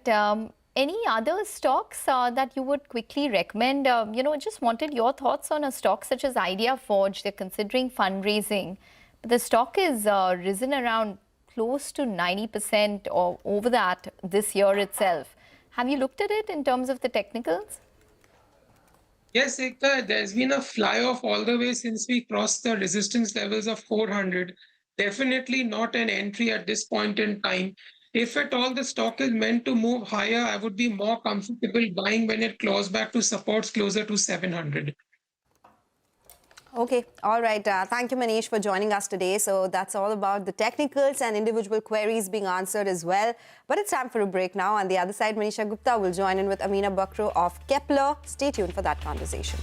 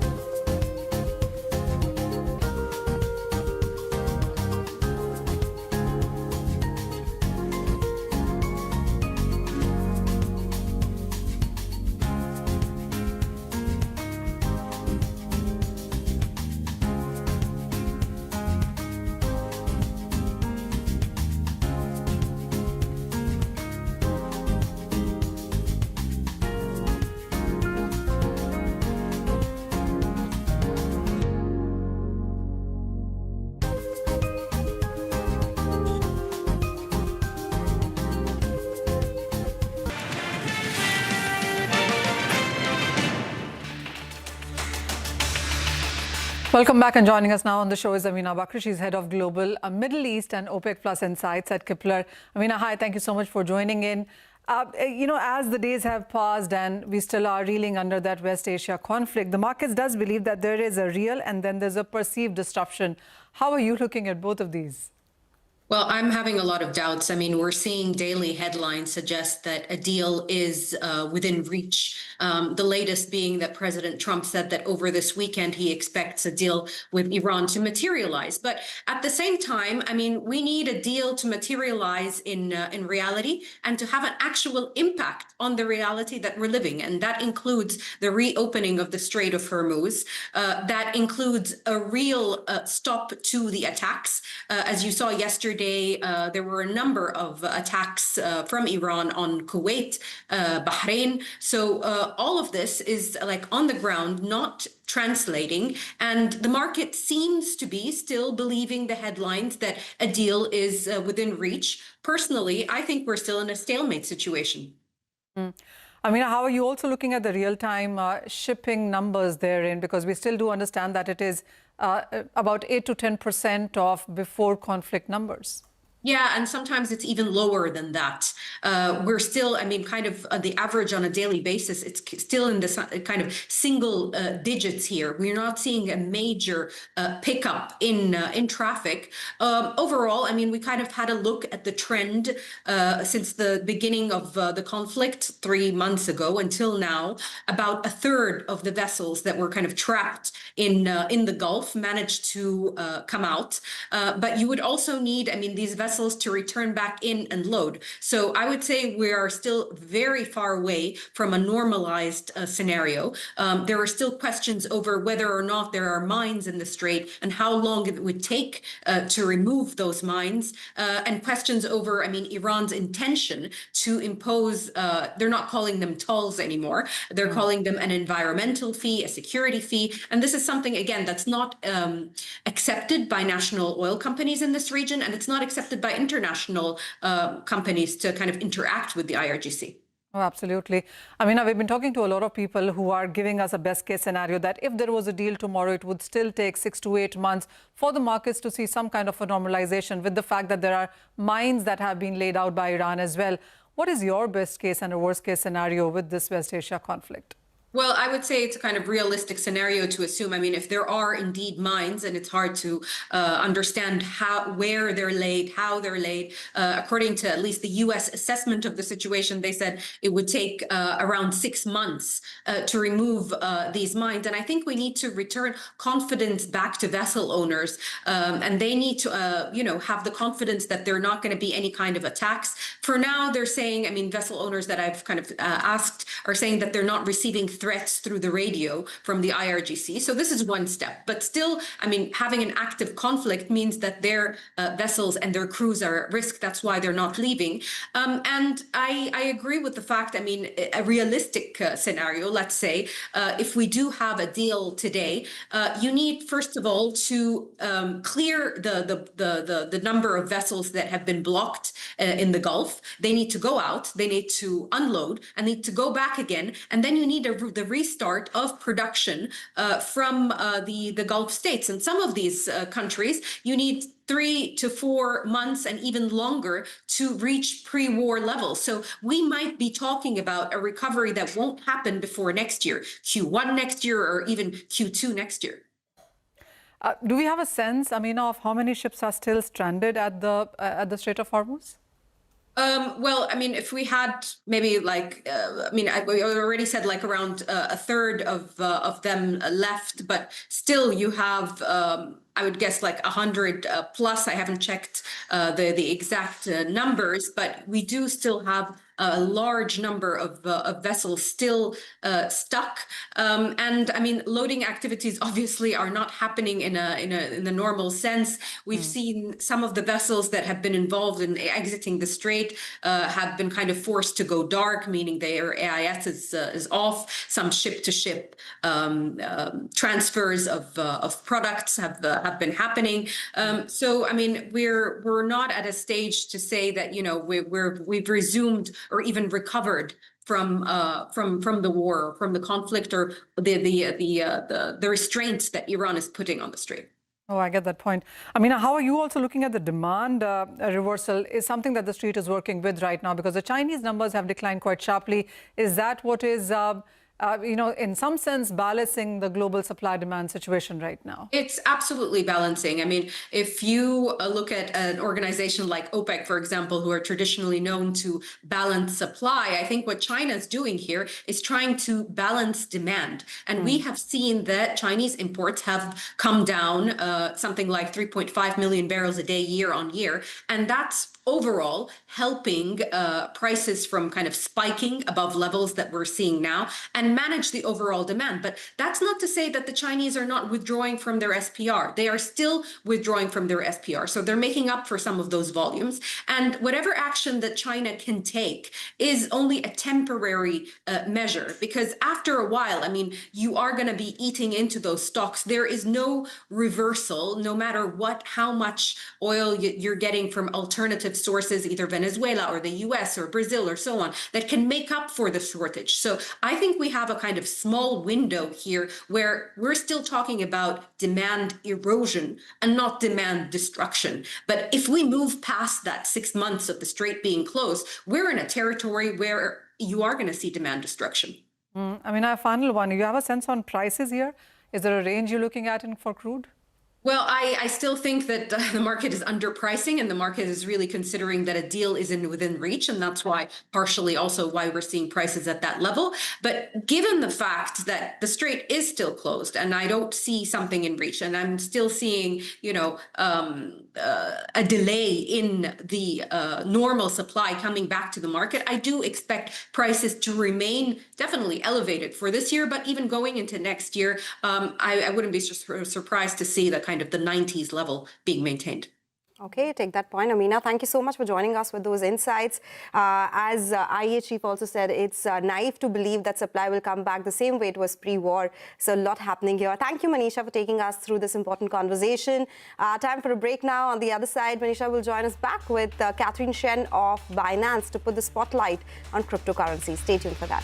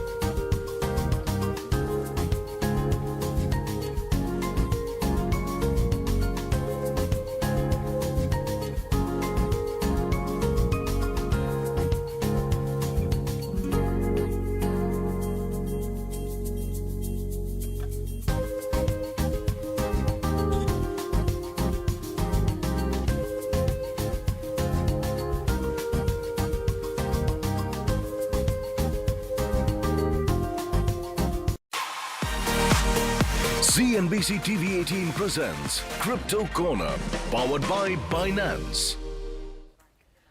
Welcome back. Joining us now is Catherine Shen. She's head VIP and institutional at Binance. Catherine, hi. Thank you so much for joining in. You know, the institutional investors, which have been skeptical of crypto just a few years ago, are not so anymore. I mean, the last 1 year has seen US very strong numbers coming in there. What has really changed, and what are you seeing in sense of adoption coming in from institutions? We are seeing the industry slowly maturing, and we are seeing much more diverse and much more traditional finance institutional investor slowly coming in from different aspects. Some might be for their own investment asset allocation. Some might be acting as a institutional intermediary that serve their end user, who all wanted to essentially participate in the asset class. In Binance, we are also seeing institutional users adoption continue to grow. The trading volume, obviously, Binance is an exchange. Trading volume is one of the very important thing that we look at when it comes to institutionals' activity level. Year on year, this number has grown by 21%. We are also seeing increase of institutional investors registration with our platform that is growing by double digit as well. On OTC side, and OTC is traditionally a service whereby it's generally used by institutional investor who expect high touch service and really execution services to help them with some of the more sensitive deal or larger transaction. On OTC side, we are also seeing the fiat transaction that has grown by 210% year on year, and all these really signal the fact that we are seeing an accelerated institutional participation. Catherine, also, when you look at the Indian markets, we rank 1 in global in sense of adoption. That's largely retail driven. Why hasn't Indian institutions followed what would need to happen, for family offices, asset managers, corporate treasuries, all of that? When do you see their money getting deployed in crypto? Yeah, so I think you're absolutely right. Indian retail market is absolutely the adoption is definitely rank amongst the top around the globe. I would say though, a very balanced framework really needs to address a few things in order to make sure that much more meaningful adoption, and this is especially relevant for institutional adoption, needs to happen. First and foremost is probably a more friendly tax framework, whereby it really look at much more of the realized capital gain and have the loss offset to ensure that the tax system is more sustainable and really makes sense for people to still make meaningful participation. Generally speaking, across the globe, this is one thing that we have seen with much clearer regulatory framework. Obviously, it's always good. However, it is also very, very important that the framework strike a balance such that it continue to encourage a variety and a range of activity across trading, across investing, and also, generally speaking, a clearer local regulatory framework that clearly lay out the licensing requirement, the AML reporting requirement, all these standards. If they are clearly set out, then it allows much more clarity for both, not just the crypto native providers such as ourselves, right? It would then finally allow the local market participant, crypto native or TradFi alike, to seriously consider an effort into essentially expanding into the asset class. If a regulatory framework is unfortunately not very friendly, or unfortunately, place a huge burden when it comes to tax duty on the institutional investor, then in the end, for many people, it is just a return on investment of their time, right, and effort into expanding into an asset class. So those are the few points that I feel very much important, right? I understand that the current framework, including the transaction level TDS, and also the limited loss set off, those were all things that are placing additional challenges for meaningful institutional participation. All right. A final question then. And when you look at the next couple of years, Catherine, where do you see institutional crypto going? What should investors be watching out for as a signal in this very fast maturing market? Number one, crypto as an asset class is maturing. Crypto exchanges such as ourselves, similarly, we are also going through this convergence phase. Most recently, obviously, Binance introduced a range of TradFi instrument, and very, very quickly, we are seeing the like of gold and silver that is available as a trading instrument under perpetual futures, very, very rapidly growing. Right. And so from my seat, I definitely see that the convergence will continue to happen. Crypto as an asset class come into cycles. Right now, we happen to be going through a cycle whereby traditional equities are going through extremely strong momentum. And as a very fast, also very quick, thanks to the global license that we have, in essentially delivering much more offering to our users. All right, Catherine, that's a long list of products that you're planning for with Binance globally and for Indian markets as well. Thank you so much for taking time with us today. And with that, let's go for a short break. More markets and stock specifics on the other side. CNBC TV 18 presents Crypto Corner, powered by Binance.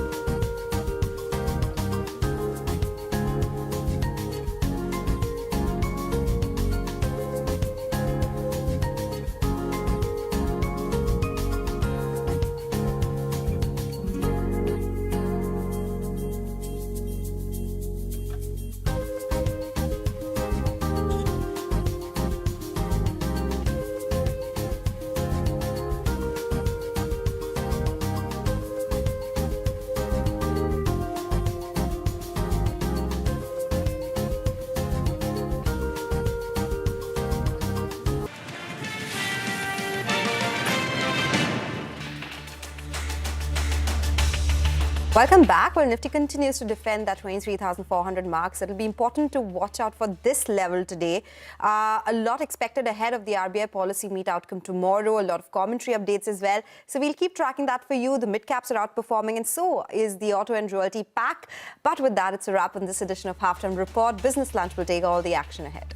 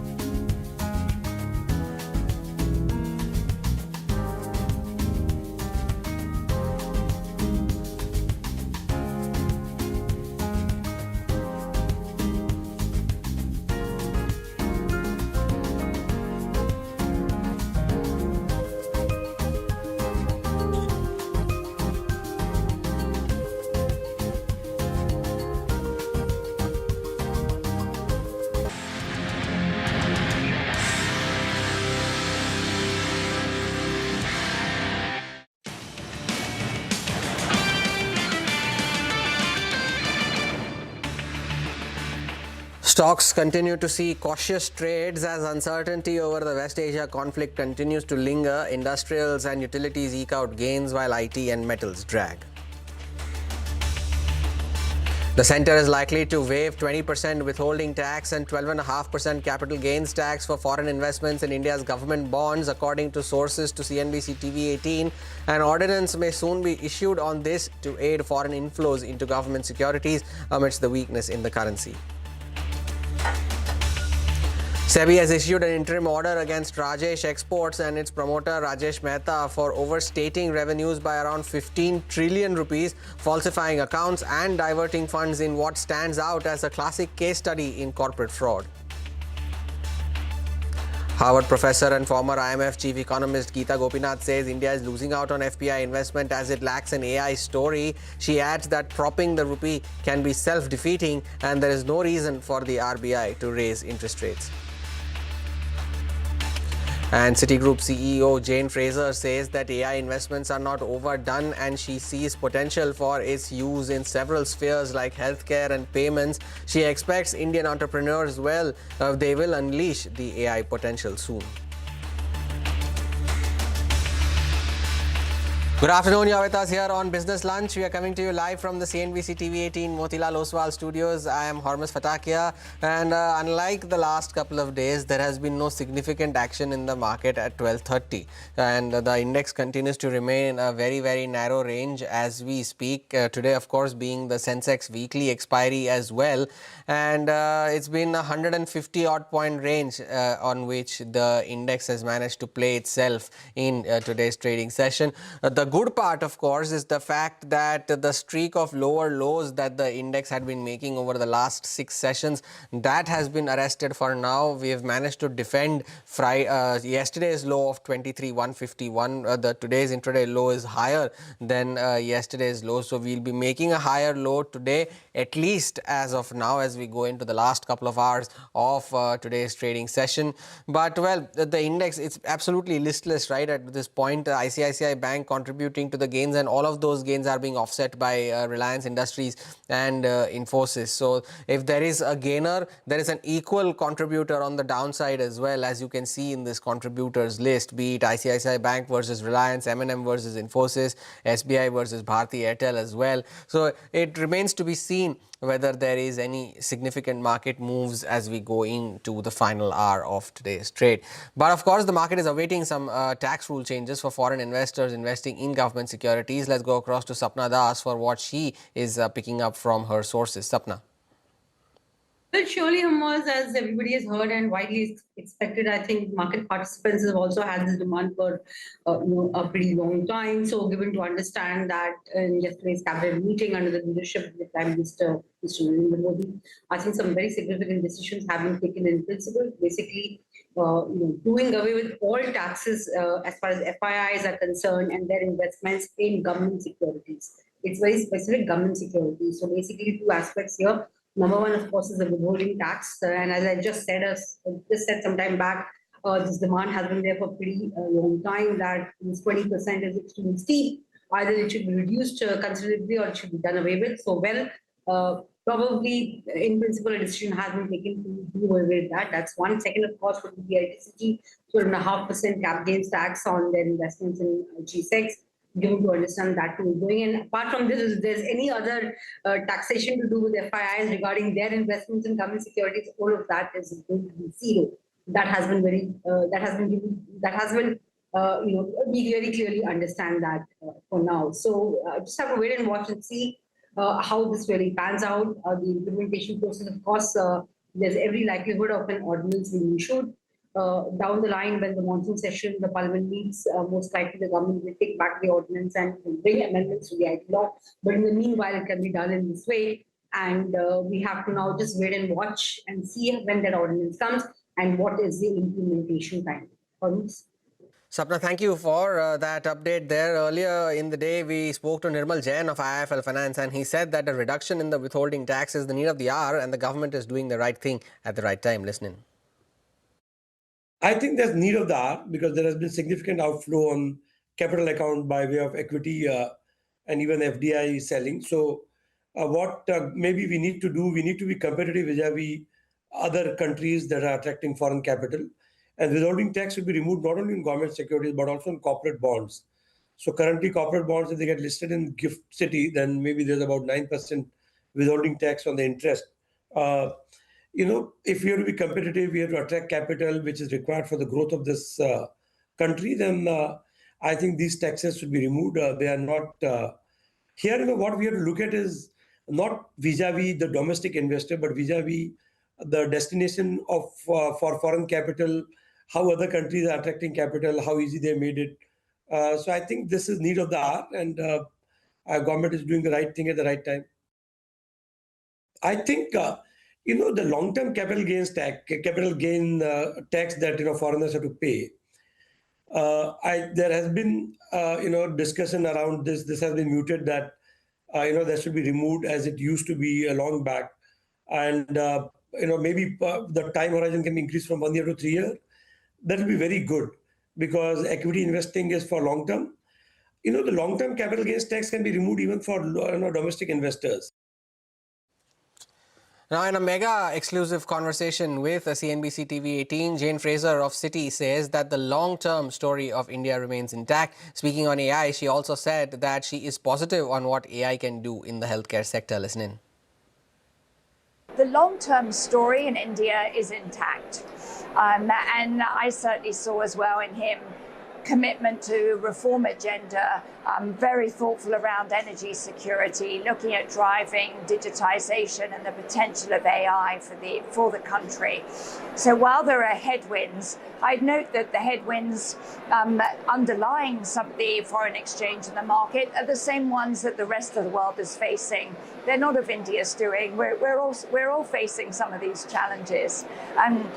And I think for investors and for companies is play the long game, because that's where really the strong fundamentals lie. I don't think the AI investment is overdone. But let's look at India. When I think of what AI could do in terms of healthcare, very positive. When I look at what AI could do, particularly on the back of the payments network that is here in India, enabling the incredible craftsmanship that women have, or their cooking abilities or others, to unleash more women's potential into the workforce as entrepreneurs, and create a whole new raft of economic growth potential, all for the young. The great leveler, because one thing I look at India, and what it will not do is sleepwalk into AI. And I don't pretend that there won't be dislocations, that obviously we're all going to have to adapt. But let's put a lot of energy into where the new growth potential can be to counteract the area that make sure there are plenty of puts for the takes. Now, Harvard professor and former IMF chief economist Geeta Gopinath says that India is losing out on FPI investment as it lacks an AI story. Listen to what she had to say. In the case of India, I think the challenge is that because of what's happening in West Asia and the impact on oil and on gas and so on, that is a negative impact on the Indian economy. It's also inflationary, as we would expect it to be. But then you also have that on AI, the story is not positive. And therefore, that is reducing the amount of interest in terms of foreign capital in India. Well, getting back to the markets then, is focus on Rajesh Exports. Market regulator SEBI has passed an interim order following its investigation on the company for a period of nearly 4 years. Yash is joining in with more on this. Yash, tell us more. Well, this is quite a scathing order from market regulator SEBI, stretches across 109 pages. The two entities named in the order as notices are Rajesh Exports, the entity itself, and Rajesh Mehta, the promoter of Rajesh Exports. As far as the period of investigation is concerned, that's between April 2020 to March 2024. As I said, a 109-page order, about 14 to 15 different kind of allegations listed by market regulator SEBI, and substantiating all those allegations with large numbers in terms of misappropriation of funds and financials. But I would divide these large 14-15 allegations in 4 different areas. The first one, SEBI says that there's been a systemic failure on the part of Rajesh Exports to substantiate its financial figures. disclosures. Second one, non-availability of financials of Rajesh Exports subsidiaries and step-down subsidiaries.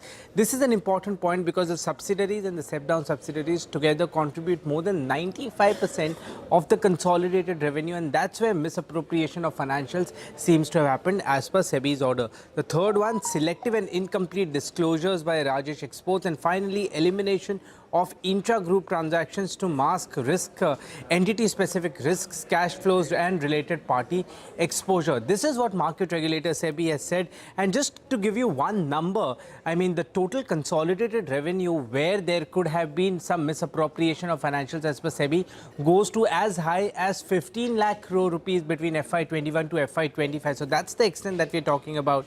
In terms of role of Rajesh Mishra, he's the promoter, executive chairman and director and the audit committee member, and SEBI says that the alleged violations could not have happened without his knowledge, consent and involvement of Rajesh Mehta. As far as the order is concerned, SEBI has barred Rajesh Mehta from buying, selling or dealing in securities of Rajesh Exports till further order, and Rajesh Exports will have to make a true and fair disclosure of its financial statements and related party transactions.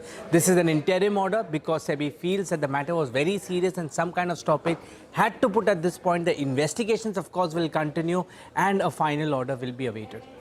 Yes, thank you for that update. And just as you were highlighting the details of the SEBI order, Rajesh Exports has put out a clarification as well, and they are mentioning that they are in receipt of the interim order from SEBI, and they have issued a 5-point clarification that this is an interim order and that there are no adverse conclusions. That's one. Their revenues declared by the company are correct and that there is no overstating of revenues by them, and that there seems to be a communication gap and confusion between the SEBI and the company, and they are in the process of clarifying all aspects to the market regulator by submitting all the required and relevant documents, and they are confident that SEBI in its wisdom will clarify the situation and arrive at the correct conclusion based on the authenticated documents which the company is in the process of submitting. So there's a 5-point clarification that Rajesh Exports has issued, flashes at the bottom of your screens as well.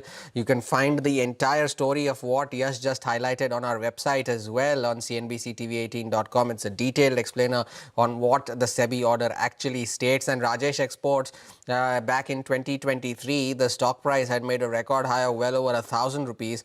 Today, it finds itself at 100. Take a short break. More news and updates follow on the other side. Stay tuned.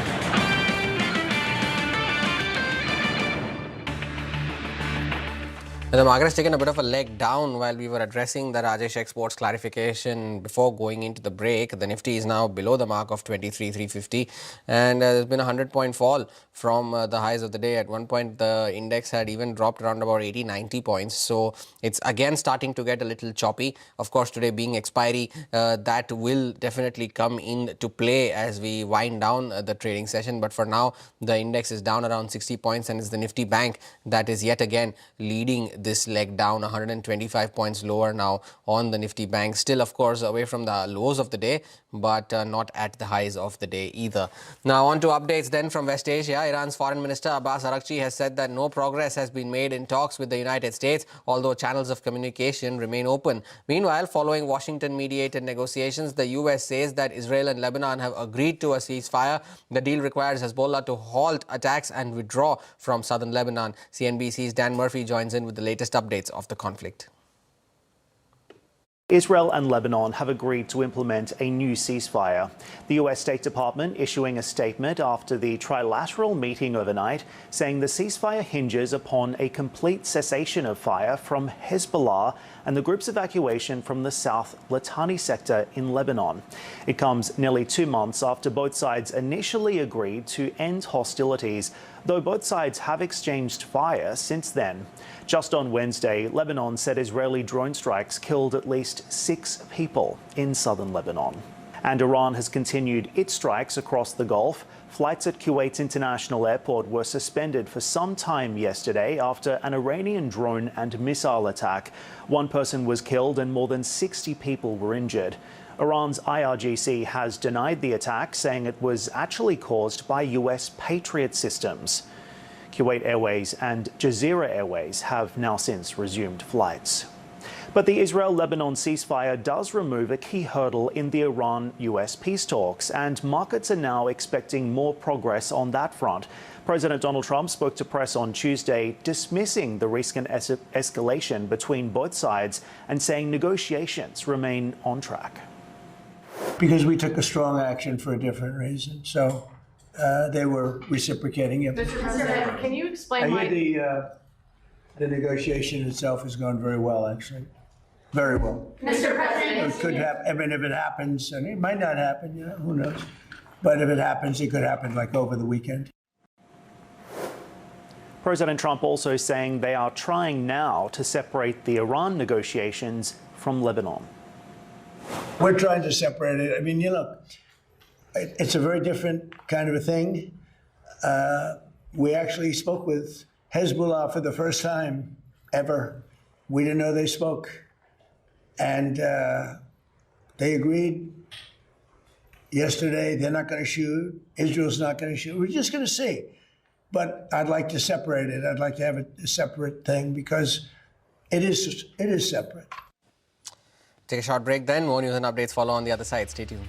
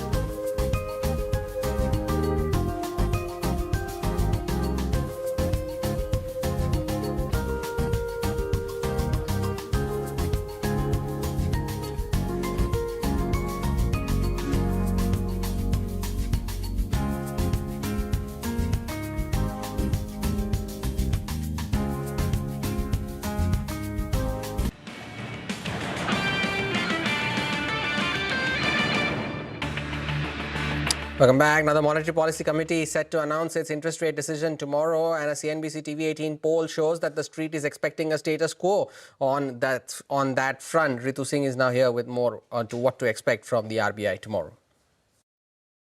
Well, the policy decision itself is unlikely to surprise. All of the respondents to the CNBC TV 18 poll expect the Monetary Policy Committee to leave the repo rate unchanged at 5.25%. Most believe RBI will continue to look through the first-round impact of the oil shock, but the bigger question is the signal that will accompany the decision. Now, 70% expect RBI to retain the neutral stance, but nearly a third are expecting a more hawkish tone as policymakers are grappling with a rapidly changing external environment. Now, since the April policy, crude oil prices have been well above the assumptions that were used by RBI in its forecast. At the same time, the rupee has weakened and global bond yields have also been inching up. And that is reflected in the expectations for the rest of the year. 7 in 10 now expect at least one rate hike in FY27, despite the current growth slowdown concerns. And that's a notable shift from the earlier expectation that RBI could remain on hold for an extended period. But that said, economists don't really expect any immediate action in June. Just 20% see a hike as early as August, while half believe any move will come only in October or later. They also expect RBI to acknowledge a weaker growth outlook. So 6 in 10 are expecting the central bank to lower the growth forecast from 6.9%. At the same time, economists also expect the inflation forecast will move up.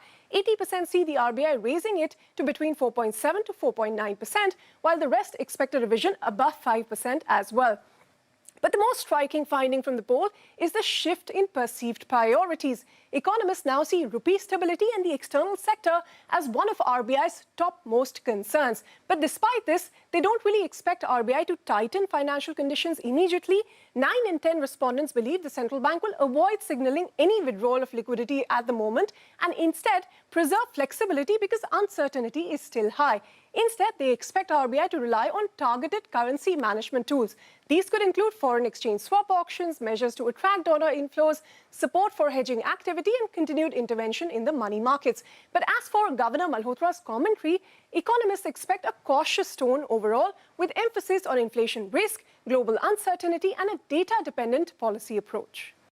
Ritu, thank you for setting that up for us. Now, former RBI Governor D. Subbarao believes that this time around the Reserve Bank should stay put on hold on rates, but hold a hawkish stance going forward. Speaking to CNBC, he said that a rate hike from the central bank is a possibility going forward. Take a look.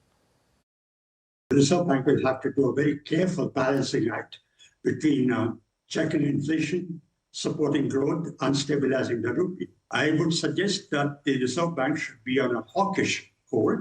The reason being that inflation today is still 4%. Yes, going forward, there'll be pressure, but inflation today is still 4%. The playbook for central banks is to look through a supply shock. So RBI will keep waiting because even as I said earlier, the impact of higher oil prices is not passed through to growth. So RBI will be more data dependent. For now, they will pause, give a hawkish forward guidance that they're going to withdraw liquidity first before, and a possible rate hike is a possibility on the way forward. And with that, we take a leave on this edition of Business Lunch. From me and the team, thank you so much for watching. Midcap Radar on the other side.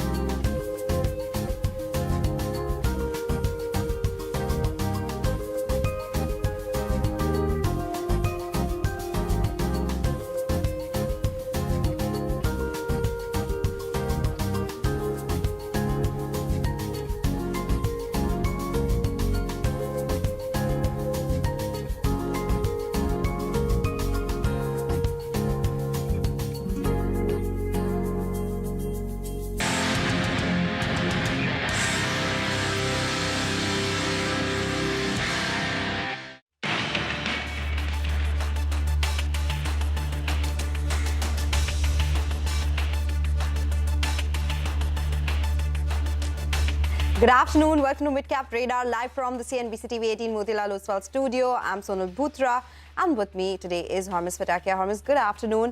We recovered from the lows of the day, and again we're off the highs by around 100 points and below the 23,400 mark as well. We have been, at least the Nifty has been trying to defend that level, but that has not continued. Not continued, and good afternoon to you as well, Sonal. You know, it's going nowhere, at least for now, for the markets, and that very famed 12:30 reversal that has happened over the last couple of days. Can we take credit for that? that's not happened today. Of course, the final hour of the final couple of hours actually of the weekly expiry today for the Sensex contracts, that will have part of its own as well. But before we move any further, here are the headlines that we are tracking at 1:30 this afternoon. Stocks see cautious trades as uncertainty over the West Asia conflict continues to linger. Industrials and utilities eke out gains while IT and metals drag. Broader markets outperform the benchmarks. Board of Idea Forge clears plan to raise 500 crore rupees, that is via multiple routes. Stock hits 5% upper circuit. The centre clears the decks for a 2-year clean mobility scheme in the national capital. A 9,500 crore rupee outlay to replace the old polluting trucks and buses with BS6 or electric vehicles. Beneficiaries JBM Auto gains. Class 8 truck orders post a steep rise following a 2-month decline. Shares of Bharat Forge also perk up as a result. Market watchdog SEBI bars Rajesh Exports promoter Rajesh Mehta from accessing the securities market over allegations of financial misappropriation. SEBI also flags his substantial operational and financial control of company and subsidiaries. Stock hits lower circuit. And Dixon Technology sounds optimistic over the potential joint venture with Vivo. Founder and chairman Sunil Vachani tells CNBC TV 18 that a favorable outcome is expected soon. Additionally, he says that the company will be able to cash in on the data center boom soon on account of its partnerships with the Taiwanese companies. Okay, all right, those are the top headlines that we are tracking. Markets consolidating at the 23,400 mark. Mid-caps are outperforming in a market like today. So let's go across to our special segment, Mid-Cap Movers.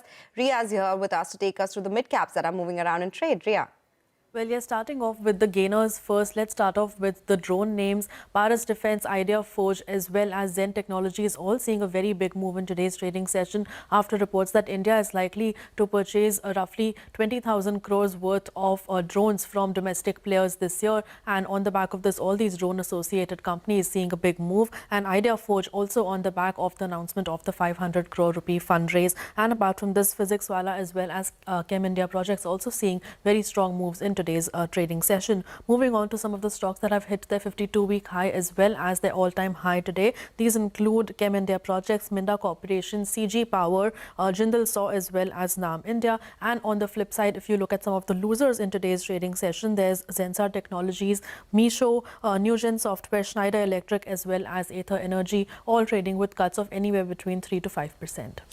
Misho is down for the 8th day in a row today. It's never seen that kind of a losing streak since its listing late last year. Ria, thank you for summarizing that for us. 254 was the post-listing high for Misho, now at around 168. Another 4% knocked off in today's session.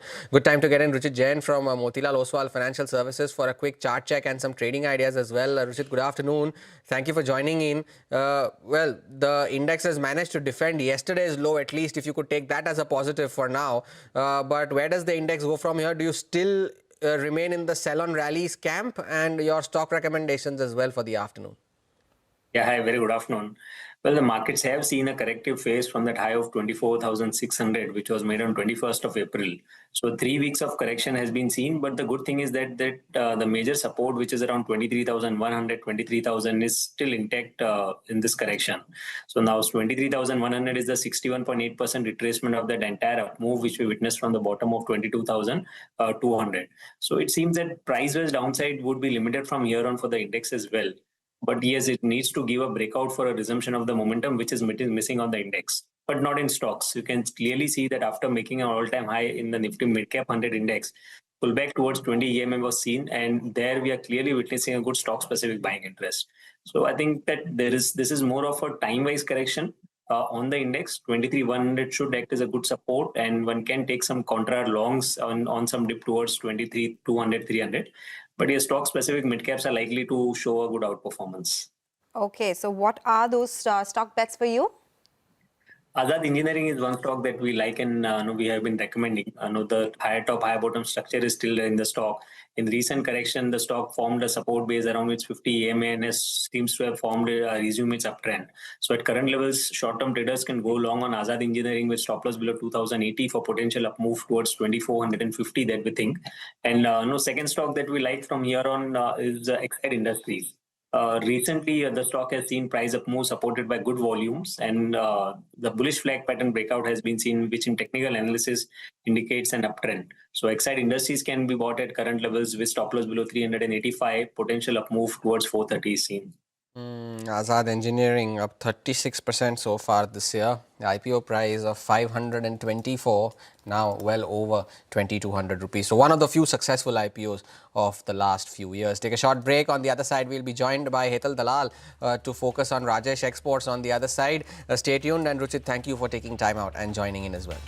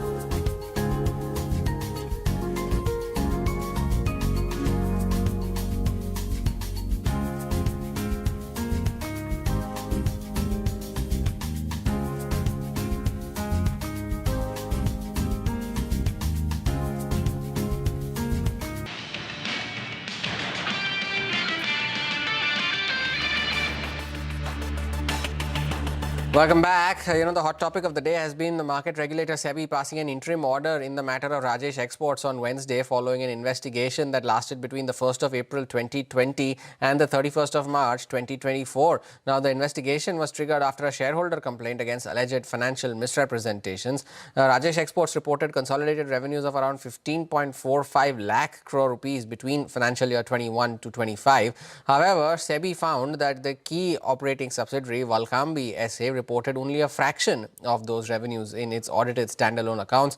The order has asked Rajesh Exports and its owner Rajesh Mehta to fully cooperate with the investigation procedure, produce documents and reply to explanations sought by the regulator within 30 days. Now, the company's promoter Rajesh Mehta has also been restrained from buying, selling or dealing in shares of the company directly or indirectly until further orders. Now, in a response to SEBI's order, the company has allayed concern saying that the revenue declared is not overstated. In fact, the company has also said that there may have been some communication gap between the regulator and the company, but they will cooperate and turn in all relevant documents to SEBI as part of the probe. Now, of course, since this is not the first instance that something of this sort has happened, there are certain red flags that you can identify. Sonal, what are those red flags? Well, the first one, of course, on the paper, profits will look like a lot. That happened in the case of Rajesh Exports, even the top line for that matter.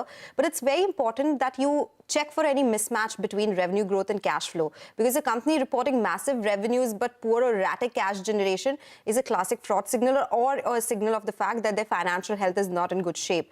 The other thing that happened with this particular company is that promoters' personal transactions were mixed with company accounts. You can definitely highlight that, read their balance sheet, because here personal trades or expenses were routed through companies' books without board approval. So whether those approvals are in place or not, all of these things have to be documented somewhere and to be submitted to the exchange as well. There was misclassification of income, and that happens because misclassification of any sort of account does inflate or deflate your income, right? Here, interest income or forex gains were being booked as operating revenue to inflate the top line numbers. They are not a part of your revenue because that is not the business that you're into. So that cannot be part of your P&L at that level. The other thing that one has to watch out for is auditor qualifications. So frequent auditor changes. Auditors do qualify reports. They say that, okay, there is no problem with the P&L, or do they say, okay, yes, there are certain qualifications, you need to talk about it, or you need to be aware about it. These are red flags if auditors flag concerns or are replaced often as well. When there are consolidated entities, so you get financials from your subsidiary as well, and consolidated P&L is put in front of you, or consolidated balance sheet is put in front of you. If it is not disclosed publicly, the subsidiary financials, it can get a problem in case if most of your revenues are coming in from your subsidiaries, which was the case in this particular company. Because if they do not regularly publish their standalone financials, that can be a warning sign. Here also what happened is revenue was concentrated in opaque overseas subsidiaries, especially in the case when a company has multiple subsidiaries and a lot of the revenues is coming in from there. Related party transactions, we keep seeing that it has to be at arm's length, it has to be in favor of shareholders, not the companies themselves. Here also that happened. Fund flow to promoter-linked entities happened. Now with this, also important to note that public held 45.45% of the stake in the company. LIC held 10.8%. We do have two more funds that had some stake here. So yes, there was substantial money which was being put. The stock came off sharply from the highs. It reached levels of 700, 800. Now is lower, locked in lower circuit today. But these are some things which should be done before investing. Look at P&L, look at balance sheet, and most importantly, cash flows. Indeed, plenty of red flags, as Sonal highlighted. In 2023, the stock was well over 1,000 rupees. As Rajesh Exports now at 100, still locked in lower circuit despite the company clarification. Now, joining us to discuss this subject further is Hetal Dalal, the President and CEO at the Institutional Investor Advisory Services. Hetal, good afternoon. Thank you for taking time out. Yes, every year over the last 3 years, we have seen an instance like this appear that dents a lot of this investor confidence, right? It was Brightcom in 2024, Gensol last year, and now we have something like this in Rajesh Exports. What as advisors you would tell investors, as Sonal also flagged off plenty of red flags that one should look at. What do you do in instances like these? Sonal covered a lot of ground in terms of what are the red flags. Let me add maybe 2 or 3 things. One is when you need to look at aging profile of receivables and aging profile of payables. This is disclosure that you see in annual reports, and when you see that receivable positions are over 2 years or 3 years, and payable positions are over 2 years or 3 years, that's something you should certainly ask. I think the other piece is just look at the transparency in the annual report itself, right? When you look at Rajesh Exports annual report, for example, there's a single line item, revenue from operations. There's really no disclosure on what's really happened or what the breakups are. So you find some of these issues which you can get better clarity on tend to not be there in the annual reports where you're seeing some of these issues. I think more importantly, when you look at the assurance functions, right? There are 2 checks, and the checks and balances of the system are through 2 or 3 things. One is just having a strong internal audit, which should report to the audit committee. The second is to have an audit committee which actually has expertise Rajesh Exports Audit Committee comprises of people with jewel gems and jewelry expertise. It doesn't have anyone with any kind of financial expertise or accounting expertise. And the regulation today says financial literacy, which is a very vaguely defined term. And you have the promoter on the audit committee, which is a fundamental conflict of interest, right?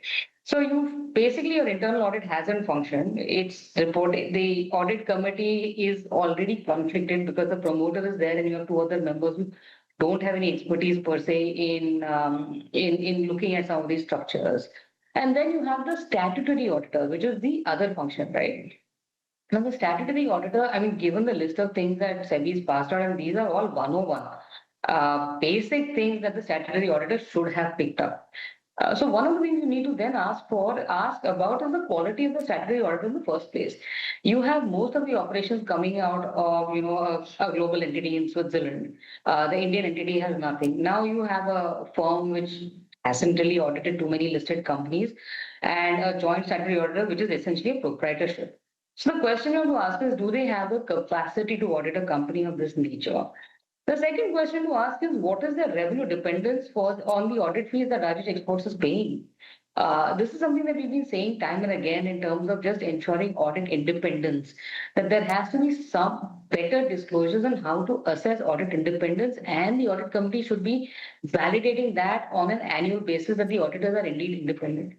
In this particular instance, given all of you are saying, I fail to understand how the auditors didn't pick it in the first instance. You have a whole set of very, very obvious things which are violations which has been booked into the accounts, which is a problem. The other way, so that one is just to look at the company and some of these nuances in terms of governance structures, assurance functions, right? The other way to look at it is also comparables. Now, a company which is basically doing tolling, right, gold refining, is reporting a margin of 1% or less. Does that even fundamentally make sense? And if you look at other companies in similar lines of export, I think margins comparable. For a company which is, let's say, reporting margins which are significantly higher than peers and with similar line of exports, there has to be some magic sauce, and you've got to figure out what is it that they're doing differently vis-a-vis the other players because of which margins are higher. Similarly, margins are significantly lower. You have to wonder what is the kind of cost being booked for the margins to be basic, margins to have almost disappeared at less than 1% in terms of operating margins, right? So these are some of the issues in a very sort of brief nutshell that one can look at, but ideally you look at it from the company level and you have to look at it from a peer comparison level to get a broader picture. And then you have to what we call the smell test, right? There is the obvious smell test. You will see a lot of these red flags, some misses. The AGM last year was held in December. There are some filings which have not been done. So some of these things don't really smell right, and that's something you should worry about.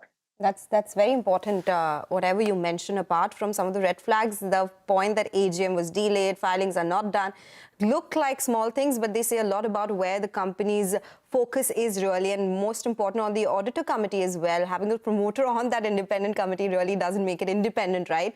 So in that case, now things have happened. And the stock has come off from, say, 800 to 100. So, of course, some people are aware about it, but a lot of retail investors are still stuck in that.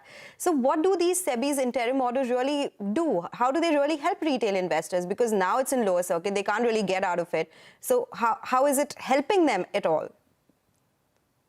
I think SEBI can only come in after the fact. There has to be an embezzlement for them to, or some of these deviations to happen for them to actually run an investigation. The interim order sort of stops this from continuing, and it puts everybody on guard. And I think that's an important piece. See, without the SEBI interim order, you may suspect that something is happening, but you don't really know the details. And to that extent, SEBI's interim order is actually quite speaking, in the sense that it tells you a lot of the details. And I would encourage all retail investors in the stock to actually read that order. It's very, very well written. It's come out with a lot of details. And most importantly, it's talking about the fact that the company has not been cooperating with the regulator, which you also see in terms of rating agencies, right? When you look at the outstanding rating on Rajesh Exports, the Brickworks rating of the rating agencies, that the company is not cooperating. These are all additional signs. But to come to your sort of point in terms of what SEBI does, I think it just prevents anything further from happening. The promoter is basically on guard, and it also creates more awareness from the investor point of view. But SEBI can't prevent stuff like this. SEBI can only come and create structures, create regulation to protect, but actual action you can't really do. You also have to understand when there's an issue of fraud happening, it is always happens in collusion. It doesn't happen with one single individual, and that is mindfully done, knowing the regulatory environment, knowing the systems and processes. So it's a bit hard to say that SEBI is going to prevent it, but the interim order does help bring out some of these issues. So in that case, we spoke about the red flags that an investor can keep an eye out on. What SEBI can do, the interim order will allow at least no further investments till the time there is more clarity. In this case now, if there is a clarification which is coming from the management, where they are saying now they will cooperate with the agencies and the revenues are not inflated, they are all fine. Do they have a mechanism to do that? And I'm just trying to understand what next, what happens next for companies like this? What has been the past experiences? So typically when SEBI comes out with an interim order, then they will run some further investigation and come out with a final order. So if the companies now decide to cooperate with the regulator, it's a good step, a little too late, but at least it's better late than never. And SEBI will come out with a final order, following which we'll see what happens, but SEBI will come out with directions at the final order as well. I'm actually surprised, even when you look at the interim order, that SEBI has not pulled up the board and the audit committee for some of these shenanigans which have happened. Yeah. Indeed, plenty of other questions, Hetal, but running out of time. So thank you for sparing time and joining us today this afternoon on this very important subject. And of course, a lot of retail investor interest here as well. That was Hetal Dalal on the issue of Rajesh Exports. Now take a short break. Back with more on the other side.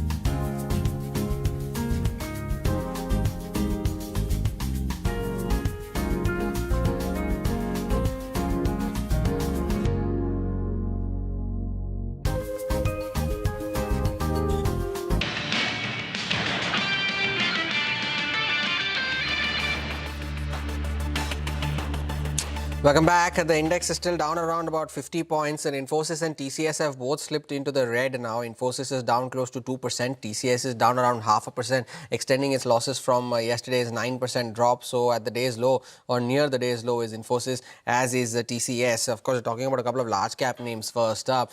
Trent, of course, ex-bonus from today. The stock is down around 3% in today's trading session. Trading today being the record date for the 1:2 bonus issue.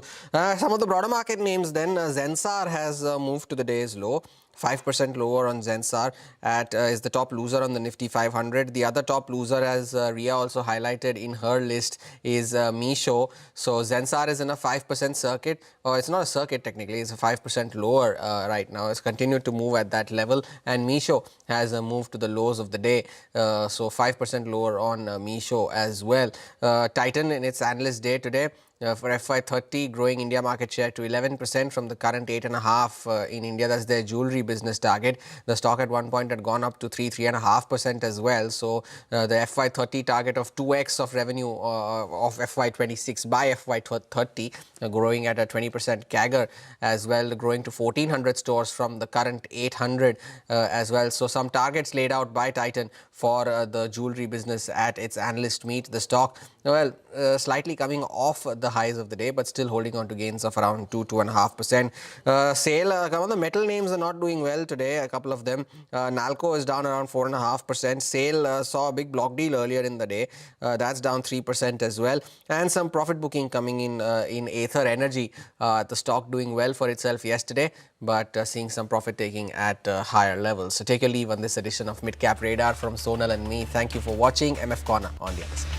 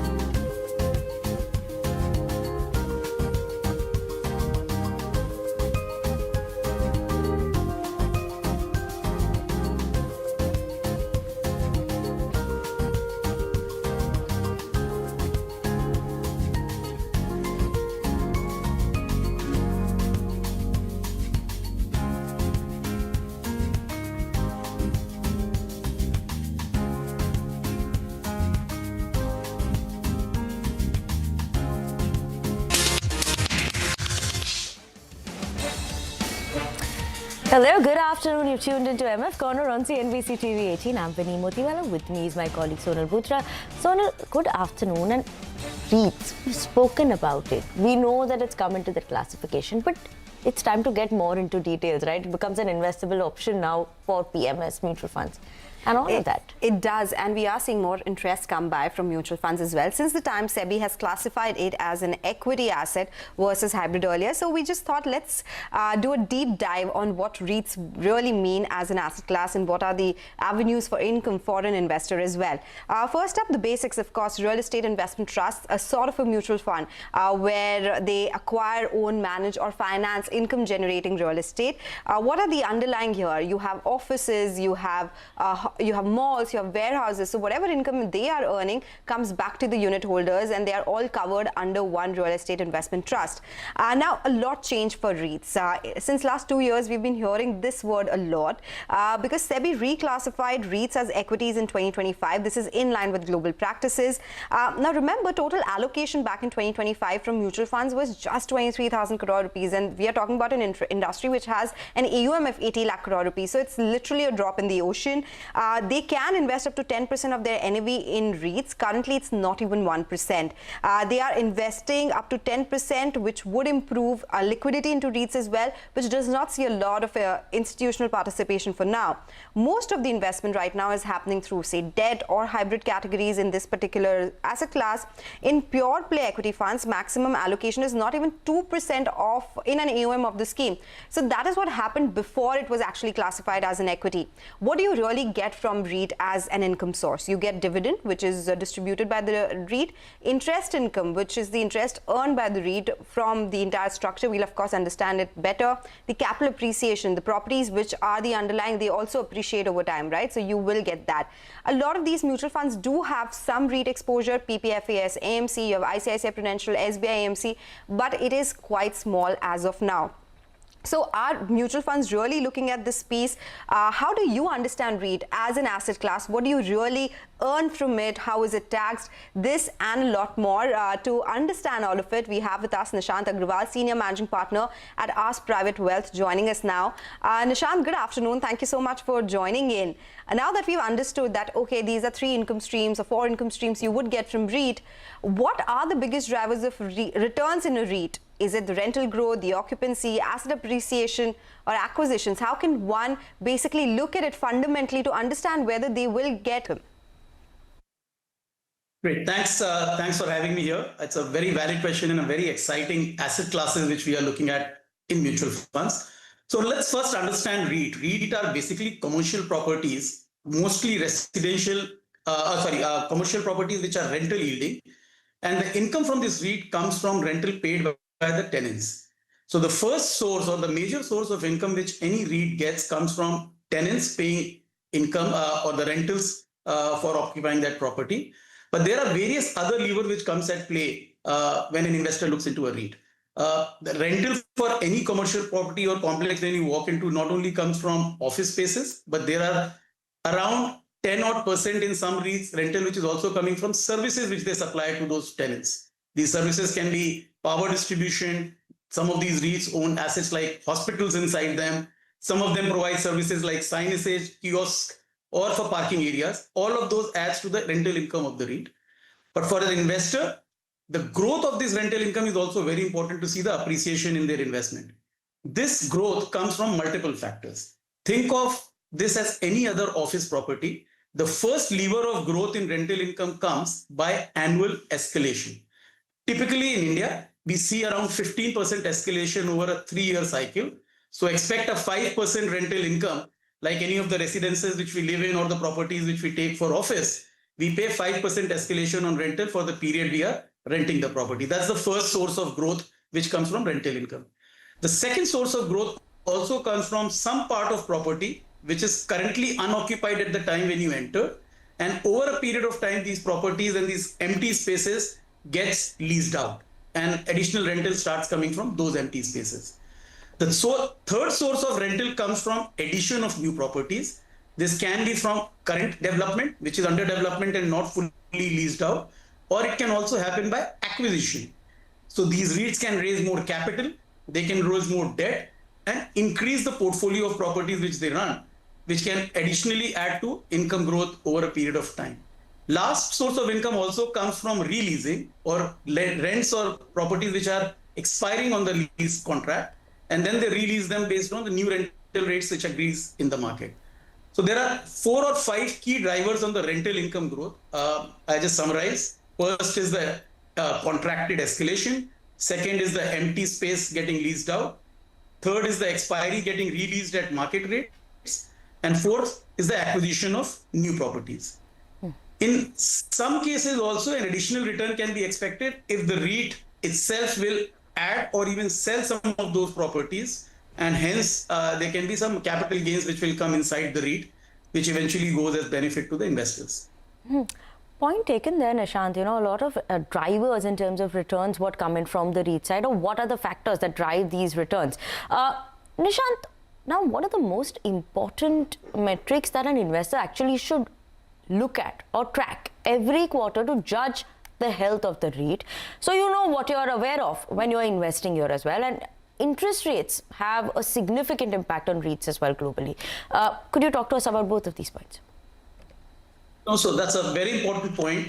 In some way, REIT can be compared to a bond, and a bond which is a long-dated bond, where the sensitivity to the interest rate in the economy decides rental yield, which means that if interest rate in the economy is going up, let's say a normal FD or a bond, instead of paying 6% starts to pay 8%, typically the expectation for investors coming in will also be to generate 8% plus return from REITs and InvITs. And hence, the same investor would then, to generate 8% return without changing the rental, would have to buy the REIT at a lower price. And hence, the price of the REIT, as we say, is inversely proportional to movement on interest rate. If interest rate in the markets go up, expectation on REIT rentals go higher, the price of the REITs come lower, and vice versa, hence impacting significantly on the return expectation. So an inverse correlation between interest and REIT returns. Okay, so it's an inverse correlation that you see between the two. Let's try and understand the other metrics. We spoke about occupancies aiding. We spoke about how acquisitions could aid as well. What are some of the other metrics, just following up on the question that Vinny asked as well? Is there anything else that an investor should be aware of? Maybe on the balance sheet side, you would have something on the net operating income that every quarter is reported, and hence some of the tweaks there that an investor can keep in mind. Absolutely. So on quarter, the metrics which an investor should look at, one is a clear distribution per unit, a term which is known as DPU. How is the growth expected in distribution per unit in the quarter and projected or guided by the management? This number is actually resulting from the underlying factors on how the rental growths are coming or occupancies are increasing. So that's one metric an investor should look at. The second metric an investor should also look at in terms of vacant capacity. Is there a lot of area which is still to be leased out or is currently lying empty? And the management of the REIT plans to kind of put it on rent and hence increase the rental collection from those units. The third point to capture for an investor is also to see what kind of debt levels are there in that REIT, because REITs are allowed to take up to 50% of debt to enhance the return for the investor. What rate is the company or the REIT borrowing at? What is the yield on the property? And hence what kind of leverage kicker can be added to the return using this borrowing. So third aspect is how much is the borrowing and at what cost is the REIT borrowing. Fourth is also about any new acquisition plan. If there are plans to kind of acquire new assets which will enhance my distribution is what is very important from a future growth perspective. Then comes the regular element of other cost in terms of managing the property, in terms of maintaining the properties, in terms of taxes, which goes away from the rental income before you arrive at distribution per unit. So those are the regular metric as well to be tracked to see what kind of interest expense, what kind of management expenses or costs are being added to the REIT. But I would think two very simple common metric to track is the growth in distribution per unit, as well as what kind of debt levels and new leasing is happening from rentals from either empty spaces or new acquisitions. Nishant, you touched upon a point of when a REIT acquires new asset, right? So as an investor, how can they assess whether acquisition is genuinely value accretive or simply just adding scale? Sure. No, there's a combination of both the factors. Very, very valid point.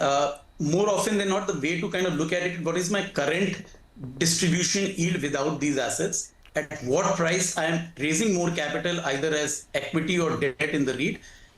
And then the asset which I am adding will be adding net accretion in the distribution yield or my NAV. So NAV, as you know, will be the total value of the assets and number of, or the capital number of units. You have to see the net impact of new assets being value accretive based on the acquisition price which you take. So let's say if I am holding most of my assets at 7 or 8% yield, and I'm willing to acquire something which can give me a 10% yield, both put together, my net yield goes higher for that REIT, and that becomes a value accretive asset. Also, qualitative factors are also equally important. You know, sometimes you have to look at what kind of diversification I am getting, what kind of future growth potential this new assets will bring me in future, either by new development potential or new kind of tenant mix in it. All those factors also help in future appreciation in REIT prices. Makes sense, because a lot of these REITs, the listed ones at least, are growing via acquisitions recently. So that continues to be an important thing to track when it comes to looking at their financials. A very important conversation, but we have to slip into a quick break. On the other side, we'll continue our discussion and understand more about REITs and how big of a part of your portfolio this particular asset class should be.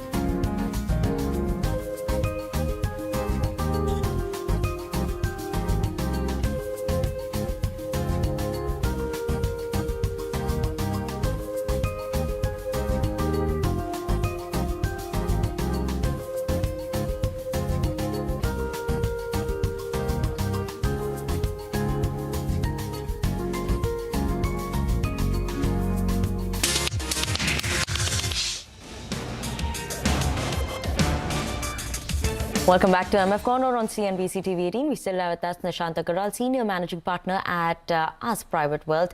And we're discussing on REITs, investments in REITs, and how AMC's mutual funds are looking at it as well. Nishant, you know, taking the conversation forward, for someone who's building a long-term portfolio today, where do REITs fit in alongside equities, fixed income, gold, physical real asset, on estate, that all of that you have? Sure. So very honestly, REIT will not exactly fit into the allocation for neither equity nor for debt. And for reasons that debt definitely has this whole concept of capital protection and very, very low volatility on a week-on-week, day-on-day basis. And you get a defined return on what you contracted for. Equity, on the other hand, do not have a regular cash flow stream like what REIT offers of anywhere between 6 to 10%, depending on REIT to REIT. So I would place REIT somewhere as a fourth asset class, what I call as a hybrid asset class, along with equity, debt, gold, as well as REIT as the fourth asset class. This does great favor for investors' portfolio who expect regular cash flow. It is tax efficient because it is taxed like equity on capital gains. So after 1 year, you pay 12.5% long-term capital gains tax. And it gives consistent income quarter on quarter coming out from the REIT. So I would place it as a hybrid category outside of equity and debt along with gold. In terms of allocation, because there is very strict SEBI's directive and regulations around how much distributions can happen, what kind of underdevelopment property can happen, I personally would put that as a very conservative, safe asset class. And for very conservative investor, it can easily replace anywhere between 10 to 15% of their debt portfolio. What they keep in debt mutual funds, or they keep in safe bonds or government bonds, they can do 10 to 15% of their debt portfolio into REITs. For aggressive investors, it can even go up to 25 to 30% of their portfolio, who are looking for little more longer term and consistent cash flow and improved debt return. It can go up to 25% of debt portfolio. Okay, all right. So to me, the allocation is moving out from debt and not necessarily from equity, because it has very safe features and conservative features of cash flow and asset backed. It's ironic, right? We call it a safe asset and still classified as equity. So it is going in different directions. But you mentioned, Nishant, 6 to 10% is what the return is. Does it include the capital appreciation as well? And if yes, what is the breakup of the outflow that an investor gets? Because they need to get a statement. It is taxed differently. If you can explain the taxation differential as well to us. Right. So I think this will be applicable more for direct investors in REIT InvITs, because in mutual funds, they don't need to care about what kind of distributions are coming from direct holding of share. But for direct investors in REIT InvITs, the payments to them come from 4 different distribution categories. The first category is what is called interest, which comes from REIT directly through their underlying SPVs. This one is taxed at the maximum marginal tax slab for the investor. So every quarter when they get distribution, every year they have to pay the tax as per their income tax slab. The second distribution which comes is from dividends. Now dividends are of 2 categories, that's 2 and 3. Some of the dividends from REITs can be tax exempt, and some dividend from the REIT can be taxable in the hands of investor at full tax rate or marginal tax rate. This actually lot depends on how the REIT is structured and how the investment manager choose to take the tax structure under the underlying SPV. So there are 2 kinds of dividend. One dividend is what I call tax exempt dividend, and one which is taxed at full rate. The 4th distribution which comes from REIT is coming in the form of capital return. In this, there is no taxation, but the amount which is given as capital back will be reduced from your purchasing cost. So effectively, the distribution comes anywhere between 6 to 9% in a REIT. The tax rate, depending on REIT to REIT, will fall anywhere between 15 to 25%. Over and above the 6 to 8% rate, one can expect a 4 to 5% capital appreciation in REIT properties. This appreciation, the taxability will come only at the time when you sell the REIT, like when you sell the shares. In that case, the equity taxation will apply, which is less than 1 year. If you held the REIT units, the taxes will be at short-term capital gains. If you held the REIT units for more than 1 year, the taxation applies as a long-term capital gains of 12.5%. Okay, point taken. So there. 4 regular distributions adding to 6 to 8, and 3 to 4% of capital gains, depending on how long you hold the REIT. Okay, point taken there, Nishant, in terms of the taxation side as well. But what are some of the biggest misconceptions retail investors have about REITs, and what are the risks that do they often underestimate, and they should actually be looking at it also while investing in REITs? That's also a very, very valid question. I think one of the challenges which we are also educating clients and people are now coming to know about is the difference between distribution coming out from the REIT as well as the yield or IRR of the REIT. What I mean by that is, if there is certain REIT which pays very high distribution, it may also be coming out from capital which is getting freed up, not necessarily from the rental income or income being generated from the REIT. So one has to keep an eye on saying what is the kind of breakup of the payout which comes, and that may not necessarily be the same as the return generated on the portfolio. Second point, which is also equally important to note from a distribution of income, is the kind of risk you have on the asset. What I look at in REIT properties is the mix wide enough in terms of cities, the mix in terms of sectors, the mix in terms of tenant profiles, which will ensure that if there is one particular segment which does bad and there is vacancies which comes in the REIT, I'm not very adversely impacted with that concentration. So 2 things: be a clear difference between what is the NAV or what is the yield versus distribution, and at what price do you buy in the market? The point I just mentioned about NAV also becomes important because there is an inherent value of the asset, but in the market it may trade because of various factors like liquidity at a premium or a discount to NAV. So all the REIT companies will be publishing in their quarterly reports what the NAV of their assets are, and then you have to take an informed call when you are entering because of various market factors. Are you paying too much of premium or buying it at a discount? You know, when we talk about premiums and discounts, one part is we do only have listed REITs, right? And their stock price, people usually look at listed stocks because they want that appreciation there as well.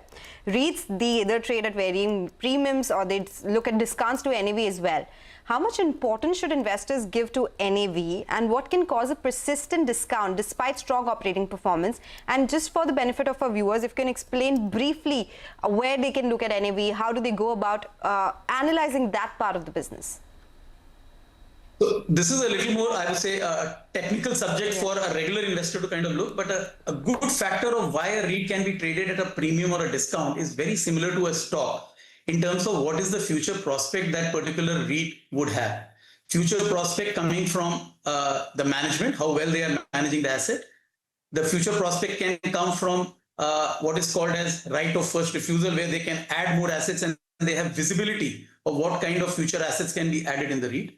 Sometimes it's also about the pickup of investment activities or economic growth, and you expect that the leasing market will be very, very strong, and hence some of my empty area can be leased out, or some of these area which is coming for expiry, I have a potential to mark it up. So while NAV may have some of these factors, but a market will realize it a lot more real-time basis, and hence there can be a discount or premium to that.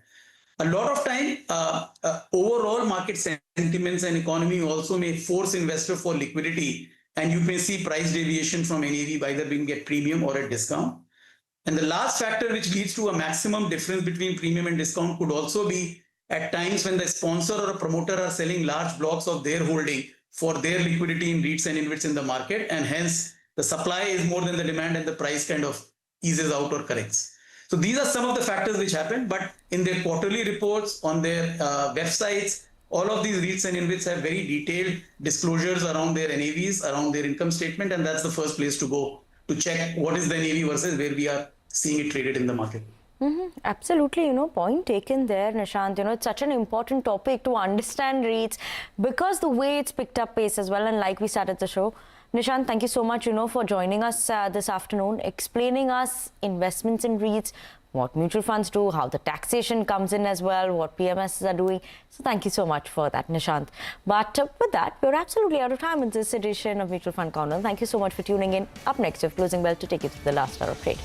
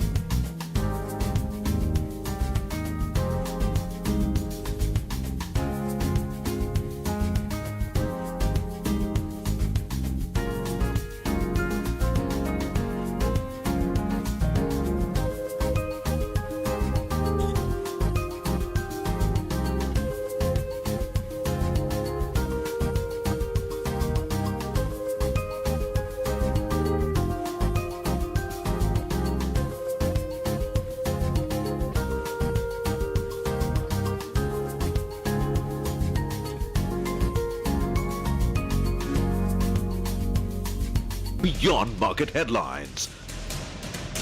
To understand the reasons for the day's movers and shakers. And get your portfolio ready for tomorrow. Beaming live from the CNBC TV 18 Motilal Oswal studio.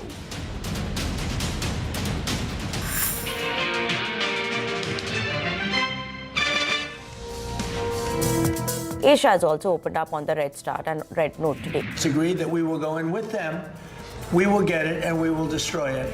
So oil prices moved up 2% last night. There are about 12 to 14 very, very serious allegations which SEBI's put forth in its order.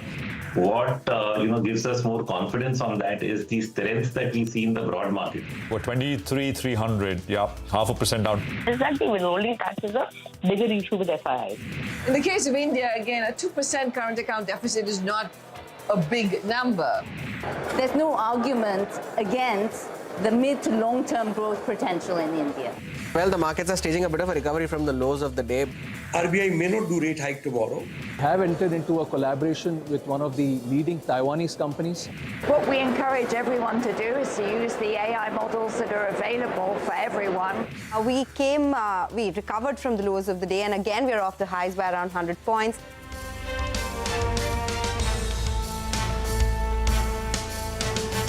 Okay, it's absolutely flat. The 17-odd point change, 23,420 is where we were at last hour, coming up this Thursday afternoon.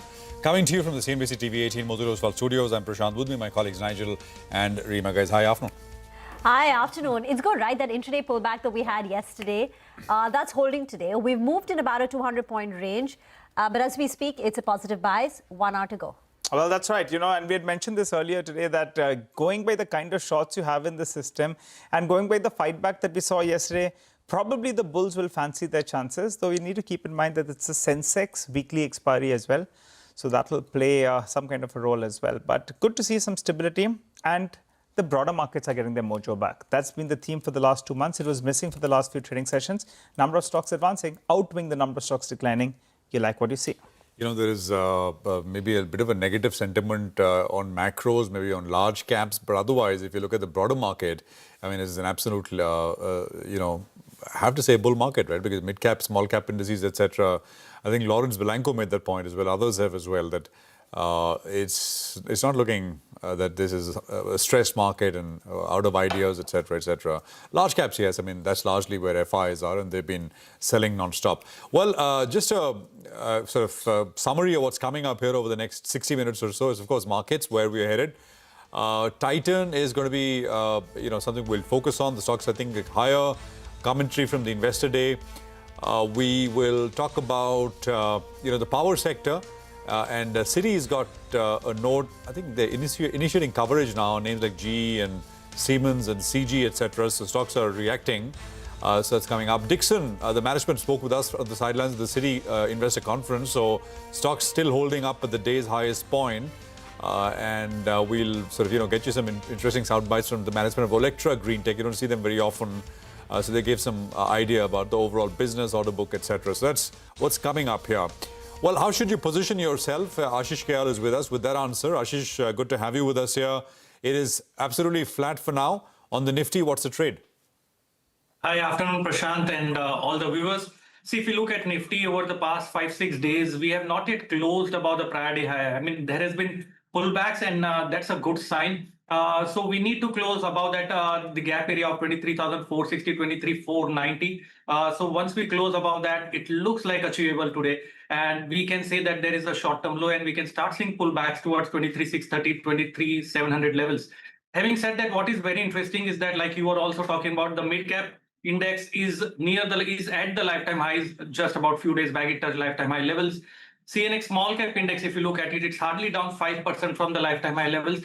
And if you do the ratio of these mid cap, small cap to Nifty, we can see a very, very strong uptick. That clearly shows that there is a bull run underlying in the stocks. And that's a sign of a stealth bull market is what I may say. The large cap has drastically underperformed, and the major reason everyone knows is the IT. That showed some kind of a green shoot 2 days back, but again started falling yesterday. So the overall undertone looks positive, and I think Nifty needs to take out that 23,630. Once that happens, we'll see some kind of a strong recovery on the upside. 23,630. So that's also close to where the 20 and 50-day moving average on the Nifty lie. So once we cross that, you see some upward momentum.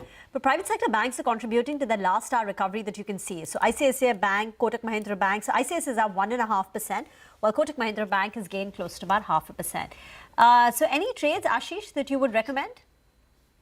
On the buy side, the first pick is going to be Anant Raj. We can clearly see the stock formed a good inverted accumulation pattern. From there, it has shown a very strong breakout on the upside, and we can expect it to move towards the level of around 640 higher.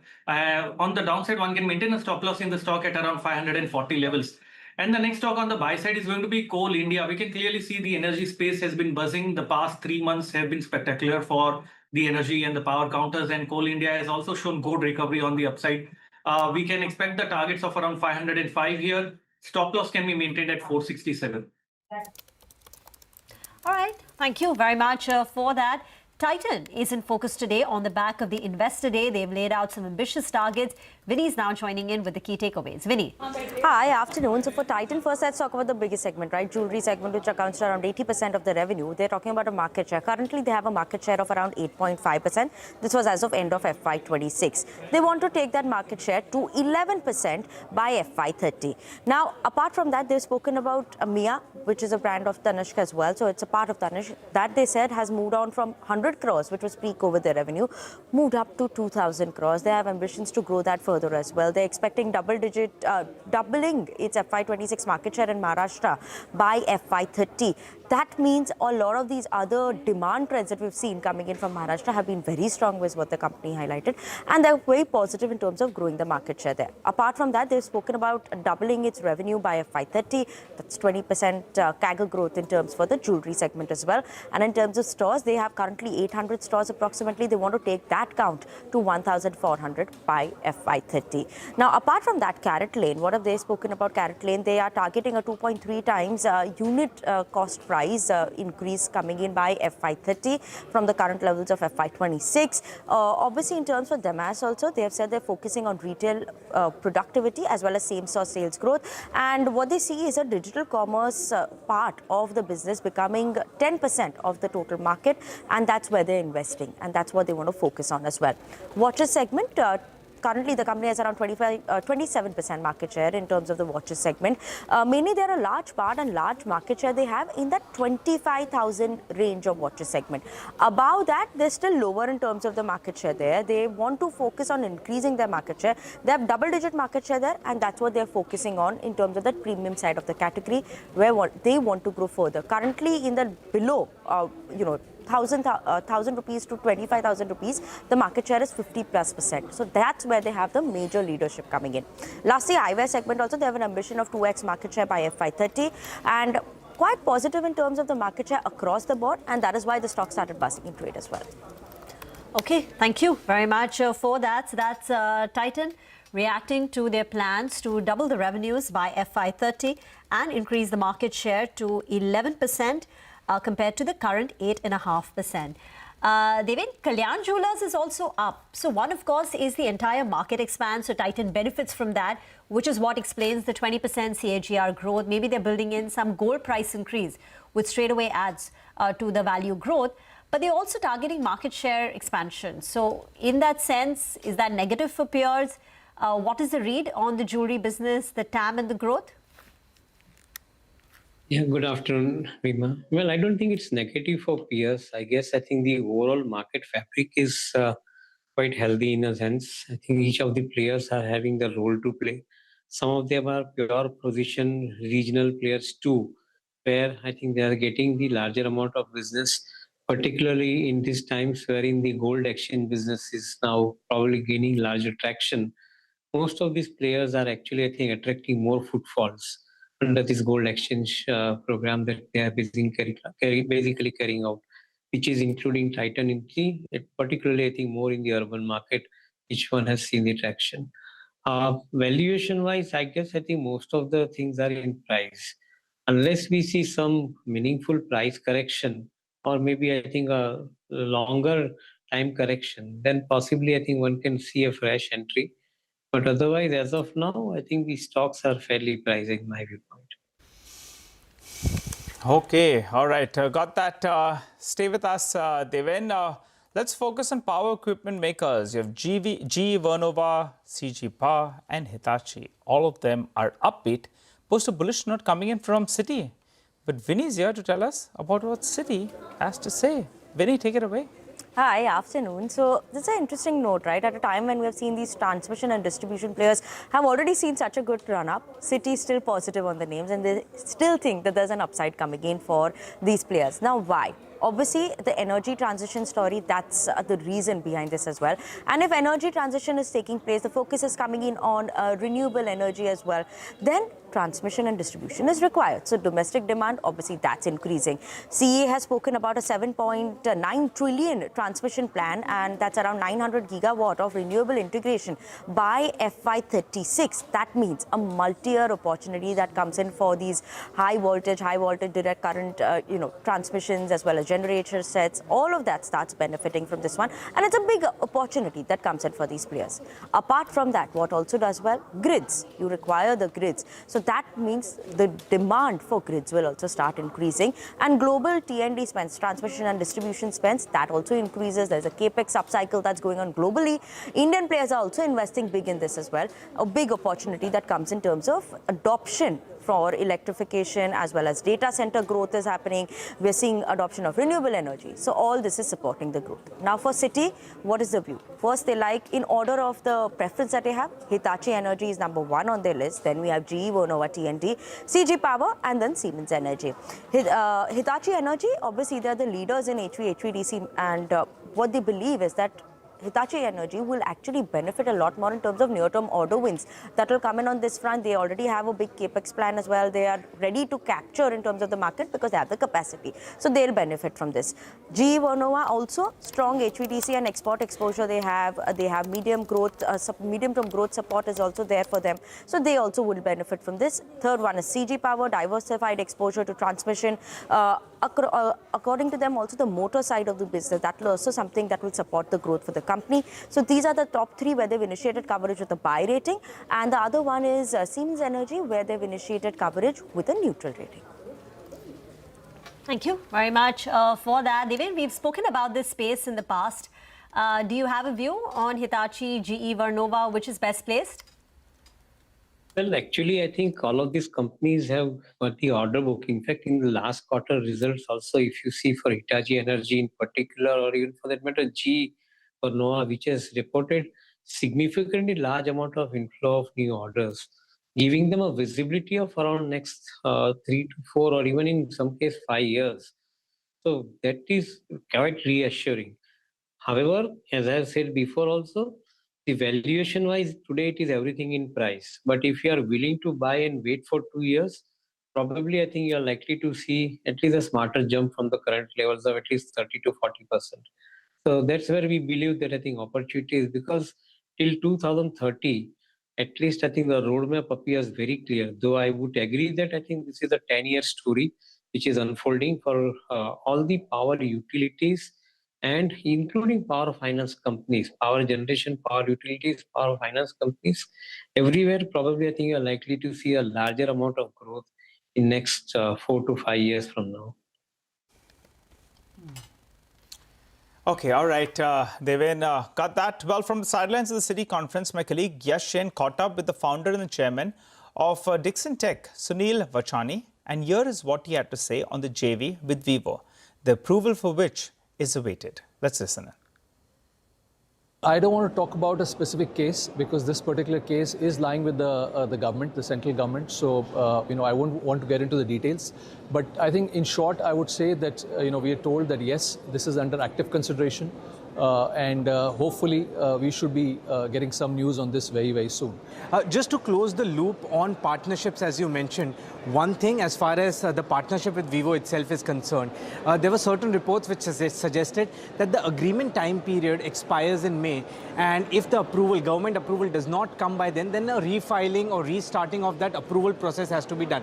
If you could give some clarity on that, if it indeed is that process. And the second question, what are the new partnerships going forward in FY27 that you're looking to make, both on the international side as well as the domestic side? So see, as I mentioned, I'm not going to comment on a specific case because, as I mentioned, this is already lying with the central government and we're hopeful of getting the approval soon. Talking about some other partnerships, I think what we're excited about all our partnerships. But as I mentioned, the industry that we're also excited about, besides the other industries verticals we're already in, is the IT hardware space. And we have entered into a collaboration with one of the leading Taiwanese companies, which is the global leader in IT hardware as well as servicing the requirements of data centers. And this factory hopefully should be which is being set up in Chennai. This factory should be ready in the next 8 to 10 months.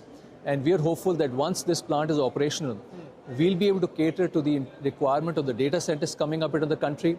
And also, we would ensure that the products which are getting imported into the country, like laptops and AIs on desktops, those start getting manufactured in the country, and the value addition, which is very, very low, starts improving in the times to come.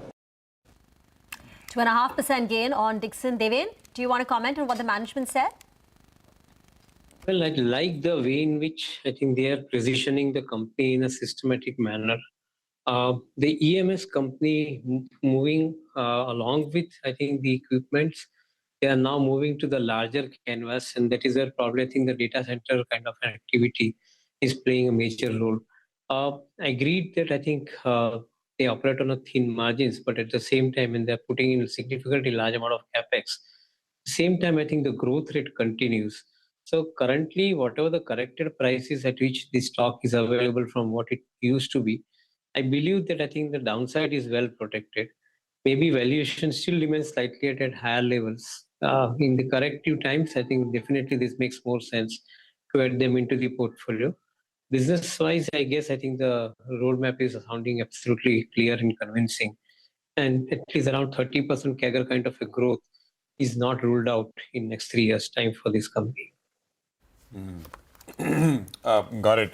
Another management we had in the morning was the management of Electra Green Tech. This was part of a discussion with regards to what the government yesterday announced with regards to the 2-year clean mobility scheme.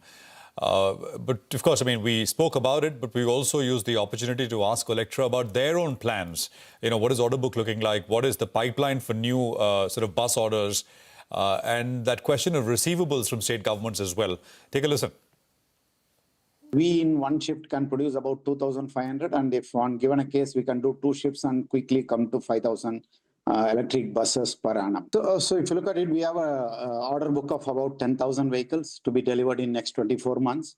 We are planning to do upward of 2,500 vehicles this year, and then get into much higher, doubling that in the next 3 years. That's what we are planning. Even if we have to expand our capacity, we are happy. We have a facility of 150 acres, and in fact, within 6 months, we can build up the capacity to 10,000 vehicles if market can absorb.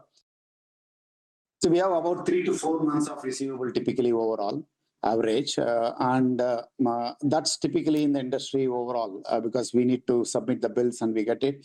There are some challenges, however, it's continuously getting resolved by the state government. The intention of everybody, including the government, us, everybody, is to run electric vehicle because it gives a viability gap funding lower than the diesel, what prices are today. So everybody in the ecosystem wants to benefit out of it, but only scaling up needs all of us to work together and then scaling up. And I believe it will happen in the coming year. Okay, well, it's in the right space. It's got that government tailwind, and perhaps Electra has now got the man for the job as well, a veteran from the industry, someone who's ran things at Ashok Leyland and I think with Mahindra earlier as well. Deven, any thoughts? Electra, this one? Yes, Prashant. I believe that I think probably one of the best times that these companies are actually enjoying today. Given the kind of one state's, I think, move, I expect it to follow with the other states as far as I think the new order for electric vehicle or electric buses in this case I think is required. In my viewpoint, I think the major challenge for a company like Electra would be I think whether they could significantly ramp up the kind of delivery pressure that they would be experiencing, along with I think the receivable related situation, how they manage. If that does happen, then probably no looking back. At least I think next 5 years looks very, very promising in my viewpoint from the business perspective. Not sure about the valuation. Again, I think market is these days pricing everything in advance. And that's where probably I think you're not going to get anything cheap, even if I think such positive news comes. So we'll definitely have to wait for buying, which currently we are getting in some of the cases. But I think in such a case like Electra or others, I think one will have to little wait before buying into this particular stock. Okay, all right.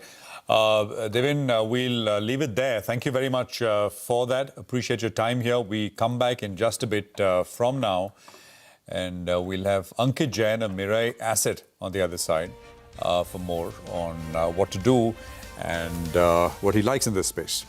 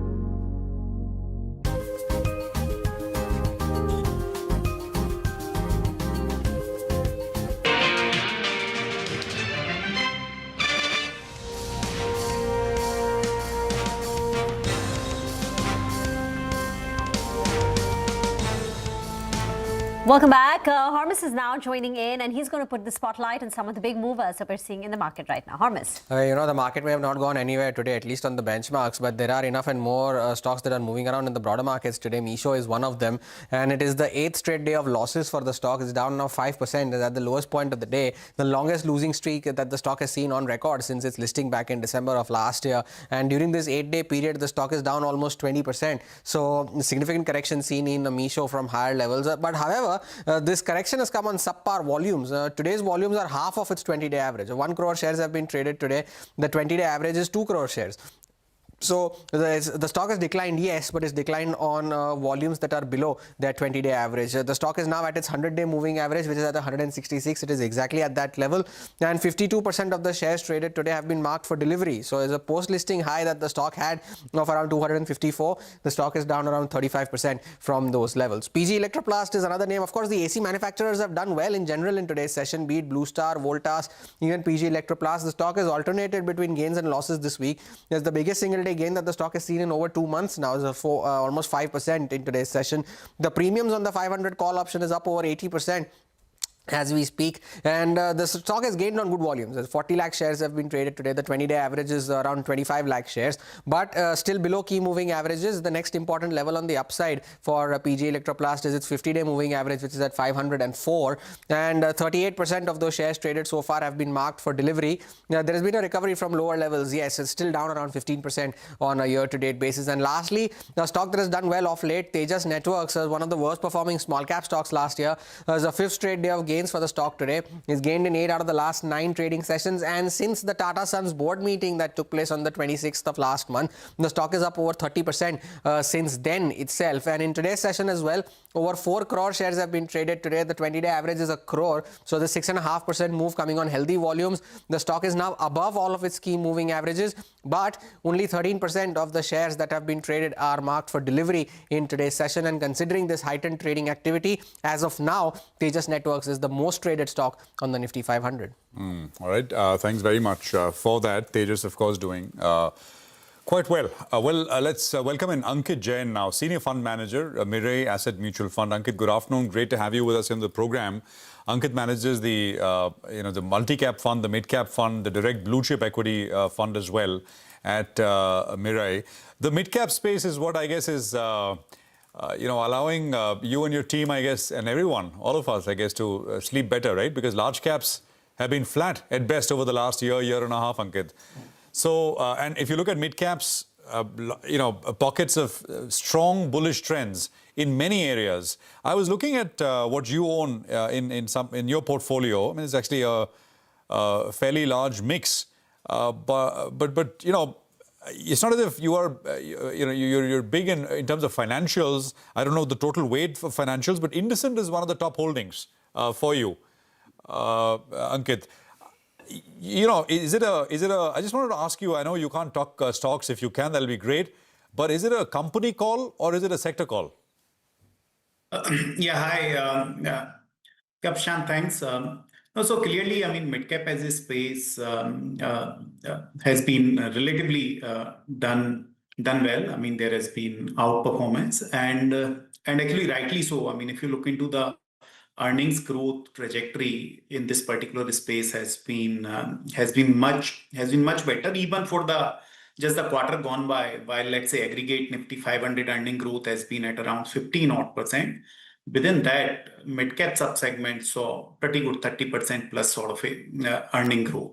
So clearly, I mean, I think underlying market returns are a function of the underlying earnings growth, and actually for the mid-cap space, because of a variety of reasons across the sectors, actually earnings growth has been better. Within that, financials as a space, clearly, I mean, we have been positive, particularly large private sector banks, which is offering I think, decent margin of safety from the valuations as well as the earnings trajectory standpoint. I think credit growth is seeing an uptick from the lows of around 10.5% we have seen. Sometime last year. I mean, credit growth is now inching up 15% plus, and variety of factors driving that credit growth. Some bit of a shift from bond market to the bank side of it as the yields has hardened. That is one. Also, working capital demand is going up because of inflationary pressure being there. So all of those factors are driving good credit demand. That is one. And second, even the asset quality outcomes till now has been far better. I mean, if you look into as on fiscal year 26, and I mean, I think most of the banks are actually sitting at all-time high sort of a coverage ratios. So which is giving them enough shock absorbers in place in terms of balance sheet resilience, which can withstand them navigate even if in case of any sort of a tail risk going forward as a result of some of those geopolitical deadlock continuing. Okay, all right, just hold on to that thought. We have some comments that are coming in there from Vedanta, which are, rather important, I think. So the street was a little bit fearful with regard to that raid, that investigation that was underway. Now, this is on the exchanges. They say that there's no penalty, restriction or impact on operations that have been imposed. The street was fearing because, what was earlier stated was that there could be a link with regard to the parent, that's Vedanta Resources as well. Now they're going on to say that the EDS concluded the FEMA-related search and operations at the company, and there's no big impact. So that's why, post that clarification that's come out there, the stock actually is perking up a little bit, because a couple of sessions ago it did see a sharp pullback from the top as well. So, just keeping an eye out on that particular name. But that's about Vedanta, explains why the stock has perked up. Hi Ankit, good to have you on the show. Ankit, what's your view on this entire metal basket? Has been a party going out. Vedanta, unlikely winner, in quite a bit. But the ferrous as well as non-ferrous themes, they've actually outperformed the market, which have been more or less range bound. How are you all placed on this theme? Yeah, no, absolutely. No, metal as a space has done exceedingly well. Some part of it is also to do with the fact that globally economies are still holding up reasonably well. I mean, part of this also can be attributed to a bit of a front loading of AI capex and all. I mean, I think that is also helping in terms of global economies doing well, and typically metal demand is pretty much linked to the underlying economic growth. Second thing also has been on account of geopolitical disruption, taking out some of the capacities temporarily, particularly onto the non-ferrous side of it. And I think that is why, I mean, if you look into spot spreads and all are looking exceedingly well. And third part has been that because of weaker currency from the India standpoint, some of these players do become a straight beneficiary from the earnings standpoint. So I think all of these factors are actually resulting in these companies to making supernormal margins at this point in time. On the ferrous side, because of the safeguard duty being in place, clearly, I mean, spreads from bottom sometime around, let's say, November, December actually has gone up meaningfully, and that is also helping in terms of better earnings outlook. So in that context, having said that, I think sector as a whole has done exceedingly well, and also we have to be a bit cautious in terms of extrapolating some of these spreads into the future and then try to assign the valuation multiple. Having said that, at this point in time, we are more like an equal weight onto the sector, with maybe more sort of a positive stance to the ferrous than actually non-ferrous. Yeah. Point taken, Ankit. And metals, of course, as a theme, seems to find a fair bit of attraction across the board in that sense. Lots of other sort of, interesting names in the mid-cap, and that's the thing, right? When you look at some of these stocks, you realize that there have been big winners. I think Lotus has been a big winner for you guys. Oracle Financial Services recently has come up quite nicely. I'm just, of course, talking about just here and now. MCX, of course, continues to be a big winner in 2026 so far. These are all stocks as part of the mid-cap portfolio that Mirai has and the fund that Ankit runs. So there's a fair bit. You have a bunch of insurance companies as well. You've got an insurance distribution player. You've got an life insurance company. Ankit, any thoughts here, especially on the distribution side, if you have a view? I'm talking about the dominant name there, Policy Bazaar, PB Fintech. Yeah. No, insurance as a space, we are fairly constructive at this point in time. I mean, sector haven't done as well because of concerns around some of the commission capping and some of those measures. So basically are actually anticipated, and I think market is a bit worried at this point in time that how the earnings impact will be there across the board because of that. But having said that, I mean, I think as a sector we are fairly constructive, because despite of all the past sort of measures being undertaken, be it in the form of GST impact and and also there has been certain other measures in the past, growth for the sector has held up reasonably well for actually all the manufacturers as such. And within that, also onto the distribution side, this is actually on the merit of the business, because the common traits here has been that significant market leader out here in that particular space, and is actually having a pretty good sort of a bargaining power because of their sheer sort of a leadership being there. So I think this space as a top down looks very, very interesting across both life as well as non-life side of it, and has a very, very strong runway for growth. Yes, in between there will always be some sort of a concerns coming around in terms of commission capping and all, and which eventually will actually further help in affordability and actually bringing in penetration game into the picture and even ensure higher sort of a growth going forward. Thanks, Ankit, for joining in, giving us a quick take. We look forward to a longer chat with you in the coming days. Well, let's take a quick check then on the F&O market. The Nifty, the day's low is at around 23,247 approximately, and that seems to be the buy zone, around 23,150 to around 23,250, and that incidentally is the day's low as well. But there's a mix of activity, a little bit for the bulls, a little bit for the bears, a little bit for the call writers, a little bit for the put writers as well. And I say that because writers today are having a blast. 23,400 call. The start of today, the premium was $250. That's come down to around 207 rupees. So directionally, even when the market was up 30-40 points, you were not making any money on this strike, which is telling you there was writing at these levels. But on the 20,400 put as well, the markets were lower. Still, you're not making much money out there because the start of today, the premium was $150. That's come down to around $118 approximately. So, that appears to be the case today. The writers are factoring in a bit of a range on the Nifty. And if we need to break out on the way up, then the Nifty Bank needs to perform. As we speak, it's up 100 points. If it can do 200-300 points or thereabouts, it'll take out the 200, the 20 as well as the 50 DMA, which it's very, very close to. As of now, it's trading a little bit over the 20 DMA. So, needs to get past that. Then it will have further ammunition to move higher. And that in turn could take the Nifty up as well. We'll have to wait for the RBI policy. I think the Nifty Bank is very, very ripe for a big move, either in either direction. Individual stocks that are in focus, Eternal. That's a stock that's seen a big correction. Now, cash market, massive volumes out there. You're seeing a big amount of fresh buying as well in the F&O market. So that's a stock on our radar. BHEL, in the last 60 minutes, the stock has fallen off the cliff. It's down. There are massive shorts that are getting added out there. You pull up an intraday chart actually of BHEL. And sometimes what the street is fearing, if it doesn't come out, then in fact we could be bracing for a bit of a bounce because it saw a sharp downtick. I don't know whether the street believes there's going to be fresh supply that's going to come in. In the coming days, we'll know.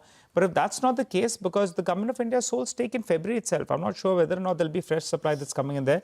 But the street is cautious on a couple of factors, and that's why there are fresh shorts in the system on that one. But Coal India, which the OFS was just done a week or so ago, base price of around 412 rupees, allocation price of around 447. You're making close to around 8 to 9%, on that particular stock just from the allocation price, because 447 was the cutoff. If you bought at the lows of the day, it was 425 as well. Fresh buying been seeing on that counter as the OFS overhang is out of the way. So explains why that stock is up and about. Time to slip into a short break. On the other side, Nimesh is back with us. He's going to tell us what he's picking up in Dealing Room Chatter. Stay tuned.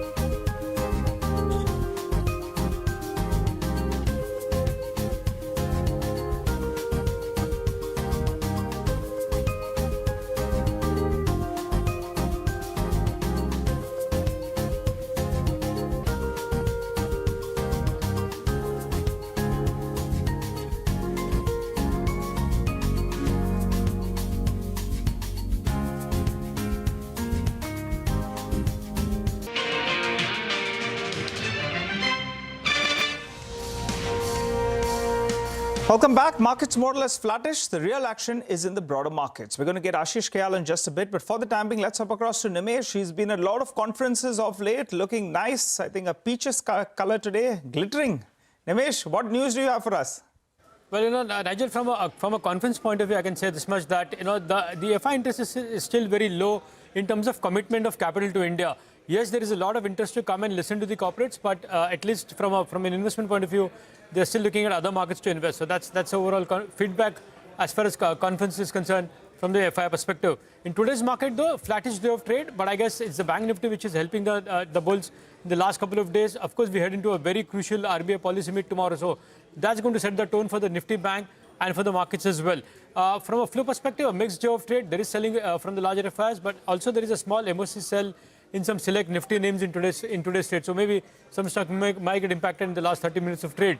Broader markets, yes, you rightly pointed out, it's really outperforming to some extent. Some bit of pullback is back. The breadth is also strong in today's market, but it's pretty much mixed in terms of the broader market outperformance. But the key trigger seems to be the RBI policy tomorrow, and the fact that from there how the Bank Nifty responds is something to watch out for. In terms of individual names, Nimesh, what's on the list? So the first stock is IIFL Finance. Big move in that name in the last 2 days itself.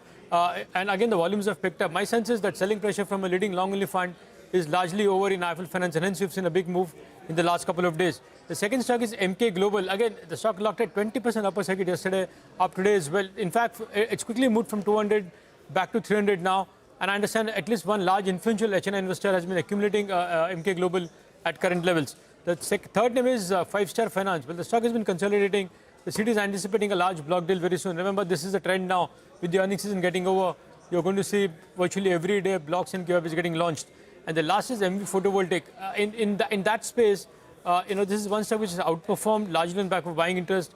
I believe one of the domestic insurance company has been actively buying MV Photovoltaic at current levels. Nimesh, heard anything on Tejas Networks? Not really, Prashant. At least not in the last 2 days that I have heard anything in Tejas Network. Chennai Petro, I think, was on your list, right? A couple of days back. So there has been delivery-based buying happening in Chennai Petro, IOC, at least Oil India, Chennai Petro and MRPL. Those are names where there is a bit of institutional interest for sure in terms of buying from larger FIs. And on this question of the taxation or relief, etc., you've been around town. I know across conferences, etc. Any strong opinions on it? Well, I have been asking a lot of investors and at the conferences as well. They seem to be hoping that yes, something should come, and if that comes, maybe it's a sentiment positive. But only changes in taxation doesn't mean that the very first day FIs will come and start buying into India markets. That's not the feedback. But yeah, incremental is sentiment positive for sure if government does some tinkering in taxation. Yeah, no, that is true. By the way, Nimesh, we highlighted, there's a flash at the bottom, and I thought Z is crossed 3 digits now, 100 plus. But Prashant, was also it's had its own share of. No, so again, they've made the announcement that they have bagged the rights for the FIFA World Cup, so that's positive. There has been a chatter as well that maybe they'll look at some point in time do some monetization in the which is assumed the music business as well. So there is some anticipation that maybe the government, the company will do something in terms of monetizing their core assets. So maybe that's the reason why you're seeing a bit of action in Z of late. Yeah, that's a sharp move, right? Yeah. I think, let me just see, it is up quite a bit. I mean, I think from about 70 to about 100, 70 to 100, right, this year. On Z, so that is what we are looking at. Nimesh, thanks very much for that. So sharp move. Well, Ashish Kayal is with us from Wave Strategy. Back with us, Ashish. Short-term trading ideas. What's on the list? Hi, Prashant. See, the first stock is going to be Bank of Baroda. Ahead of the RBI policy, I think we can start seeing some kind of a positive traction again in the PSU banking space.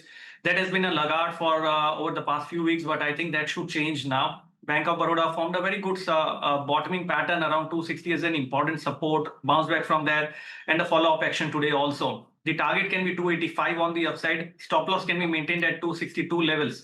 And the next stock on the buy side is going to be Data Patterns. Classic triangle pattern formation there, bouncing from that 20 DMA, and we can expect it to give a breakout on the upside for the target of 4,440, and stop loss can be 4,080 levels. Yeah. Got it. Well, thanks, Ashish, for it. Those are some individual trades. Well, the market is, of course, as we were just discussing with Nimesh as well, awaiting some changes, right? Perhaps on the government securities side. Sapna is with us with what she's picking up from her sources. Sapna, take it away. Well, surely, Hamas, as everybody has heard and widely expected, I think market participants have also had this demand for a pretty long time. So, given to understand that in yesterday's cabinet meeting under the leadership of the Prime Minister, Mr. Narendra Modi, I think some very significant decisions have been taken in principle. Basically, doing away with all taxes as far as FIIs are concerned and their investments in government securities. It's very specific government securities. So, basically, two aspects here. Number one, of course, is the withholding tax. And as I just said some time back, this demand has been there for a pretty long time, that this 20% is extremely steep. Either it should be reduced considerably or it should be done away with. So, probably in principle, a decision has been taken to do away with that. That's one. Second, of course, would be ICICI 12.5% cap gains tax on their investments in G6. Given to understand that too is going. And apart from this, if there's any other taxation to do with FIIs regarding their investments in government securities, all of that is going to be zero. That has been we very clearly understand that for now. So just have to wait and watch and see how this really pans out. The implementation process, of course, there's every likelihood of an ordinance being issued.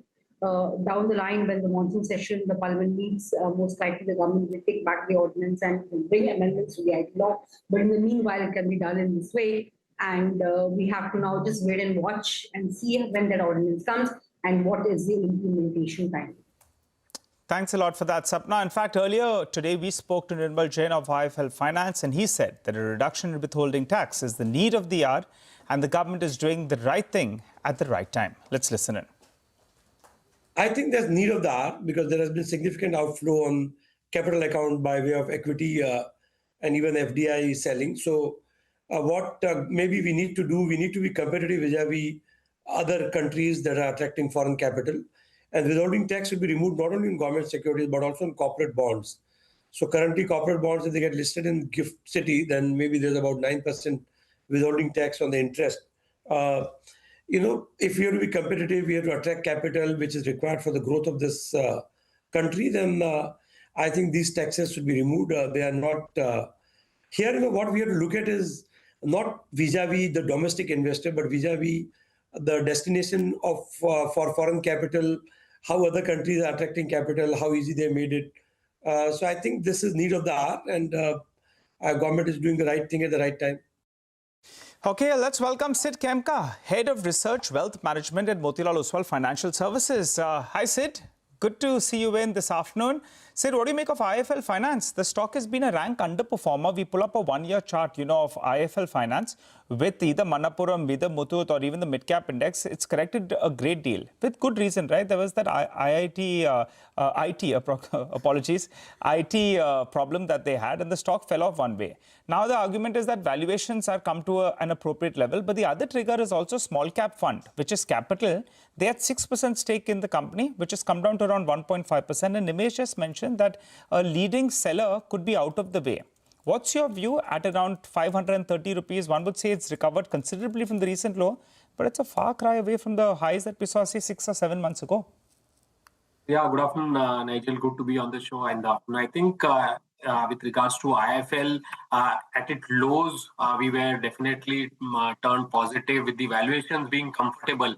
And more importantly, with the company kind of repositioning its franchisee away from the unsecured and fintech-led lending towards more of secured and granular retail platform, which was anchored around the gold loans as well as the affordable housing. And we have seen that last few months, with the gold price going up, the gold loan companies have seen a sharp rally with the underlying value going up.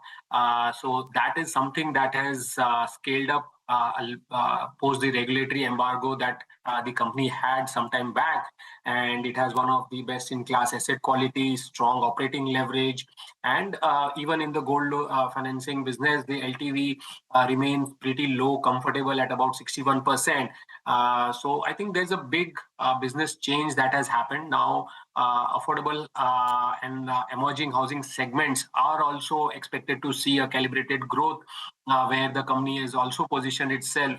So overall, we believe that now with the risk management, collections and compliance in place, the growth, which is now anchored through technology-led growth plus your verticalized growth systems, that is something which we believe will drive growth going forward.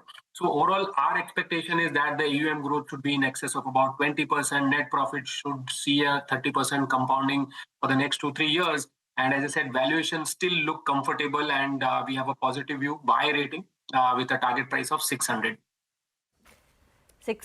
600 is the target price on IIFL Finance. Siddharth, stay on. The RBI will announce its much-awaited policy tomorrow. The decision is at 10 o'clock. The CNBC TV 18 poll plus the Citizens MPC have voted overwhelmingly for no hike. Then what is it that we should look out for in the policy? Why is it important? Lata joins in with her editor's take. Lata. The market is also going in with an expectation that there won't be a rate action, but no one tells you with 100% confidence. There is that small window that it is a possibility that the Reserve Bank hikes. They could make a very clear case by actually increasing the inflation forecast. Now stands at 4.6, but that was when crude prices were not expected to average $95 for the full year.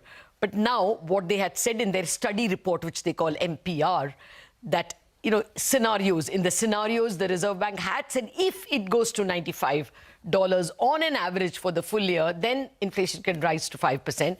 That can be the actual forecast put into the statement, or even why not 5.1? And that could be reason enough to advance the hike to tomorrow itself. But everyone would tell you, no, they won't do that. The expectation is that, you're not attracting any investments by making interest rates higher, because bond investors anyway have not pulled out money. People who have pulled out money are equity and they want growth. So, and growth already has got a bit of a hit because of higher raw material costs and uncertainty of raw material availability. You don't want to impose yet another burden, and therefore chances are they will sound very hawkish. They will say that the inflation is high, and they will say they're ready to act, they're agile, they're watching out. Anything that can make you believe that a rate hike is round the corner but not there just yet. That is the mood with which the market is going in. But clearly that's not the place where the action is. The place where the action is in the currency. And over there, some statements are expected to boost morale. More important is whether the steps will be announced. There's a strong expectation that government will announce tax and RBI will announce something to make the package look attractive tomorrow. And that something could be that RBI will, bear the hedging cost when PSUs go out and raise bonds. Will they announce it in the policy? Will they just say that something is coming and announce it later on in the day in a press release? One doesn't know. Or just give the hint and announce it even 2 days later. All those options are available, but really walk and talk on the currency becomes very important. That's what everyone will peel their eyes and watch. Yeah, no, it's a big one, right, Lata, tomorrow. And, RBI policy is always important, but I think no action policy, it is going to be a big one. Extra focus. In a house, RBI governor will be on top of it. Well, in a group, someone's saying tomorrow's Lata Ji day. I'm serious, you're in the group. All right. Okay, all right. Well, we will be on it from the beginning, of course, all the way till the policy is done and we are able to hear the governor reactions, etc. There's a full programming, of course, planned around it. Well, the street is divided on the prospects of, exactly that, right? What should happen on rates? If you ask fixed income sort of investors, they'd say, well, RBI should start hiking. If you ask equity guys, you get the opposite view. So, just want to play out two voices, Suyash Chaudhary from the fixed income side and Rhythm Desai on the equity side.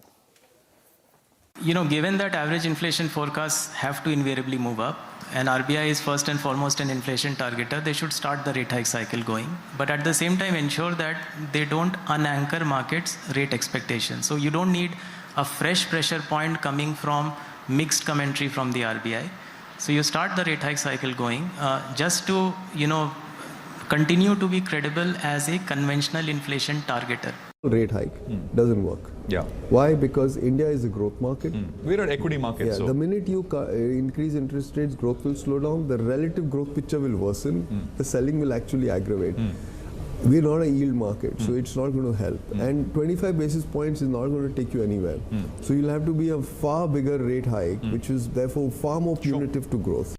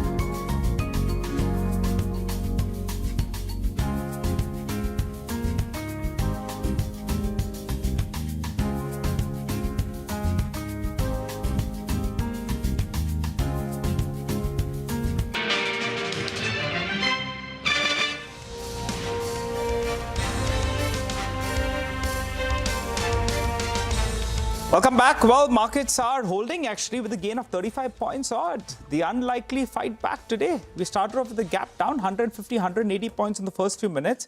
And the bulls say they're in with the fight. Let's see whether or not, we can pull back. Normally 23,250 has invited a 5 to around a 700 point pop-up. For the time being, we've got only 200 points. But the bulls will feel they're back in the game. Sid Kemka still with us. Sid, what do you like from the jewelry space? Titan today, they had given some very decent commentary from their investor meet. But take a look at some of the other stocks. I saw Kalyan Jewelers pop up, Thanga Jewelry as well. That one did pretty well. I think that one's up close to around 15%. And that's already a stock that's rallied big time. What do you like from here? Stick to the big name or flirt with those valuation opportunities? Yeah. I think that's an interesting space overall. If you look at some of the other players are now vying for that market share of the organized players. So Kalyan has been consistently reporting strong numbers, but I think if you ask me, the preferred pick always remain with the market leader here, Titan, that continues to outperform, continues to deliver quarter after quarter. That is one large cap stock that looks steady to deliver a 24% earnings CAGR over the next 2-3 years. Even if you look at the last quarter numbers, pretty strong. The long-term growth trajectory built on Tanishq brand, that is pretty strong. We believe superior sourcing, the ratio between the gold, diamond, studded that is also pretty positive. And now they are investing in some of the youth-centric brands, sub-brands. They are also getting into the lab-grown diamonds into sub-brands. So the growth path remains pretty strong. So while the gold price stabilization, that will be a key positive for the entire jewelry sector, we believe that the Titan remains the bellwether of the Indian jewelry space, and we continue to like it. That is among our preferred pick within the jewelry space. Our target price is around 5,100. Still a decent, meaningful upside from current levels. Got it. Okay, all right. Sid, we appreciate you joining in and giving us all of those cues with regard to the stocks that we just discussed.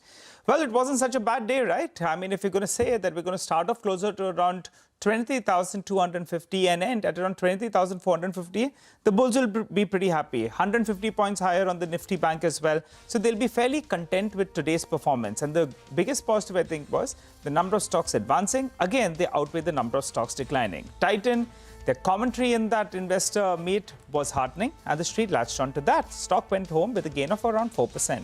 Eternal, sharp correction from the top, but that one bounced back as well, up close to around 3%. Coal India, that one has actually made money for those that applied in the OFS. And we had, highlighted the point that the government's picked a perfect time to come in there and sell one of these assets. And it seems, investors have made money who played it for a tactical trade. Tech, it stabilized today. So, you had a few of those names that did pretty well, though Infosys was down 1.5%. You had Tech Mahindra that was up and about in today's trading session. And TCS as well ended in the green. On the flip side, you had Bajaj Finserv as well as SBI, both of them, SBI Life that is, that ended with a bit of a cut. Broader market, some of the stocks that fell, they have bounced back. PG Electroplus was up 5%. Force Motors was up close to around 6%. And Voltas, it's getting very, very hot. Maybe we're bracing for a longer than expected summer. That one, in fact, did pretty well. Saman Capital, one of those re-rating candidates, change of the management control, ambitious plans in the next 5 years. Street is bidding that stock up 3.5% higher in trade today. On the flip side, you had Nalco that came in for profit taking, down close to around 5%. Remember, these are stocks that have run very, very hard, but that one was up 5%. BHL as well ends closer to the low point of the day. The street is sniffing some kind of negative news flow. We'll have to see whether it comes, because that one was down close to around 5%. And metals on the whole, they had a bit of an off day, because SAIL as well was down close to around 4%. Net, when you see the screen green, as you wind down markets after seeing a red screen in the first 15 minutes, you'll be pretty content. On that note, we'll wrap up on this edition of Closing Bell. Don't go anywhere. The team of Markets Forward comes up next.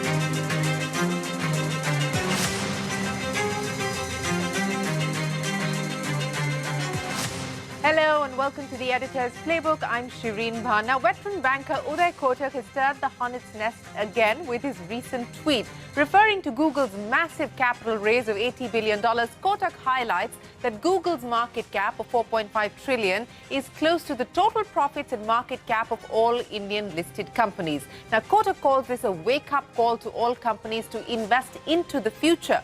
Kotak is not the only one to raise concerns over poor private capex and innovation spends. Many believe India's growth story is being constrained by its inability to significantly boost investment in research and development. Now consider this, India spends less than 1% of its GDP on R&D, while not an entirely fair comparison given our per capita, but just for context. Not just the United States and China, but even countries like Korea and Taiwan spend significantly more on R&D. If you watched our previous episodes, then you would know that we talked about the concerns around the AI supercycle and why India finds itself on the margin currently, but with a chance to build its own niches over time.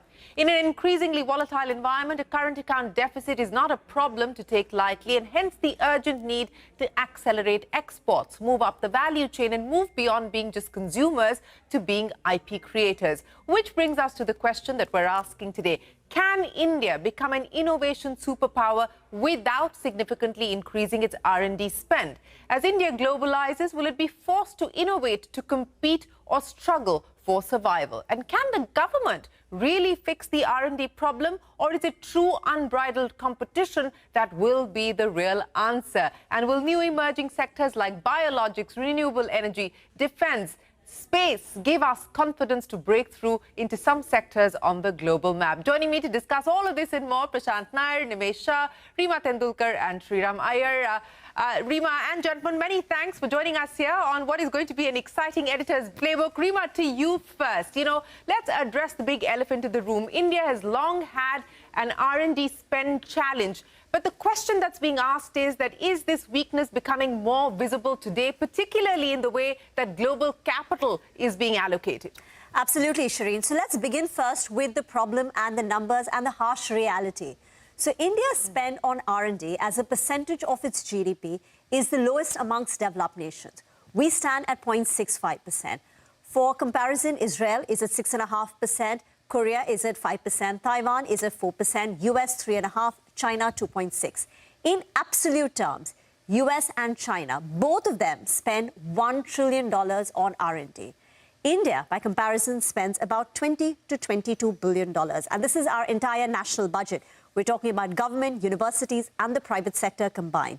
And to put that number in perspective, right, that $22 billion, well, one company in America, Alphabet, spends 3 times that of that in 1 year alone. So last year, Alphabet spent about $65 billion on R&D.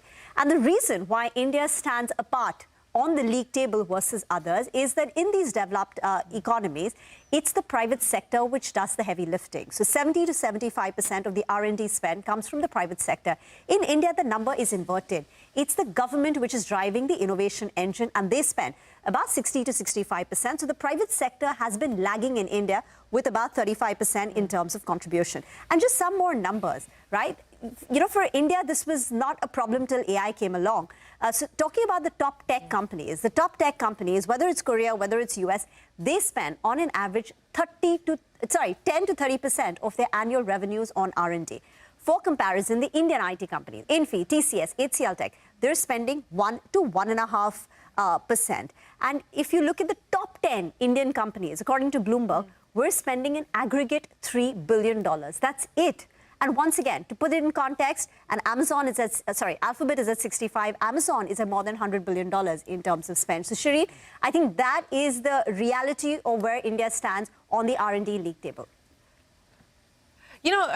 That's important, the context and the data that you put on the table. But, I want to pick up on that data point that you mentioned, Rima, that it's actually the government that is doing the heavy lifting on R&D spends in India and not the private sector, which is actually the case that you see in markets like the US and others.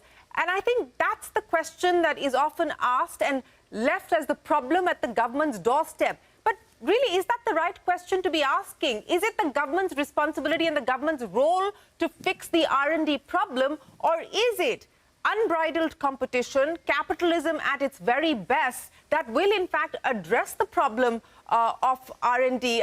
Prashant, I want to get you in on this because here's an interesting conversation that I had just earlier this afternoon. And the comment made was that, look, up until now, it's been largely a protected economy where domestic players have enjoyed protection. It is now in the wake of FTAs that India is signing with the world, from the US to the UK to the Gulf countries, etc., that India is going to truly start to be globalized. So Indian industry will no longer enjoy the protection, which is why it didn't feel the need to spend on R&D. Will it now be forced to spend on innovation, on R&D, because it has no choice, because it has to compete in a global arena? Is FTAs or globalization going to be the real game changer when we talk about R&D, Prashant? Shireen, the context is important, right? And just think about it. It's always the case that it's like in markets when we're one market and our market is not doing anything and everybody else is not doing anything. You don't feel anything, right? I mean, we're in this boat together. But when other countries are doing much better, that is when it starts to pinch, hurt, and what are we doing and what are we missing? And in that one more context, I mean, it's actually and we did this show earlier as well, and I remember that we live in a time of absolutely radical innovation, right? And I think this has been true now more than any time in the past. And this is not about AI or anything, but across fields, across material sciences, medical breakthroughs, right? I mean, we're talking about not a cure, but I mean, some treatment available for, cancers, pancreatic cancer recently, right? I mean, so there is so much happening, and we talk about the obvious ones, which is large language models and space and, of course, advanced manufacturing. We'll talk more about that. But I think it is also that. And this is so different, right? Compared to where we were a few years back. I mean, I was just thinking, we're in little over a year of Trump 2.0. Just go back to the first year of Trump 1.0, right? Which is what, 2017. What were we talking about? We were talking about kind of secular stagnation, software had eaten the world, and not very much happening and not very much perhaps going to happen. And it was that, and it's completely changed, and I think that is the reason why this is now come to the forefront in such a big way. I'll just tell you, Shireen, one thing. I did a program, and this is some time back. It's been about 8-9 months, but I went back and looked at it as I was coming in. I did a show asking just that question, right? I mean, I think when Mr. Kotak started to put this question up the first time, and I had two Indians who were early. One built the backend for Facebook, and I had another gentleman who built important software for Google at that point in time, and both were in the Valley, and both, by the way, at one point were colleagues, and they're back in India now. And I did a 30-minute program on it, and I sort of went back and heard it on 2x speed, and I just came back with two things they said. They said of course, Silicon Valley and what's happening in the US is another level, because it's like, the ecosystem has been built for 50, 60 years, right? Yeah. So it's not new in that sense. That ecosystem is there. The second point they said is the strong relationship between academia and venture capital. I think that is much underappreciated. It is happening here as well. I mean, the acknowledgement is there. The IITs are doing it. Lots of unicorns out of some of these. And you, sort of, I guess, have sat down with more than anyone in that regard. And the third is just, what they said, which is, ambition. And their point was, and they're both now angel investors. And they both said when we sit down with founders looking for capital, etc., the mindset is serving domestic market. What can we do to solve problems in India? Whereas when companies are building in, Silicon Valley or wherever, I mean, in the US mostly, they're thinking of, sort of, in a way, global problems and what can we do for the world, and that's the market that they're targeting. So, I mean, just a bunch of things, but this is an important topic, absolutely, Shireen. I think you had a list of the number of Indian origin billionaires that have been minted in the US on the back of patent filings and so on and so forth. So this is interesting data. This is immigrant founders, right? US who've started US $1 billion startups. So this is not an exhaustive list of sort of, you know, founders, right? There could be more founders here because, I mean, 2 or 3 founders could have been responsible for one company. But and this is data from a not-for-profit, and this is as of April of 2026, right? India has 96 companies, 96 of these billion-dollar startups, and Israel is at number 2 with 60, UK at 47, China at 41. So it is obviously the case, and I don't think anyone is making that case, but I think the data just bears it out that Indians have it. It is perhaps the environment, the ecosystem, the encouragement, and of course, capital as well. And Shireen, that's the other point. We say there is enough capital, right? And yes, there is enough capital in India, but I think we'll have to look at this a little more carefully in terms of where what that capital is willing to bet. Is that capital willing to bet, deep tech, or is it willing to bet more sort of, consumer kind of businesses, etc.? And, the government is doing more, and I'll come back to that in a bit. No, fair point. And, this brings me to that point that Navneet Munot was making, Prashant, when you and I were chatting with him the other day. And Navneet's point was that, forget all the other PLIs. We need a PLI for talent. And that really bolsters that graphic that you were showcasing just now, Prashant. I mean, India has talent. Indians have gone on to become wealth creators and value creators in other parts of the world. What can we do to unleash that? As I said, and it's running on our screens there, forget the IPL. India needs an innovation league. The India Innovation League moment has to now be delivered on for India to take its growth story forward. But, Nimesh, on this point about where money is going and what kind of business ideas are being backed, and again, this is split people. There's people who believe that, India is not focusing enough on deep tech. Indian entrepreneurs are taking low-risk businesses public and so on and so forth. They continue to be betting on the labor arbitrage as the core fundamental business model. But, my point is, why should one be seen at the exclusion of the other? And are we creating value with those kinds of businesses as well? Shireen, before I give to that point of whether we are creating value in the other businesses, let me give a bit of a positive spin to whatever we've discussed with regards to India. As Rima pointed out, the private involvement in the R&D is very, very low. But for the first time in many, many years, you're seeing some bit of fruits for R&D in the pharma space, right? Sun Pharma did it, and now Wockhardt did it. What this will mean is market will start giving value to them. And that is how, it's a capitalistic market, right? All the promoters wants to really make value. The value gets done in the US. They give a lot of value to this kind of R&D sort of businesses. For the first time in India, you're going to see markets giving value to these businesses as well. We saw a big rally in Wockhardt. We saw a big rally in Glenmark. And look at even Zomato. Okay, we can call it it's a labor incentive, but hats off to Zomato and hats off to some of the food delivery businesses. They've done a phenomenal job. I mean, this is something which even US has not been able to crack it, right? The kind of pin codes that India has done, it's fabulous. And today, Zomato has a market cap of 3 lakh crore. Can it go to 10 lakh crore? It can. I mean, it can be like a game where the winner takes it all. And Zomato could be one of that. So I guess there are some pockets where, value is getting emerged.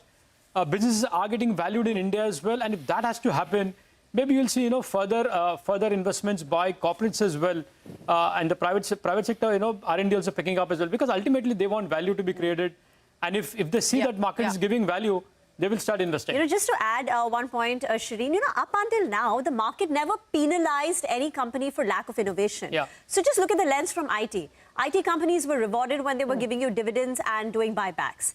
But had they, 10 years back, invested in a moonshot project, knowing what we did 10 years back, they would have faced the investors' ire. It's only now, when there is so much talk about deep tech and the fact that we missed out, that you realize that, this is something we missed out on. And now if they start making investments in R&D... It's awfully similar to the conversation we had on this last year on the same show, right? We lighting up how much they had given out in we all talk about what we missed out, but we also, should give the credit to the fact that today we've created the best ecosystem in the financial space, right? UPI has been the biggest success story of the last 10 years. And somebody was telling me if UPI gets listed, probably we'll have one of the biggest, blockbuster IPOs like SpaceX. But I think in the way that this conversation is going... That's a good point to consider. But and again, I think the pushback, and this was the pushback again this afternoon, was that, why do we look at innovation only from the metric of R&D spend? Exactly. Let's take Indian Telecom as an example. And if you were to take a look at the amount of the quantum of actual R&D spend, it may not seem like a significant amount, but has there not been innovation that's been driven by the Indian Telecom story? So do we need to also change the manner, the metrics that we look at innovation, the lens that we look at innovation? By the way, I have a... Sriram, you wanted to make a point. Yeah. So at the outset, the way this conversation is going, at the outset, I want to say that money doesn't innovate, people do. And I have a story of two people, Samar Kadri and Zubin Barucha. Let's say their job was to find precious stones, right? For 15, 16 years, they went around looking for precious stones. And they had a usual day at work. Sometimes they would find something nice, sometimes they wouldn't.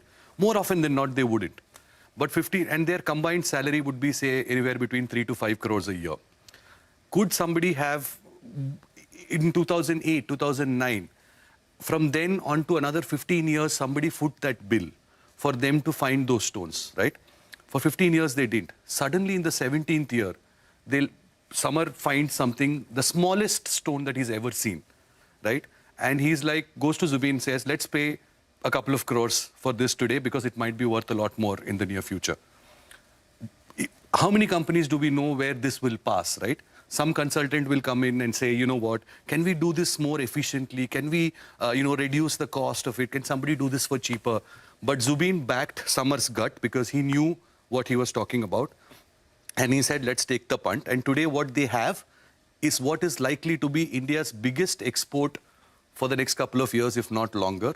And our biggest soft power for the next couple of years, Vaibhav Suryavanshi. And when you wanted to talk about India innovation, I was waiting. I said, this has got to be a story we know, right? I know. I was fully invested in this story. I was not prepared for that. Yeah, I told you I had a surprise. For that, but yes, you clearly did. We need, and I think that there's an important point. Not a surprise to our producer, Idiot. We need the Vaibhav Suryavanshis. I had given Abhishek a heads from tier up. 2, tier 3, tier 4 towns to actually feel like they can take risks. They can, and again, no, it's not just the player, right? Shireen. It's not just the player. It's Rajasthan Royals that paid the bill for a highly paid scout, director, Zubin. And somebody backed them until... Let's be fair that every IPL team is doing. And this is exactly what, once you start paying and you get the reward, they will start investing more. Yeah. That's going to happen with the corporate world, corporate India as well. The more they get value from the market for the R&D spends, they will start investing more. What, chicken so that and ecosystem has to be created. The money, I think it's getting created now. The point is that we've never had that. We've never had that culture of taking a big risk. But that will change. That will change now. But also to the point, Sriram, as was being made, by somebody in a conversation with me earlier this afternoon, that we didn't do it because we didn't feel the need to do it. Yeah. But now it is not a matter of should we, or it is a matter of you will absolutely have to if you want to compete in a global arena. And so to the point that perhaps the FTA will be the big R&D booster shot that that corporate India needs, because it's a matter of survival if you want to stay relevant. But coming back to the Vaibhav Suryavanshi point that you made, that we need talent to be unleashed from all parts of the country, from all walks of life. Let's look at the future bets. And Nimesh, you've been doing a lot of work around the defense sector. And again, we look at innovation from the lens now obsessively of AI and what Indian IT has done or failed to do. But let's also diversify. Let's look beyond that. In the defense space, in pharma, we've talked about what Wockhardt, Glenmark, and it's taken 20 plus years for them to get to the point that they have, but they stayed committed, made those bets, and those are starting to show some results. Biologics, space. We've just had a whole bunch of Indian space tech startups on Young Turks this week. And today we're talking about SpaceX and an IPO at a valuation of $1.75 trillion. And this could, in fact, be a race that India is not going to play catch up, but very much be part of the table. So, Nimesh, you know, the future bets and where India finds itself positioned. So, you know, defense is one name, Shireen. But again, I wouldn't say in defense there is more of innovation. It's more about, you know, doing on our own. Like it's make in India, and that's helping a lot of defense companies to do well. They have started innovating and doing a bit of exports as well. But as you know, he pointed out about Suryavanshi, there is one more, from a market perspective, I'll give you one name. There is this company called Sedimac. Okay, it got listed just a couple of months back. It's basically founded by the MIT professor and the MIT students. Okay, TVS was the first company to fund them. They now 70% of the business comes from TVS, but every other OEM, two-wheeler OEM is now on the doorsteps to get the product from them. So I know, again, I'm saying the same thing. You know, as and when the corporates see the reward, the markets start rewarding, you will see more and more talent and more companies coming into R&D and spending. And actually, you know, in fact, the company that you interviewed, Shireen, a couple of days back, the first company to get into aerospace, right?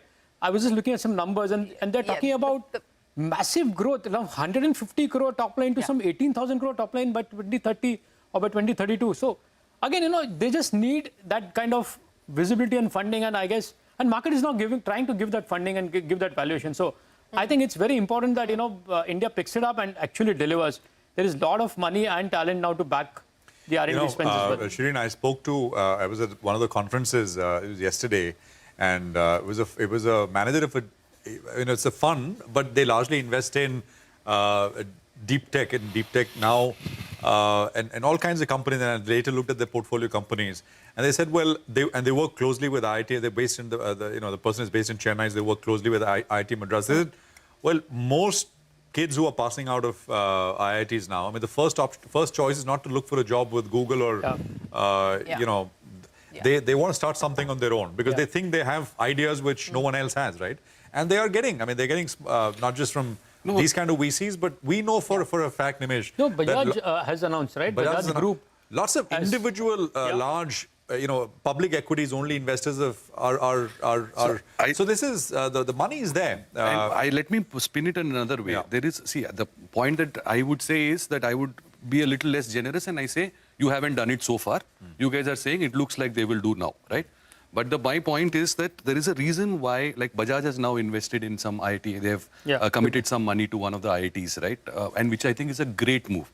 And there is a reason why we should do it. And let's look at India's ranking in the innovation index, right? So we are overall 38th, which has gone up from 48 to 38 in the last few years, which is a good thing because our patent filing process, etc., has improved. But what are we lagging behind on?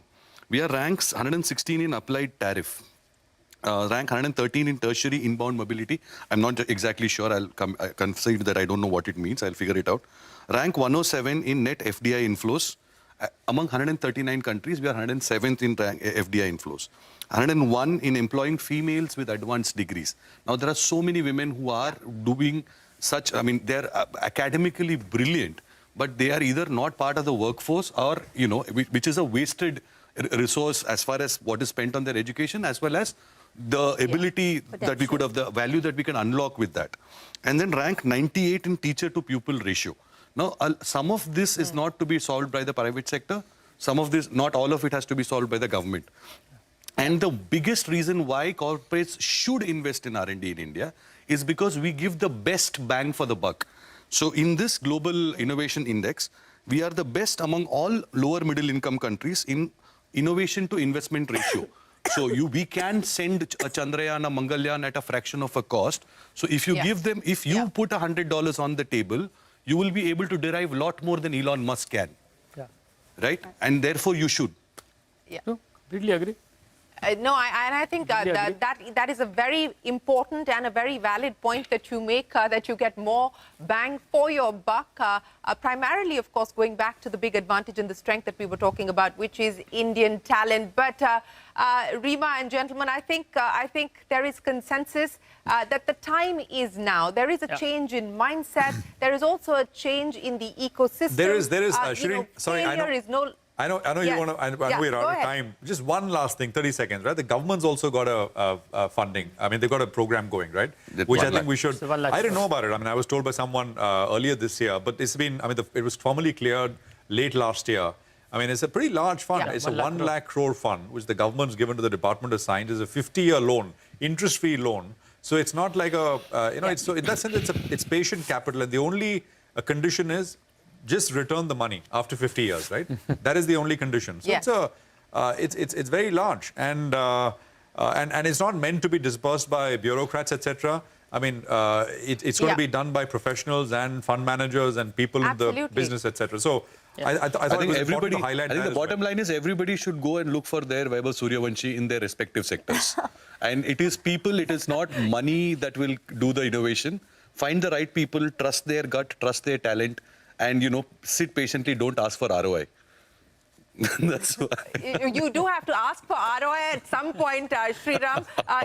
There's never a free lunch in perpetuity, so you do have to ask the ROI question at some point, which is being asked of AI as well. But I think that kind of ties all of it together, that yes, progress has been made, but really this is the time, this is the opportunity for a lot more that needs to be done. And you cannot keep putting the basket at the doorstep of the government. Private sector needs to get up and do the heavy lifting as well. And we need to create global champions. We need to have global aspiration. We need to have global ambition if we want to be counted at the in a global innovation index as a global innovation superpower. Prashant, Nimesh, Reema, Sriram, as always, thanks very much for joining us on the Editor's Playbook. Tell us if you believe India needs an India Innovation League just like the IPL. Send us your comments. We always like to hear from you. From all of us here for now, goodbye. Thanks for watching.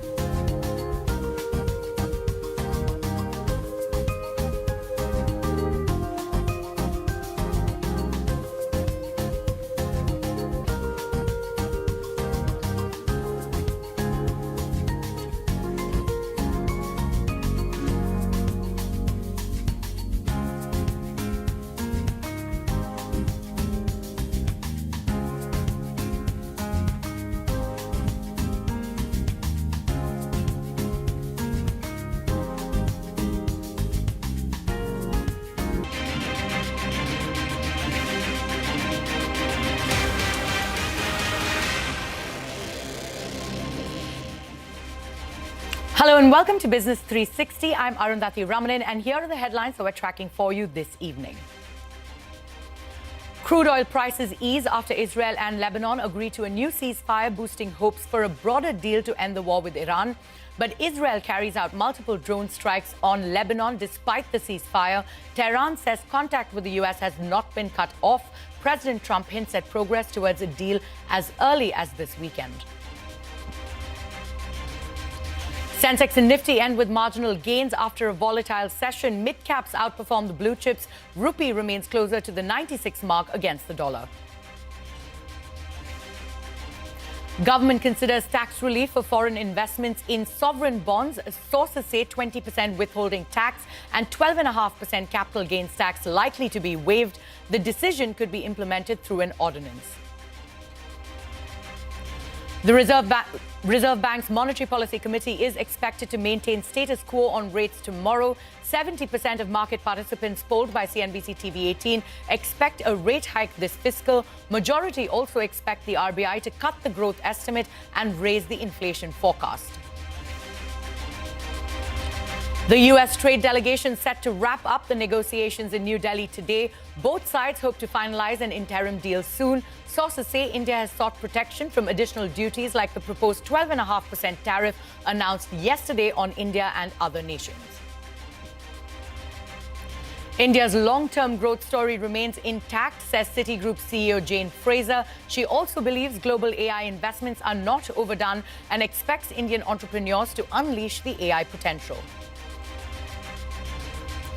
SEBI cracks down on the promoter of jewellery maker Rajesh Exports, says revenue worth over 15 lakh crore rupees was overstated. Rajesh Exports denies wrongdoing despite the damning findings. Stock hits lower circuit in trade.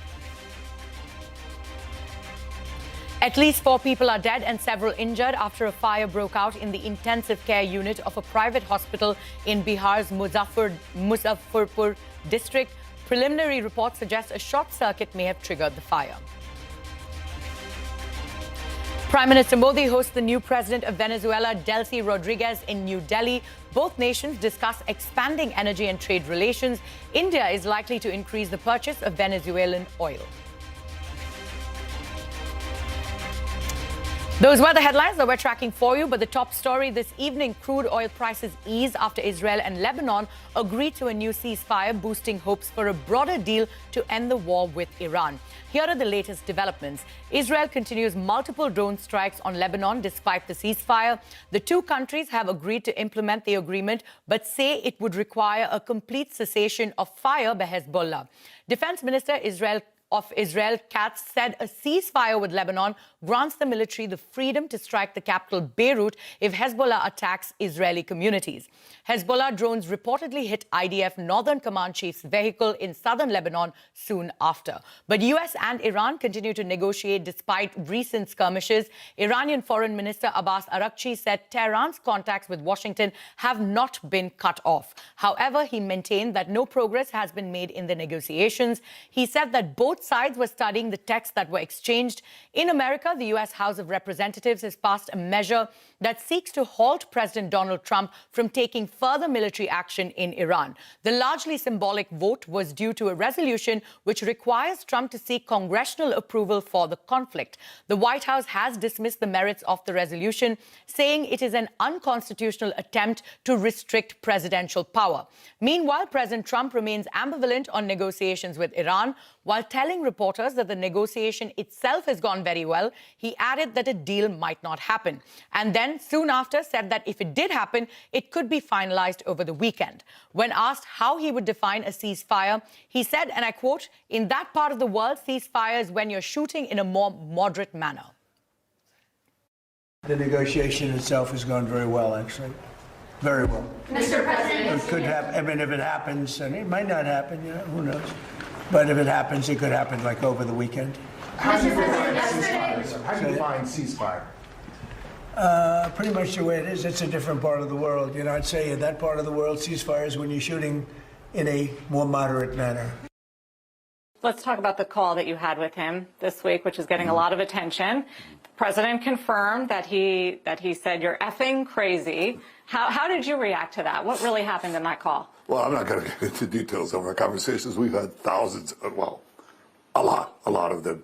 And if you think this is a crisis, you should be in some other conversations. But we've always found a way. We have so many agreements. We agree on the main things. We want to get Iran, the nuclear program in Iran, finished. We want to make sure that Iran doesn't pose a threat to Israel, to the Middle East, to America, that it doesn't develop nuclear weapons and the means to deliver them, not only to Israel and to every capital in Europe, but to every city in the United States. That's our common goal. That's what we set out to do. And to expand the circle of peace, as the President and I did in the Abraham Accords together.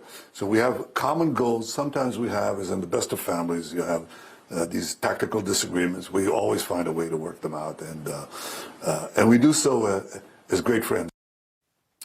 Russian authorities in Crimea say at least 4 people have been killed following a fresh wave of Ukrainian strikes on the peninsula.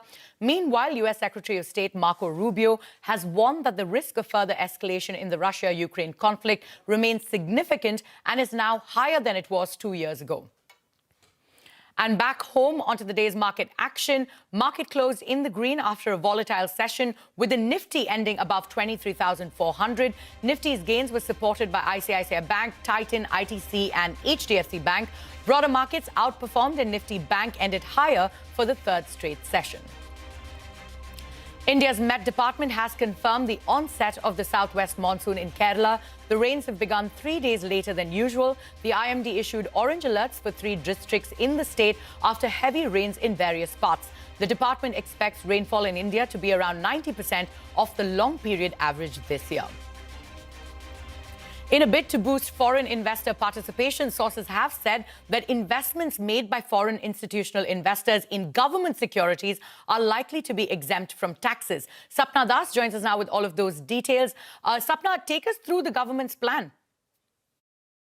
Well, surely, Hamas, as everybody has heard and widely expected, I think market participants have also had this demand for a pretty long time. So, given to understand that in yesterday's cabinet meeting under the leadership of the Prime Minister, Mr. Narendra Modi, I think some very significant decisions have been taken in principle. Basically, doing away with all taxes as far as FIIs are concerned and their investments in government securities. It's very specific government securities. So, basically, 2 aspects here. Number one, of course, is the withholding tax. And as I just said some time back, this demand has been there for a pretty long time, that this 20% is extremely steep. Either it should be reduced considerably or it should be done away with. So, probably in principle, a decision has been taken to do away with that. That's one. Second, of course, would be the ICICI 12.5% cap gains tax on their investments in G6. Given to understand that too is going. And apart from this, if there's any other taxation to do with FIIs regarding their investments in government securities, all of that is going to be zero. That has been be very clearly understand that for now. So just have to wait and watch and see how this really pans out. The implementation process, of course, there's every likelihood of an ordinance being issued.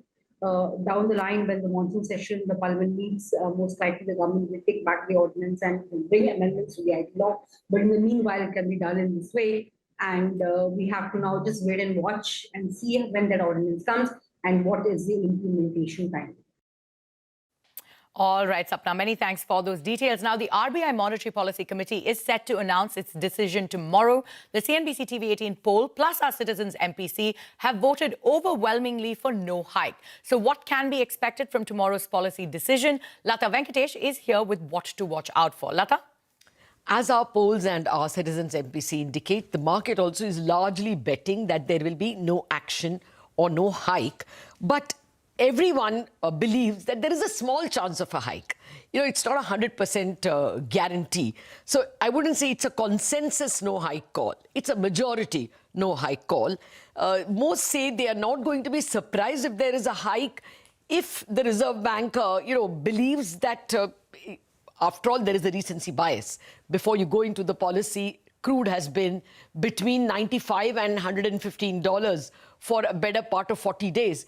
If you go with that recency bias, the expectation would be that this year's inflation will be 5% or more, and therefore if you are going to hike later on in the month, why not now? That could be an argument that the Reserve Bank goes with, but that's not, as I said, the majority position. The majority position is they will say no hike, but they will go with a very hawkish stance. And that hawkish stance will reveal itself by a forecast which will be up from the last forecast of 4.6% inflation average for the full year. It would be raised to 5 or something like that. As well, it will be like, we are agile, we are watching, and we will move as soon as necessary to ensure that, inflation doesn't harm economic growth. The reason why people are not expecting the hike just now is it is not going to bring any added benefit in terms of foreign flows coming in, because anyway, debt flows into India have not stopped, nor have they become outflows. It's equity flows that are, hugely moving out. And if you make growth that much more difficult, those flows will leg it out even more. And therefore, even from a rupee point of view, the rate hike is not expected. But what the market will watch out for is not so much for this status quo policy, but for what the Reserve Bank governor says and does on the rupee. Some strong statements, confidence-boosting statements will be expected. As well, this much, reported project scheme that PSUs be allowed to borrow bonds abroad with Reserve Bank subsidizing the hedging cost, bearing part of the hedging cost. That's very much watched out for, whether it will be hinted at in the policy statement and announced later, whether the two will be bundled together along with, a tax, withholding tax being cut by the government. All those are up for, detailed discussions. But something on those lines is what the policy is expected to either hint or announce. All right, so all eyes on that RBI monetary policy decision tomorrow, Lata. But hang on, the government will also announce the Q4 GDP and the full year FY26 GDP tomorrow, right? So take us through what the market will watch out for. Well, our poll is what we are watching out for. The Q4 number, that is the most important, Jan-Feb-March number, is expected to come in at 7.3, fairly strong. Last year, that is the year ago, the base year was 7%. So compared to that, we will do better in spite of 1 month getting washed out because of the war. So that will be a good, commendable number, and that will give the full year average of 7.5% growth. Again, very good. The Reserve Bank's and the MOSPI's forecast was 7.6. So 7.5 is quite good. And the confidence for this comes from the lead indicators being excellent. See, Q4 corporate results were very good. PMI numbers have been good. And, even the IIP numbers, auto sales numbers, all that the lead indicators we get have been good for the first 3 months. So, no, the numbers itself will not be something that will surprise. Even if 7.3, 7.5 are very good numbers, 3 years in a row, 7%, that's not going to be enough for the market to start celebrating, because that is priced in. What the market wants to watch out for will be the FY27, and that we are not going to get from the Q4 and the full year FY26 numbers. Any base revisions will be looked at, but the Q4 FY26 and full year FY26 numbers are important to build on the FY27 numbers. There will, of course, be some detail about how much is consumption contributing, how much is capex contributing. Chances are both of them will grow above 7%. So it will be a pleasant set, but that doesn't take away the blues from FY27. So it will be a pleasant set is what we're expecting tomorrow. All right, Lata, thank you so much for taking us through all of those details. Now, staying with the RBI, former Reserve Bank Governor D. Subbarao believes that the central bank must not hike rates. Speaking to CNBC TV 18, he said that the central bank should adopt a hawkish stance going forward. The Reserve Bank will have to do a very careful balancing act between checking inflation, supporting growth, and stabilizing the rupee. I would suggest that the Reserve Bank should be on a hawkish hold. The reason being that inflation today is still 4%. Yes, going forward, there'll be pressure, but inflation today is still 4%. The playbook for central banks is to look through a supply shock. So RBI will keep waiting, because even as I said earlier, the impact of higher oil prices is not passed through to growth. So RBI will be more data dependent. For now, they will pause, give a hawkish forward guidance that they're going to withdraw liquidity first before, and a possible rate hike is a possibility on the way forward. Onto a CNBC TV18 exclusive, Citi CEO Jane Fraser has bet on India's growth, adding that the long-term story of India is intact. Speaking to Lata Venkatesh, Fraser also weighed in on the controversy around Anthropic AI tool Mythos, adding that the tool can be used to solve vulnerabilities. The long-term story in India is intact. And I certainly saw as well in him commitment to reform agenda, very thoughtful around energy security, looking at driving digitization and the potential of AI for the country. So while there are headwinds, I'd note that the headwinds underlying some of the foreign exchange in the market are the same ones that the rest of the world is facing. They're not of India's doing. We're all facing some of these challenges. And I think for investors and for companies is play the long game, because that's where really the strong fundamentals lie. You know, speaking of AI, actually, there are programs or languages like Claude Mythos. Of course, you all have got an inside view, and now you're able to fix your bugs. But there will be zillions of your clients who won't get it. I mean, stock exchanges. Shadow banks. So that's actually what not, happens. So that's actually not true. But what I'm seeing is the players that do have access to the model in the technology and in the different spaces. No one is competing on cyber. There is the different vulnerabilities that will be identified will then be patched for all. So the work that those who have access to the models is looking at identifying where they are, but the solutions will be available to all. So this notion of there's a zero-sum game here is wrong. Shares of jewellery maker Rajesh Exports hit lower circuit in trade after SEBI found the company has misrepresented revenue by more than 15 lakh crore rupees. The market regulator has cracked the whip on promoter Rajesh Mehta. Despite the damning findings, the company is denying any wrongdoing. State-run insurer LIC owns more than 10% stake in Rajesh Exports. Yash Jain joins us now with all of those details. Yash, tell us more about the interim order by SEBI. Well, this is quite a scathing order from market regulator SEBI, stretches across 109 pages. The two entities named in the order as notices are Rajesh Exports, the entity itself, and Rajesh Mehta, the promoter of Rajesh Exports. As far as the period of investigation is concerned, that's between April 2020 to March 2024. As I said, a 109-page order, about 14 to 15 different kind of allegations listed by market regulator SEBI, and substantiating all those allegations with large numbers in terms of misappropriation of funds and financials. But I would divide these large 14-15 allegations in 4 different areas. The first one, SEBI says that there's been a systemic failure on the part of Rajesh Exports to substantiate its financial figures. Second one, non-availability of financials of Rajesh Exports, subsidiaries and step-down subsidiaries. This is an important point because the subsidiaries and the step-down subsidiaries together contribute more than 95% of the consolidated revenue, and that's where misappropriation of financials seems to have happened as per SEBI's order. The third one, selective and incomplete disclosures by Rajesh Exports, and finally elimination of intra-group transactions to mask risk, entity-specific risks, cash flows and related party exposure. This is what market regulator SEBI has said. And just to give you one number, I mean the total consolidated revenue where there could have been some misappropriation of financials as per SEBI goes to as high as 15 lakh crore rupees between FY21 to FY25. So that's the extent that we're talking about.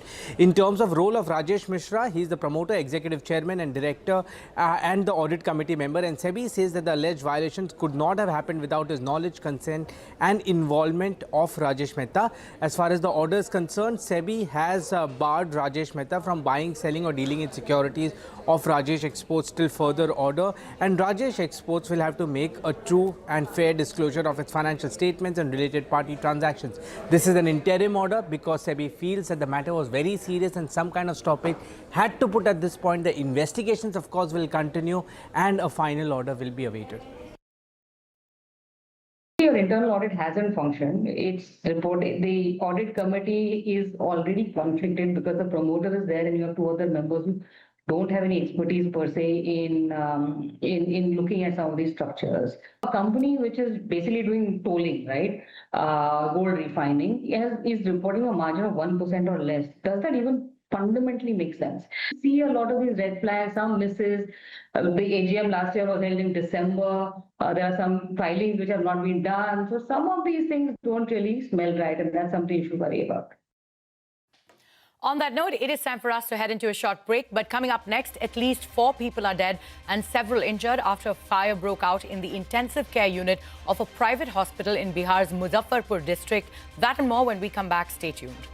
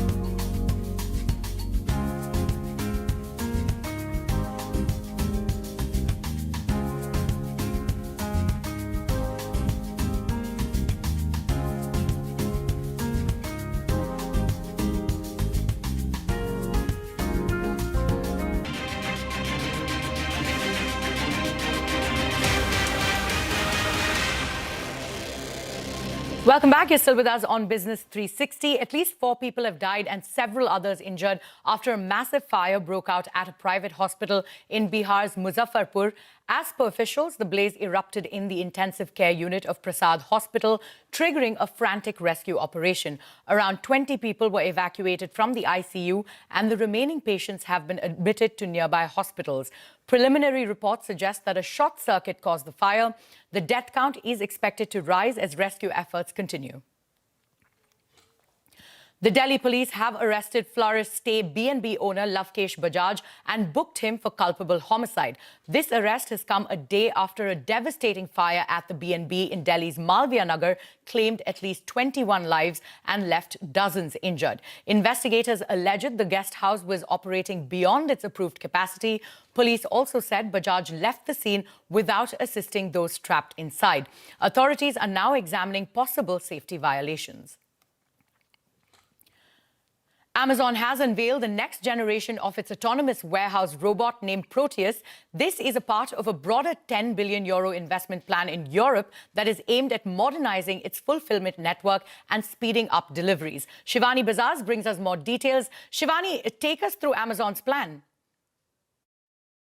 Well, we are coming to you from London from Amazon's Delivering the Future event, where the e-commerce giant is laying out what it believes will define the next phase of shopping and logistics: quick commerce, AI-powered robotics, and faster deliveries. Now, top of the list is Amazon's quick commerce push, its ultra-fast delivery service, Amazon Now, which promises groceries and essentials in under 30 minutes or less, is now expanding internationally, with India and United Kingdoms among the focus markets. Here in the UK, the service is already live in parts of London and will soon expand to cities like Manchester and Birmingham. That's what Amazon has announced. Now, Amazon is also putting serious money behind the back end. Now, the company today has announced a more than £10 billion investment to expand and modernize its European fulfillment network, with robotics and artificial intelligence and automation at the core of it. And among the biggest reveals here in London today in the event is Amazon's next generation AI-powered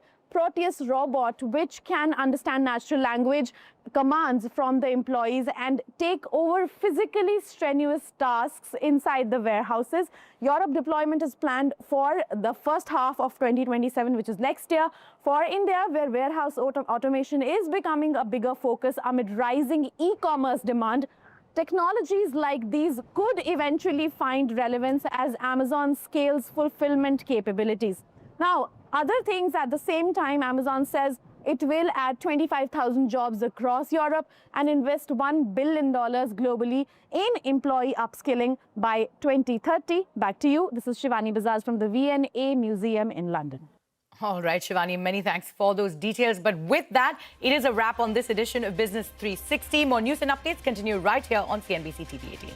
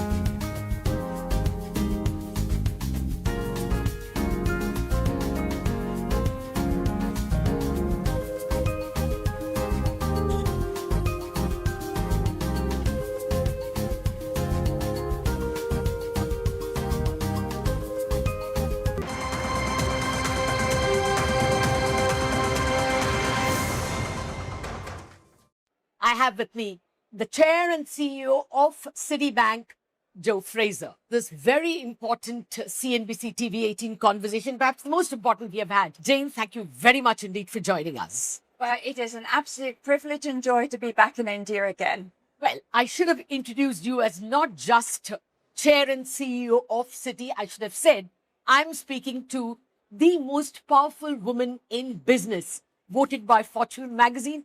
Many congratulations. Oh, thank you very much indeed. That was certainly one for the team. Okay, of course it's for the team, but I just wanted to ask you, let me start there. Do you owe this absolute honor to all the travails you went through, rising, breaking all glass ceilings?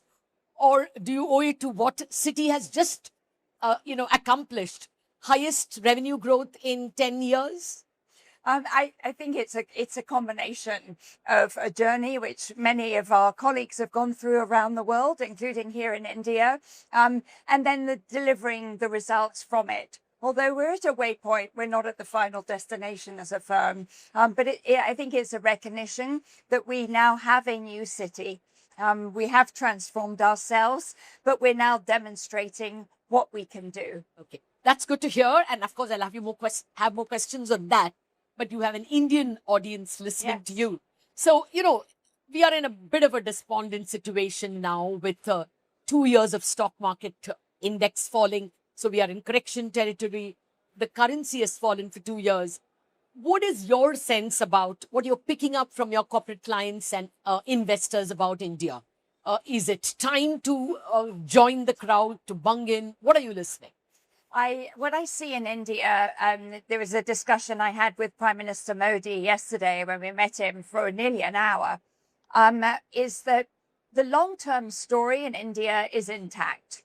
And I certainly saw as well in him commitment to reform agenda, very thoughtful around energy security, looking at driving digitization and the potential of AI for the country. So while there are headwinds, I'd note that the headwinds underlying some of the foreign exchange in the market are the same ones that the rest of the world is facing. They're not of India's doing. We're all facing some of these challenges. And I think for investors and for companies is play the long game, because that's where really the strong fundamentals lie. Yes, there are some fund managers who are still sticking because they are playing the long game. But just anytime now, it's possible that the Indian government will remove the taxes, withholding tax and capital gains tax on debt investments coming into India. You think these things will move the needle? And look, I certainly think they will be helpful in easing some of the short-term headwinds that are being faced. But again, you look at the stock market here, a little bit of victim of one's own success. The India stock market has been incredibly vibrant for a long time. The retail investors have been very active. You want the retail sector invested not in deposit accounts, but in the markets and investing for the long run. But the valuations are higher here than in some other countries. Some of the private investment has been lower on the FDI side, as well as lower on the private capital and the corporate side. So the growth drivers are a little less clear in the short term. The long-term ones, this train keeps on moving. I see it in Citi's own results. I mean, we've got tremendous growth here, connecting India, the world, and the world to India. And that's why you hear me convey such confidence about this long-term story is intact. I will come to the Citi India questions as well. But, sticking with markets, just the other day, Jamie Dimon was telling on CNBC that there is exuberance. Would you say US markets and some of the markets are in irrational exuberance terrain? Are they looking through too many of the red flags in terms of crude oil or possible, overinvestment in AI? Do you worry over leverage of governments? Do you think they are not bubble terrain, but irrational? I think they're a tad optimistic, if I could use some British understatement there for the moment. And I think there's a lot of money in the world. That money wants to go to work because it knows that creates value. It can drive growth. But and there is a lot of transformation going on. So there is also a bit of a fear of missing out in a lot of what's going on. But I do feel as if the markets think everything that can go right will go right, and that companies who've done a fantastic job of being the source of resiliency, being so adaptable with everything that's been thrown at them in the last few years and have continued growing, there's a sense that just continues to happen. And at some point, something gives. None of us know when, and anyone who said something was going to give 2 years ago got that wrong. At some point, inevitably, there'll be further bumps in the road and maybe some more dislocations. But again, I don't think the AI investment is overdone. Oh, okay. I'll come back to that point as well. But you know, speaking of AI, actually, there are programs or languages like Claude Mythos. Yes. Of course, you all have got an inside view, and now you're able to fix your bugs. But there will be zillions of your clients who won't get it. I mean, stock exchanges, shadow banks. So that's actually what happens? So that's actually not true. But what I'm seeing is the players that do have access to the model in the technology and in the different spaces. No one is competing on cyber. There is the different vulnerabilities that will be identified will then be patched for all. So the work that those who have access to the models is looking at identifying where they are, but the solutions will be available to all. So this notion of there's a zero-sum game here is wrong. Okay. No, I agree. Yesterday, CrowdStrike also reported their numbers, and they are very confident of their cybersecurity answers too. Yes, and the patches that will be delivered will be available to everybody, not just those with the model. So that I think is something people are missing. No, I agree with you, but it's just a worry that some of us, even some of the Indian companies have got a look in with some Mythos being available to us. There's just a worry that you may be lending money to people who perhaps are not up in the game, and the hackers get hold of Mythos before they get hold. Are these not worries, or am I overstating them?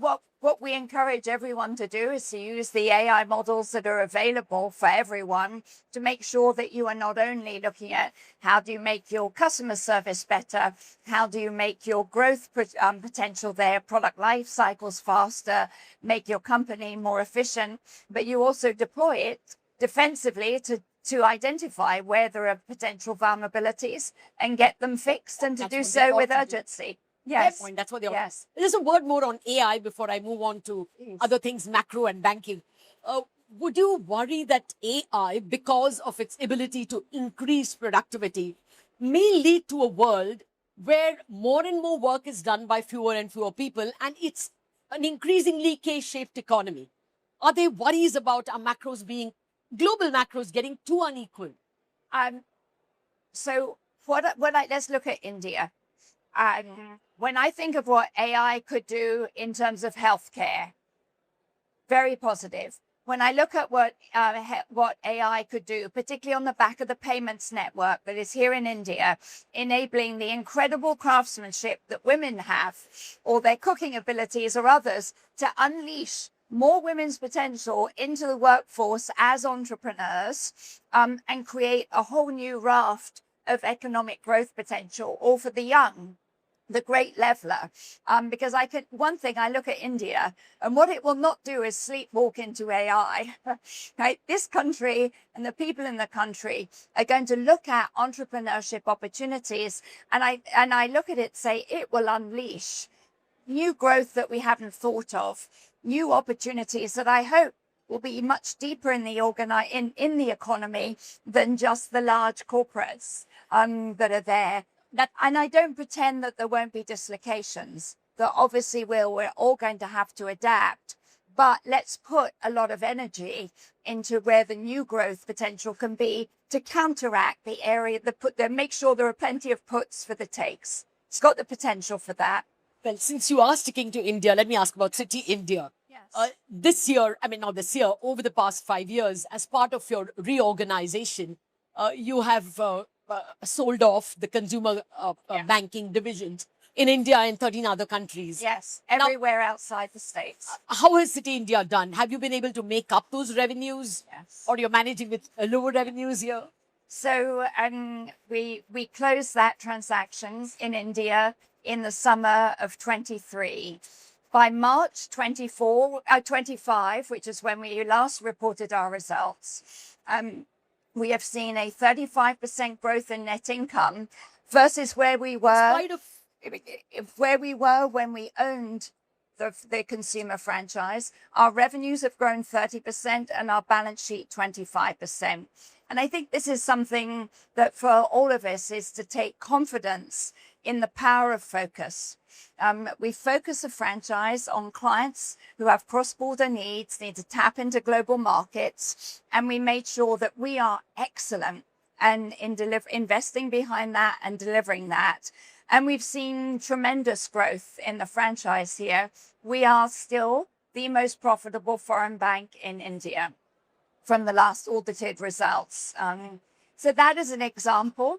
Again, as economies get larger, like here, there is a lot of value from scale, speed, and focus, rather than just too much breadth. Actually, since you're speaking about reorganization of Citi under you, I went through your investor presentations, very interesting presentations. You're speaking about flattening of the levels, and you have, of course, rationalization into 5 major verticals. You have new platforms, technology. To which one would you owe, maximum returns, maximum bang for the buck? I think what we did when we reorganized was we moved from operating like a holding company into actually at the center, running the different businesses, making sure that we had enforced standards consistently across the firm. And we simplified the running of the firm materially, made it faster, more agile. Thank goodness we did in this world with everything that is going on.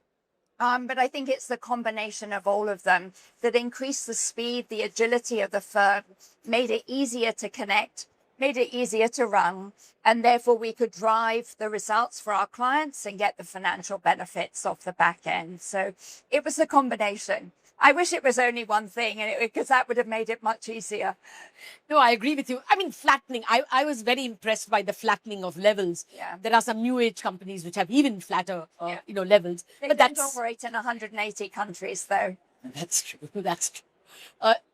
Coming back to, again, the reorganization itself and your investor investor day. In your presentations, you said your ROTCE, I mean, for my viewers, return on tangible capital employed, you've reached 13% and you're promising 14 shortly. There is a view among the analysts that you're probably under-promising so that you will over-deliver. Is that fair? I mean, should we expect an upside surprise? Well, the 13% we delivered was in the first quarter. That's always the best quarter of the year. And sadly, one quarter doth not the full year make. We still are very focused on making sure we deliver the returns we promised this year for the full year, 10 to 11, and that we continue the journey. We're at a waypoint. We're not at a destination. And there is a lot of upside ahead. So we look at that. But at the same time, we want to make sure we're investing. So I want to make sure there is capacity in the results we deliver the shareholder, that I'm not cutting off my nose to spite my face, as it were, by hitting a number, but without doing the investments that will continue our growth trajectory in the medium and long term. So that's essentially the message that we were giving is, we will deliver what we need to deliver. We will improve our returns and continue steadily improving our performance, but we're also not going to sacrifice the long term for the short term. Citi's done that once before. It's not happening again. No, fair point. And it's really candid of you to say that the first quarter tends to be the best quarter. Yes. The other problems with the forthcoming quarters is also that the impact of the war is going to be felt in some of your major areas. For instance, in Asia itself, would you say the returns would be lower because, countries like Philippines, India, we all are belaboring under higher current account deficits. Would you worry, or do you still think corporates there are still resilient, even if the countries are not, as you once put it? Look, I think companies are very resilient. They're very adaptable. And that's why we've seen a lot of buffers in supply chains, energy storage, etc., to protect against disruptions. But I have a lot of concern and empathy for the countries that are, have more challenges and don't necessarily have the scale that an India has. And also the government here. I was very impressed with Prime Minister Modi yesterday, how thoughtful he is about energy, the actions the government will take. and has done already. I think similar to COVID, there's some confidence in that. But not every country will do so as effectively. So I worry about that for them. I don't worry about it for our bank, because we are the source of resiliency for those companies. We have a very strong balance sheet, strong capital, strong liquidity. We're there for them to provide financial resiliency, and we're there to provide operational resiliency, helping reconfigure supply chains, look how do they access what they need, onboarding new suppliers onto them and making sure their working capital and their hedging is there to protect them. Yeah. So we not only like investing in helping our clients grow and succeed, but we also help make sure that they can do so when there are challenging times, and provide them the support that's required. You know, I'm asking you this question from a Citi investor. Yes. Maybe in the Yes. United States and all over. Would you worry that your revenues from your own corporates and your constituencies may be impacted because of Middle East? I mean, Viz Raghavan was on CNBC TV 18 last year, and he was so optimistic on Middle East. Yeah. But now they're bound to be impacted because so much of their oil output has been hit. Would you worry, therefore, that Middle East will take time to come around and impact your revenues? I don't worry about our revenues. Okay. Because when there are more challenges, clients also need us to be providing the support in terms of volatility, hedging, credit facilities, other elements. So that port in the storm generates revenues. The same way as when the economy does well, we're also there with businesses in capital raising and acquisition finance, M&A advice, etc. And that's the benefit we have for our investors of a diversified revenue base that can, as we have done the last 4 or 5 years, rates can be, when things are going bad, rates do. Our rates business does well. M&A does well when there's transformation going on. So there is some balance in it for our investors. Oh, that's a point, yeah. I mean, I guess more working capital, you may be actually giving out more loans. Yes. And even US companies, huge ones like Google are raising money. So probably you are going to be in the money. My worries are misplaced. Yeah.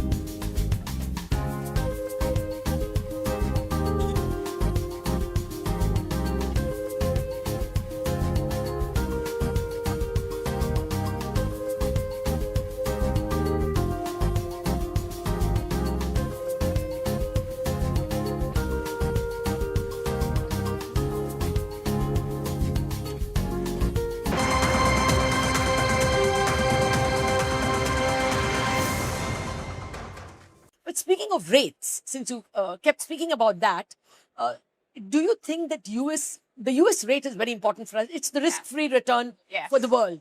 the last rate is 4.5% for the 10-year benchmark. Yes. Do you think it can go even higher at the rate at which governments are over-leveraged, the rate at which large companies like Google are raising money? Should we be worried that the risk-free return, if anything, will be higher by the end of the year? So in the shorter run, so over this year, I think we have to see what happens with the straits. It's obviously going on for longer than the market would like and companies and countries would like. How long that goes on has a material impact on what will happen to inflation for the rest of the year globally. And we've already seen inflation tick up. So the central bank job is not easy at the moment because they've got to try and balance the growth equation at the labor market equation in the States simultaneously with what happens with inflation. They can see through. We know why the core inflation has been lower. This will put it up, but at least the fundamentals are driving it lower down, which has been good. But the longer this goes on, the more likely it is that we'll have a different dynamic, not just in Europe, where they've been talking about rate hikes coming up, but potentially in the US. It's honestly, it's too early to tell yet. And I think we heard that loud and clear from the Fed as to exactly how this plays out. Getting it wrong, it's worth waiting a little bit longer, not waiting too long. Yeah. No, it's just that, as Elarian was pointing out on our channel, 63rd month of inflation at 3.8 being higher than the 2% target. Yes. So that's a bit of a worry for those of us. All of us are benchmarked on the risk-free return. Indeed. So let's hope that this can get resolved in a reasonable manner, in an effective manner, so that we can come to a new normal. Fair point. Jane Fraser, you have the year of everyone from President Trump to Modi to Xi to all the biggest corporates in the world and in Asia. Are you getting a sense that this China plus one story will play or is playing to India's advantage as well? I mean, right now, it has been more to the advantage of Vietnam and Malaysia. Are you seeing your corporates talking about more investments into India? Yeah, what I hear everyone talking about is diversification. A recognition that you can't be too dependent on any one part of the world because you just never know. And therefore, continuing to drive. I always say India, if I think about it, India has created its own cake. The icing is the rest of the world's investment into it, because so much of the potential here has been generated by the country itself. And that should be a real point of pride of what has happened in the last few years. No one helped you. You did this yourself. But when we're thinking about the supply chain changes and dynamics that are going on, and we also think about foreign companies wanting to participate in India, and there is huge potential here. There is huge importance as one of the major global centers. India doesn't want to be overly dependent on the rest of the world. I think that's wise, but there'll be a balance there, and the rest of the world will want to be sufficiently invested in India. So I'm optimistic. I'm optimistic about this. And part of the optimism comes because this country is really got the bit between its teeth. And we can see it. Look at this conference, right? 1,600 people. We have 350 investors from all over the world that have come. We're showcasing 42 of India's top CEOs. That's over 40% of the market cap are here. And it's standing room only.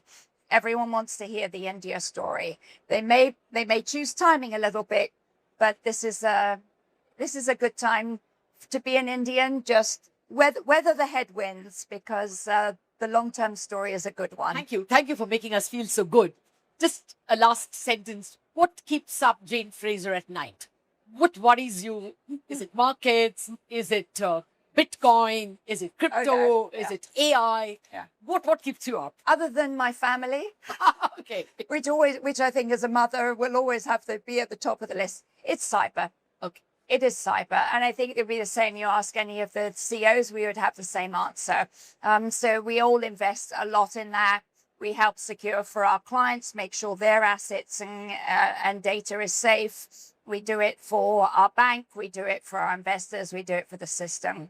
So cyber, I think, is a bigger threat, we will continue defending against it. And a final question, as woman to woman, when will we have more people? I mean, just one woman in the top banking echelons, one woman to but say... we have an Indian woman who is the other woman at US Bank. Yes. So Gunjan is extremely talented, and I'm delighted to see her there. But I look at the other women coming up in the ranks in the What's other the US firms. to those who are looking at you as an icon? Yeah, just wait and see what they can do. Thank you very much, Jane. It's an absolute pleasure and a privilege having you with us. Thank you on very stage. much. Thank you. Lovely to see you again.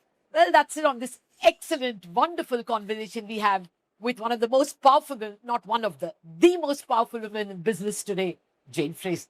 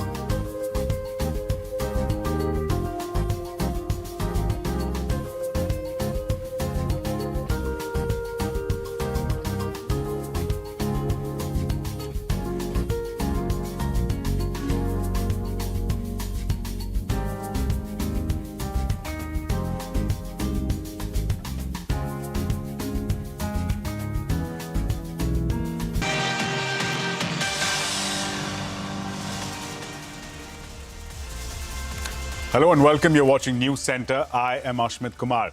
Now, negotiations on an interim framework for a bilateral trade deal between India and the US are set to wrap up today. A delegation led by Assistant US Trade Representative and Chief Negotiator Brendan Lynch arrived in India earlier this week. US Ambassador to India Sergio Gore has said that 99% of the interim agreement was in place and that the latest talks were to focus on the remaining 1%. Both sides are hoping to finalize the interim deal soon. Amidst the talks, the US proposed fresh duties on 60 nations under Section 301 of the US Trade Act, which targets alleged unfair trade practices, and India is among the countries that are facing a higher 12.5% levy. The US report claimed that India failed to impose and enforce a forced labor import prohibition. Sources say India has sought protection from additional duties. Notably, this is just one of two ongoing investigations under Section 301. A separate one is looking at structural excess capacity.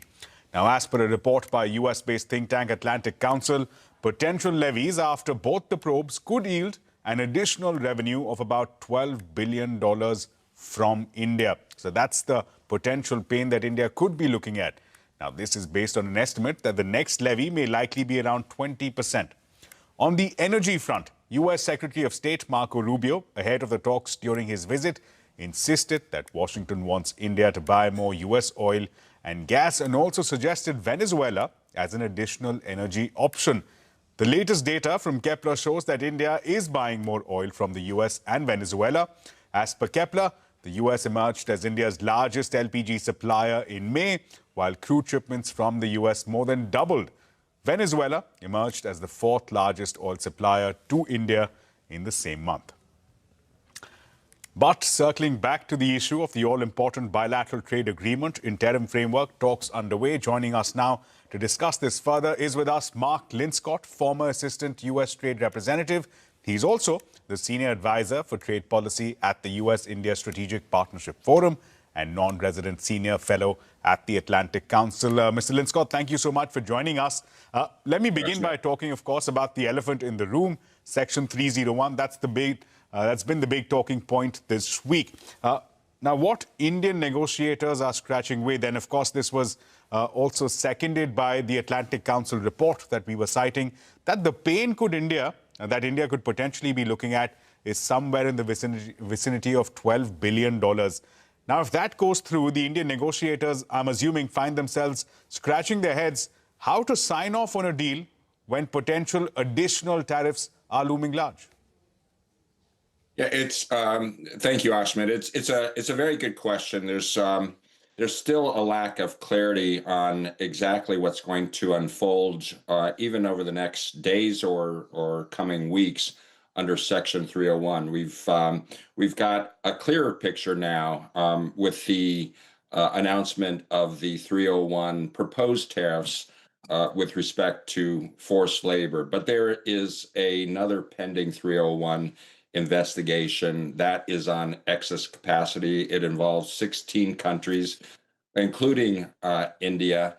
And once those findings are released, we'll probably have a much clearer picture, some real clarity on what the environment is like in the context of these negotiations on the interim agreement. I hope that progress is being made this week. I think it was very important that Brendan Lynch and his team is in Delhi. The timing is a little awkward in some respects because we did have this announcement. But as you cited, we've all been holding our breath. The world has been holding its breath, waiting for these 301 actions. So I think it, in some respects, provides some impetus to move forward.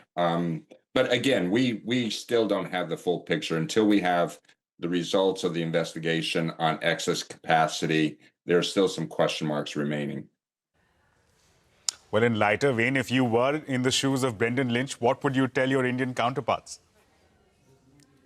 Well, frankly, it's difficult to put me in the shoes of Brendan Lynch. We did work very closely together when I was the assistant USTR. In fact, he was my deputy in Washington for a period of time, and he's a seasoned, very savvy negotiator. I think what he is likely saying to his Indian counterparts, this is with the Ministry of Commerce and Industry, is, we've had discussions about this over the last months. I think that there's been a very transparent discussion between the two sides on the 301 actions, what to expect.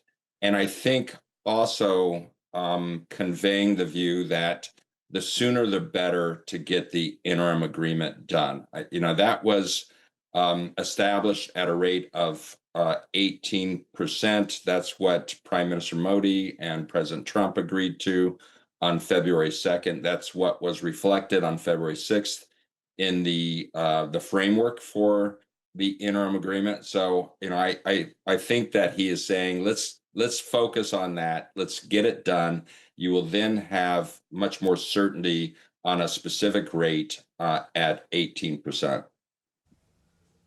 I just have one more question on Section 301 investigations. How much wiggle room, how much flexibility does the USTR have with respect to these ongoing investigations? And is there scope for perhaps some kind of carve-out, some language in the deal itself, which protects countries such as India from any additional levies going forward? Yeah, there's quite a bit of wiggle room. USTR has a lot of discretion under 301. 301 is a provision under the 1974 Trade Act. So it's been around for a long time. It's been used over and over again over the years. I think there have been roughly 200 301 actions since 1974, even predating the WTO. So, we've got a lot of experience under 301. USTR does have a lot of discretion. That's authority that is delegated to USTR by the president. And it can set rates to address essentially trade restrictions on the basis of findings. There has been a process. There is always a process under 301 of stakeholders being and foreign trading partners being able to make submissions to respond. There are hearings, and those have taken place. So there is a process, but USTR has lots of wiggle room, which I think is important in the context of negotiations. USTR can strike a deal and lower those rates as soon as a deal is struck.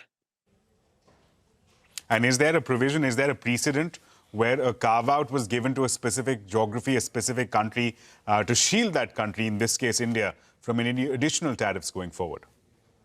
Well, I think that's a very difficult question. It's complicated, and I can certainly understand that the Indian side, the Modi administration, specifically the Ministry of Commerce and Industry, is pressing on that issue. What guarantees do we have in the future if we conclude this interim agreement and we have provisions on commitments that the Indian side is making, commitments that the United States side is making, an overall tariff rate by the United States of 18%, with transitions and exceptions. There will be plenty of exceptions to that. But what is the guarantee looking ahead to the future with respect to additional 301 actions? I mean, there was one that was just launched the other day against Vietnam on intellectual property rights. Might there be future threats of 301s?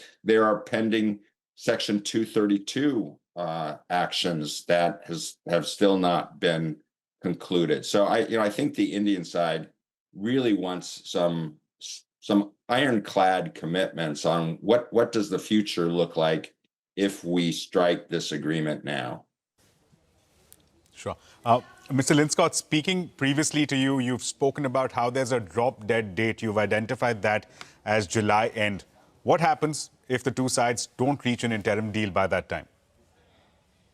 Yeah, July 24th is the drop-dead date in the sense that the temporary duties that are now in place at 10% across the board, involving essentially the world, that 10% duty will expire. And it's always been anticipated that Section 301 tariffs will replace that 10% duty that's in place.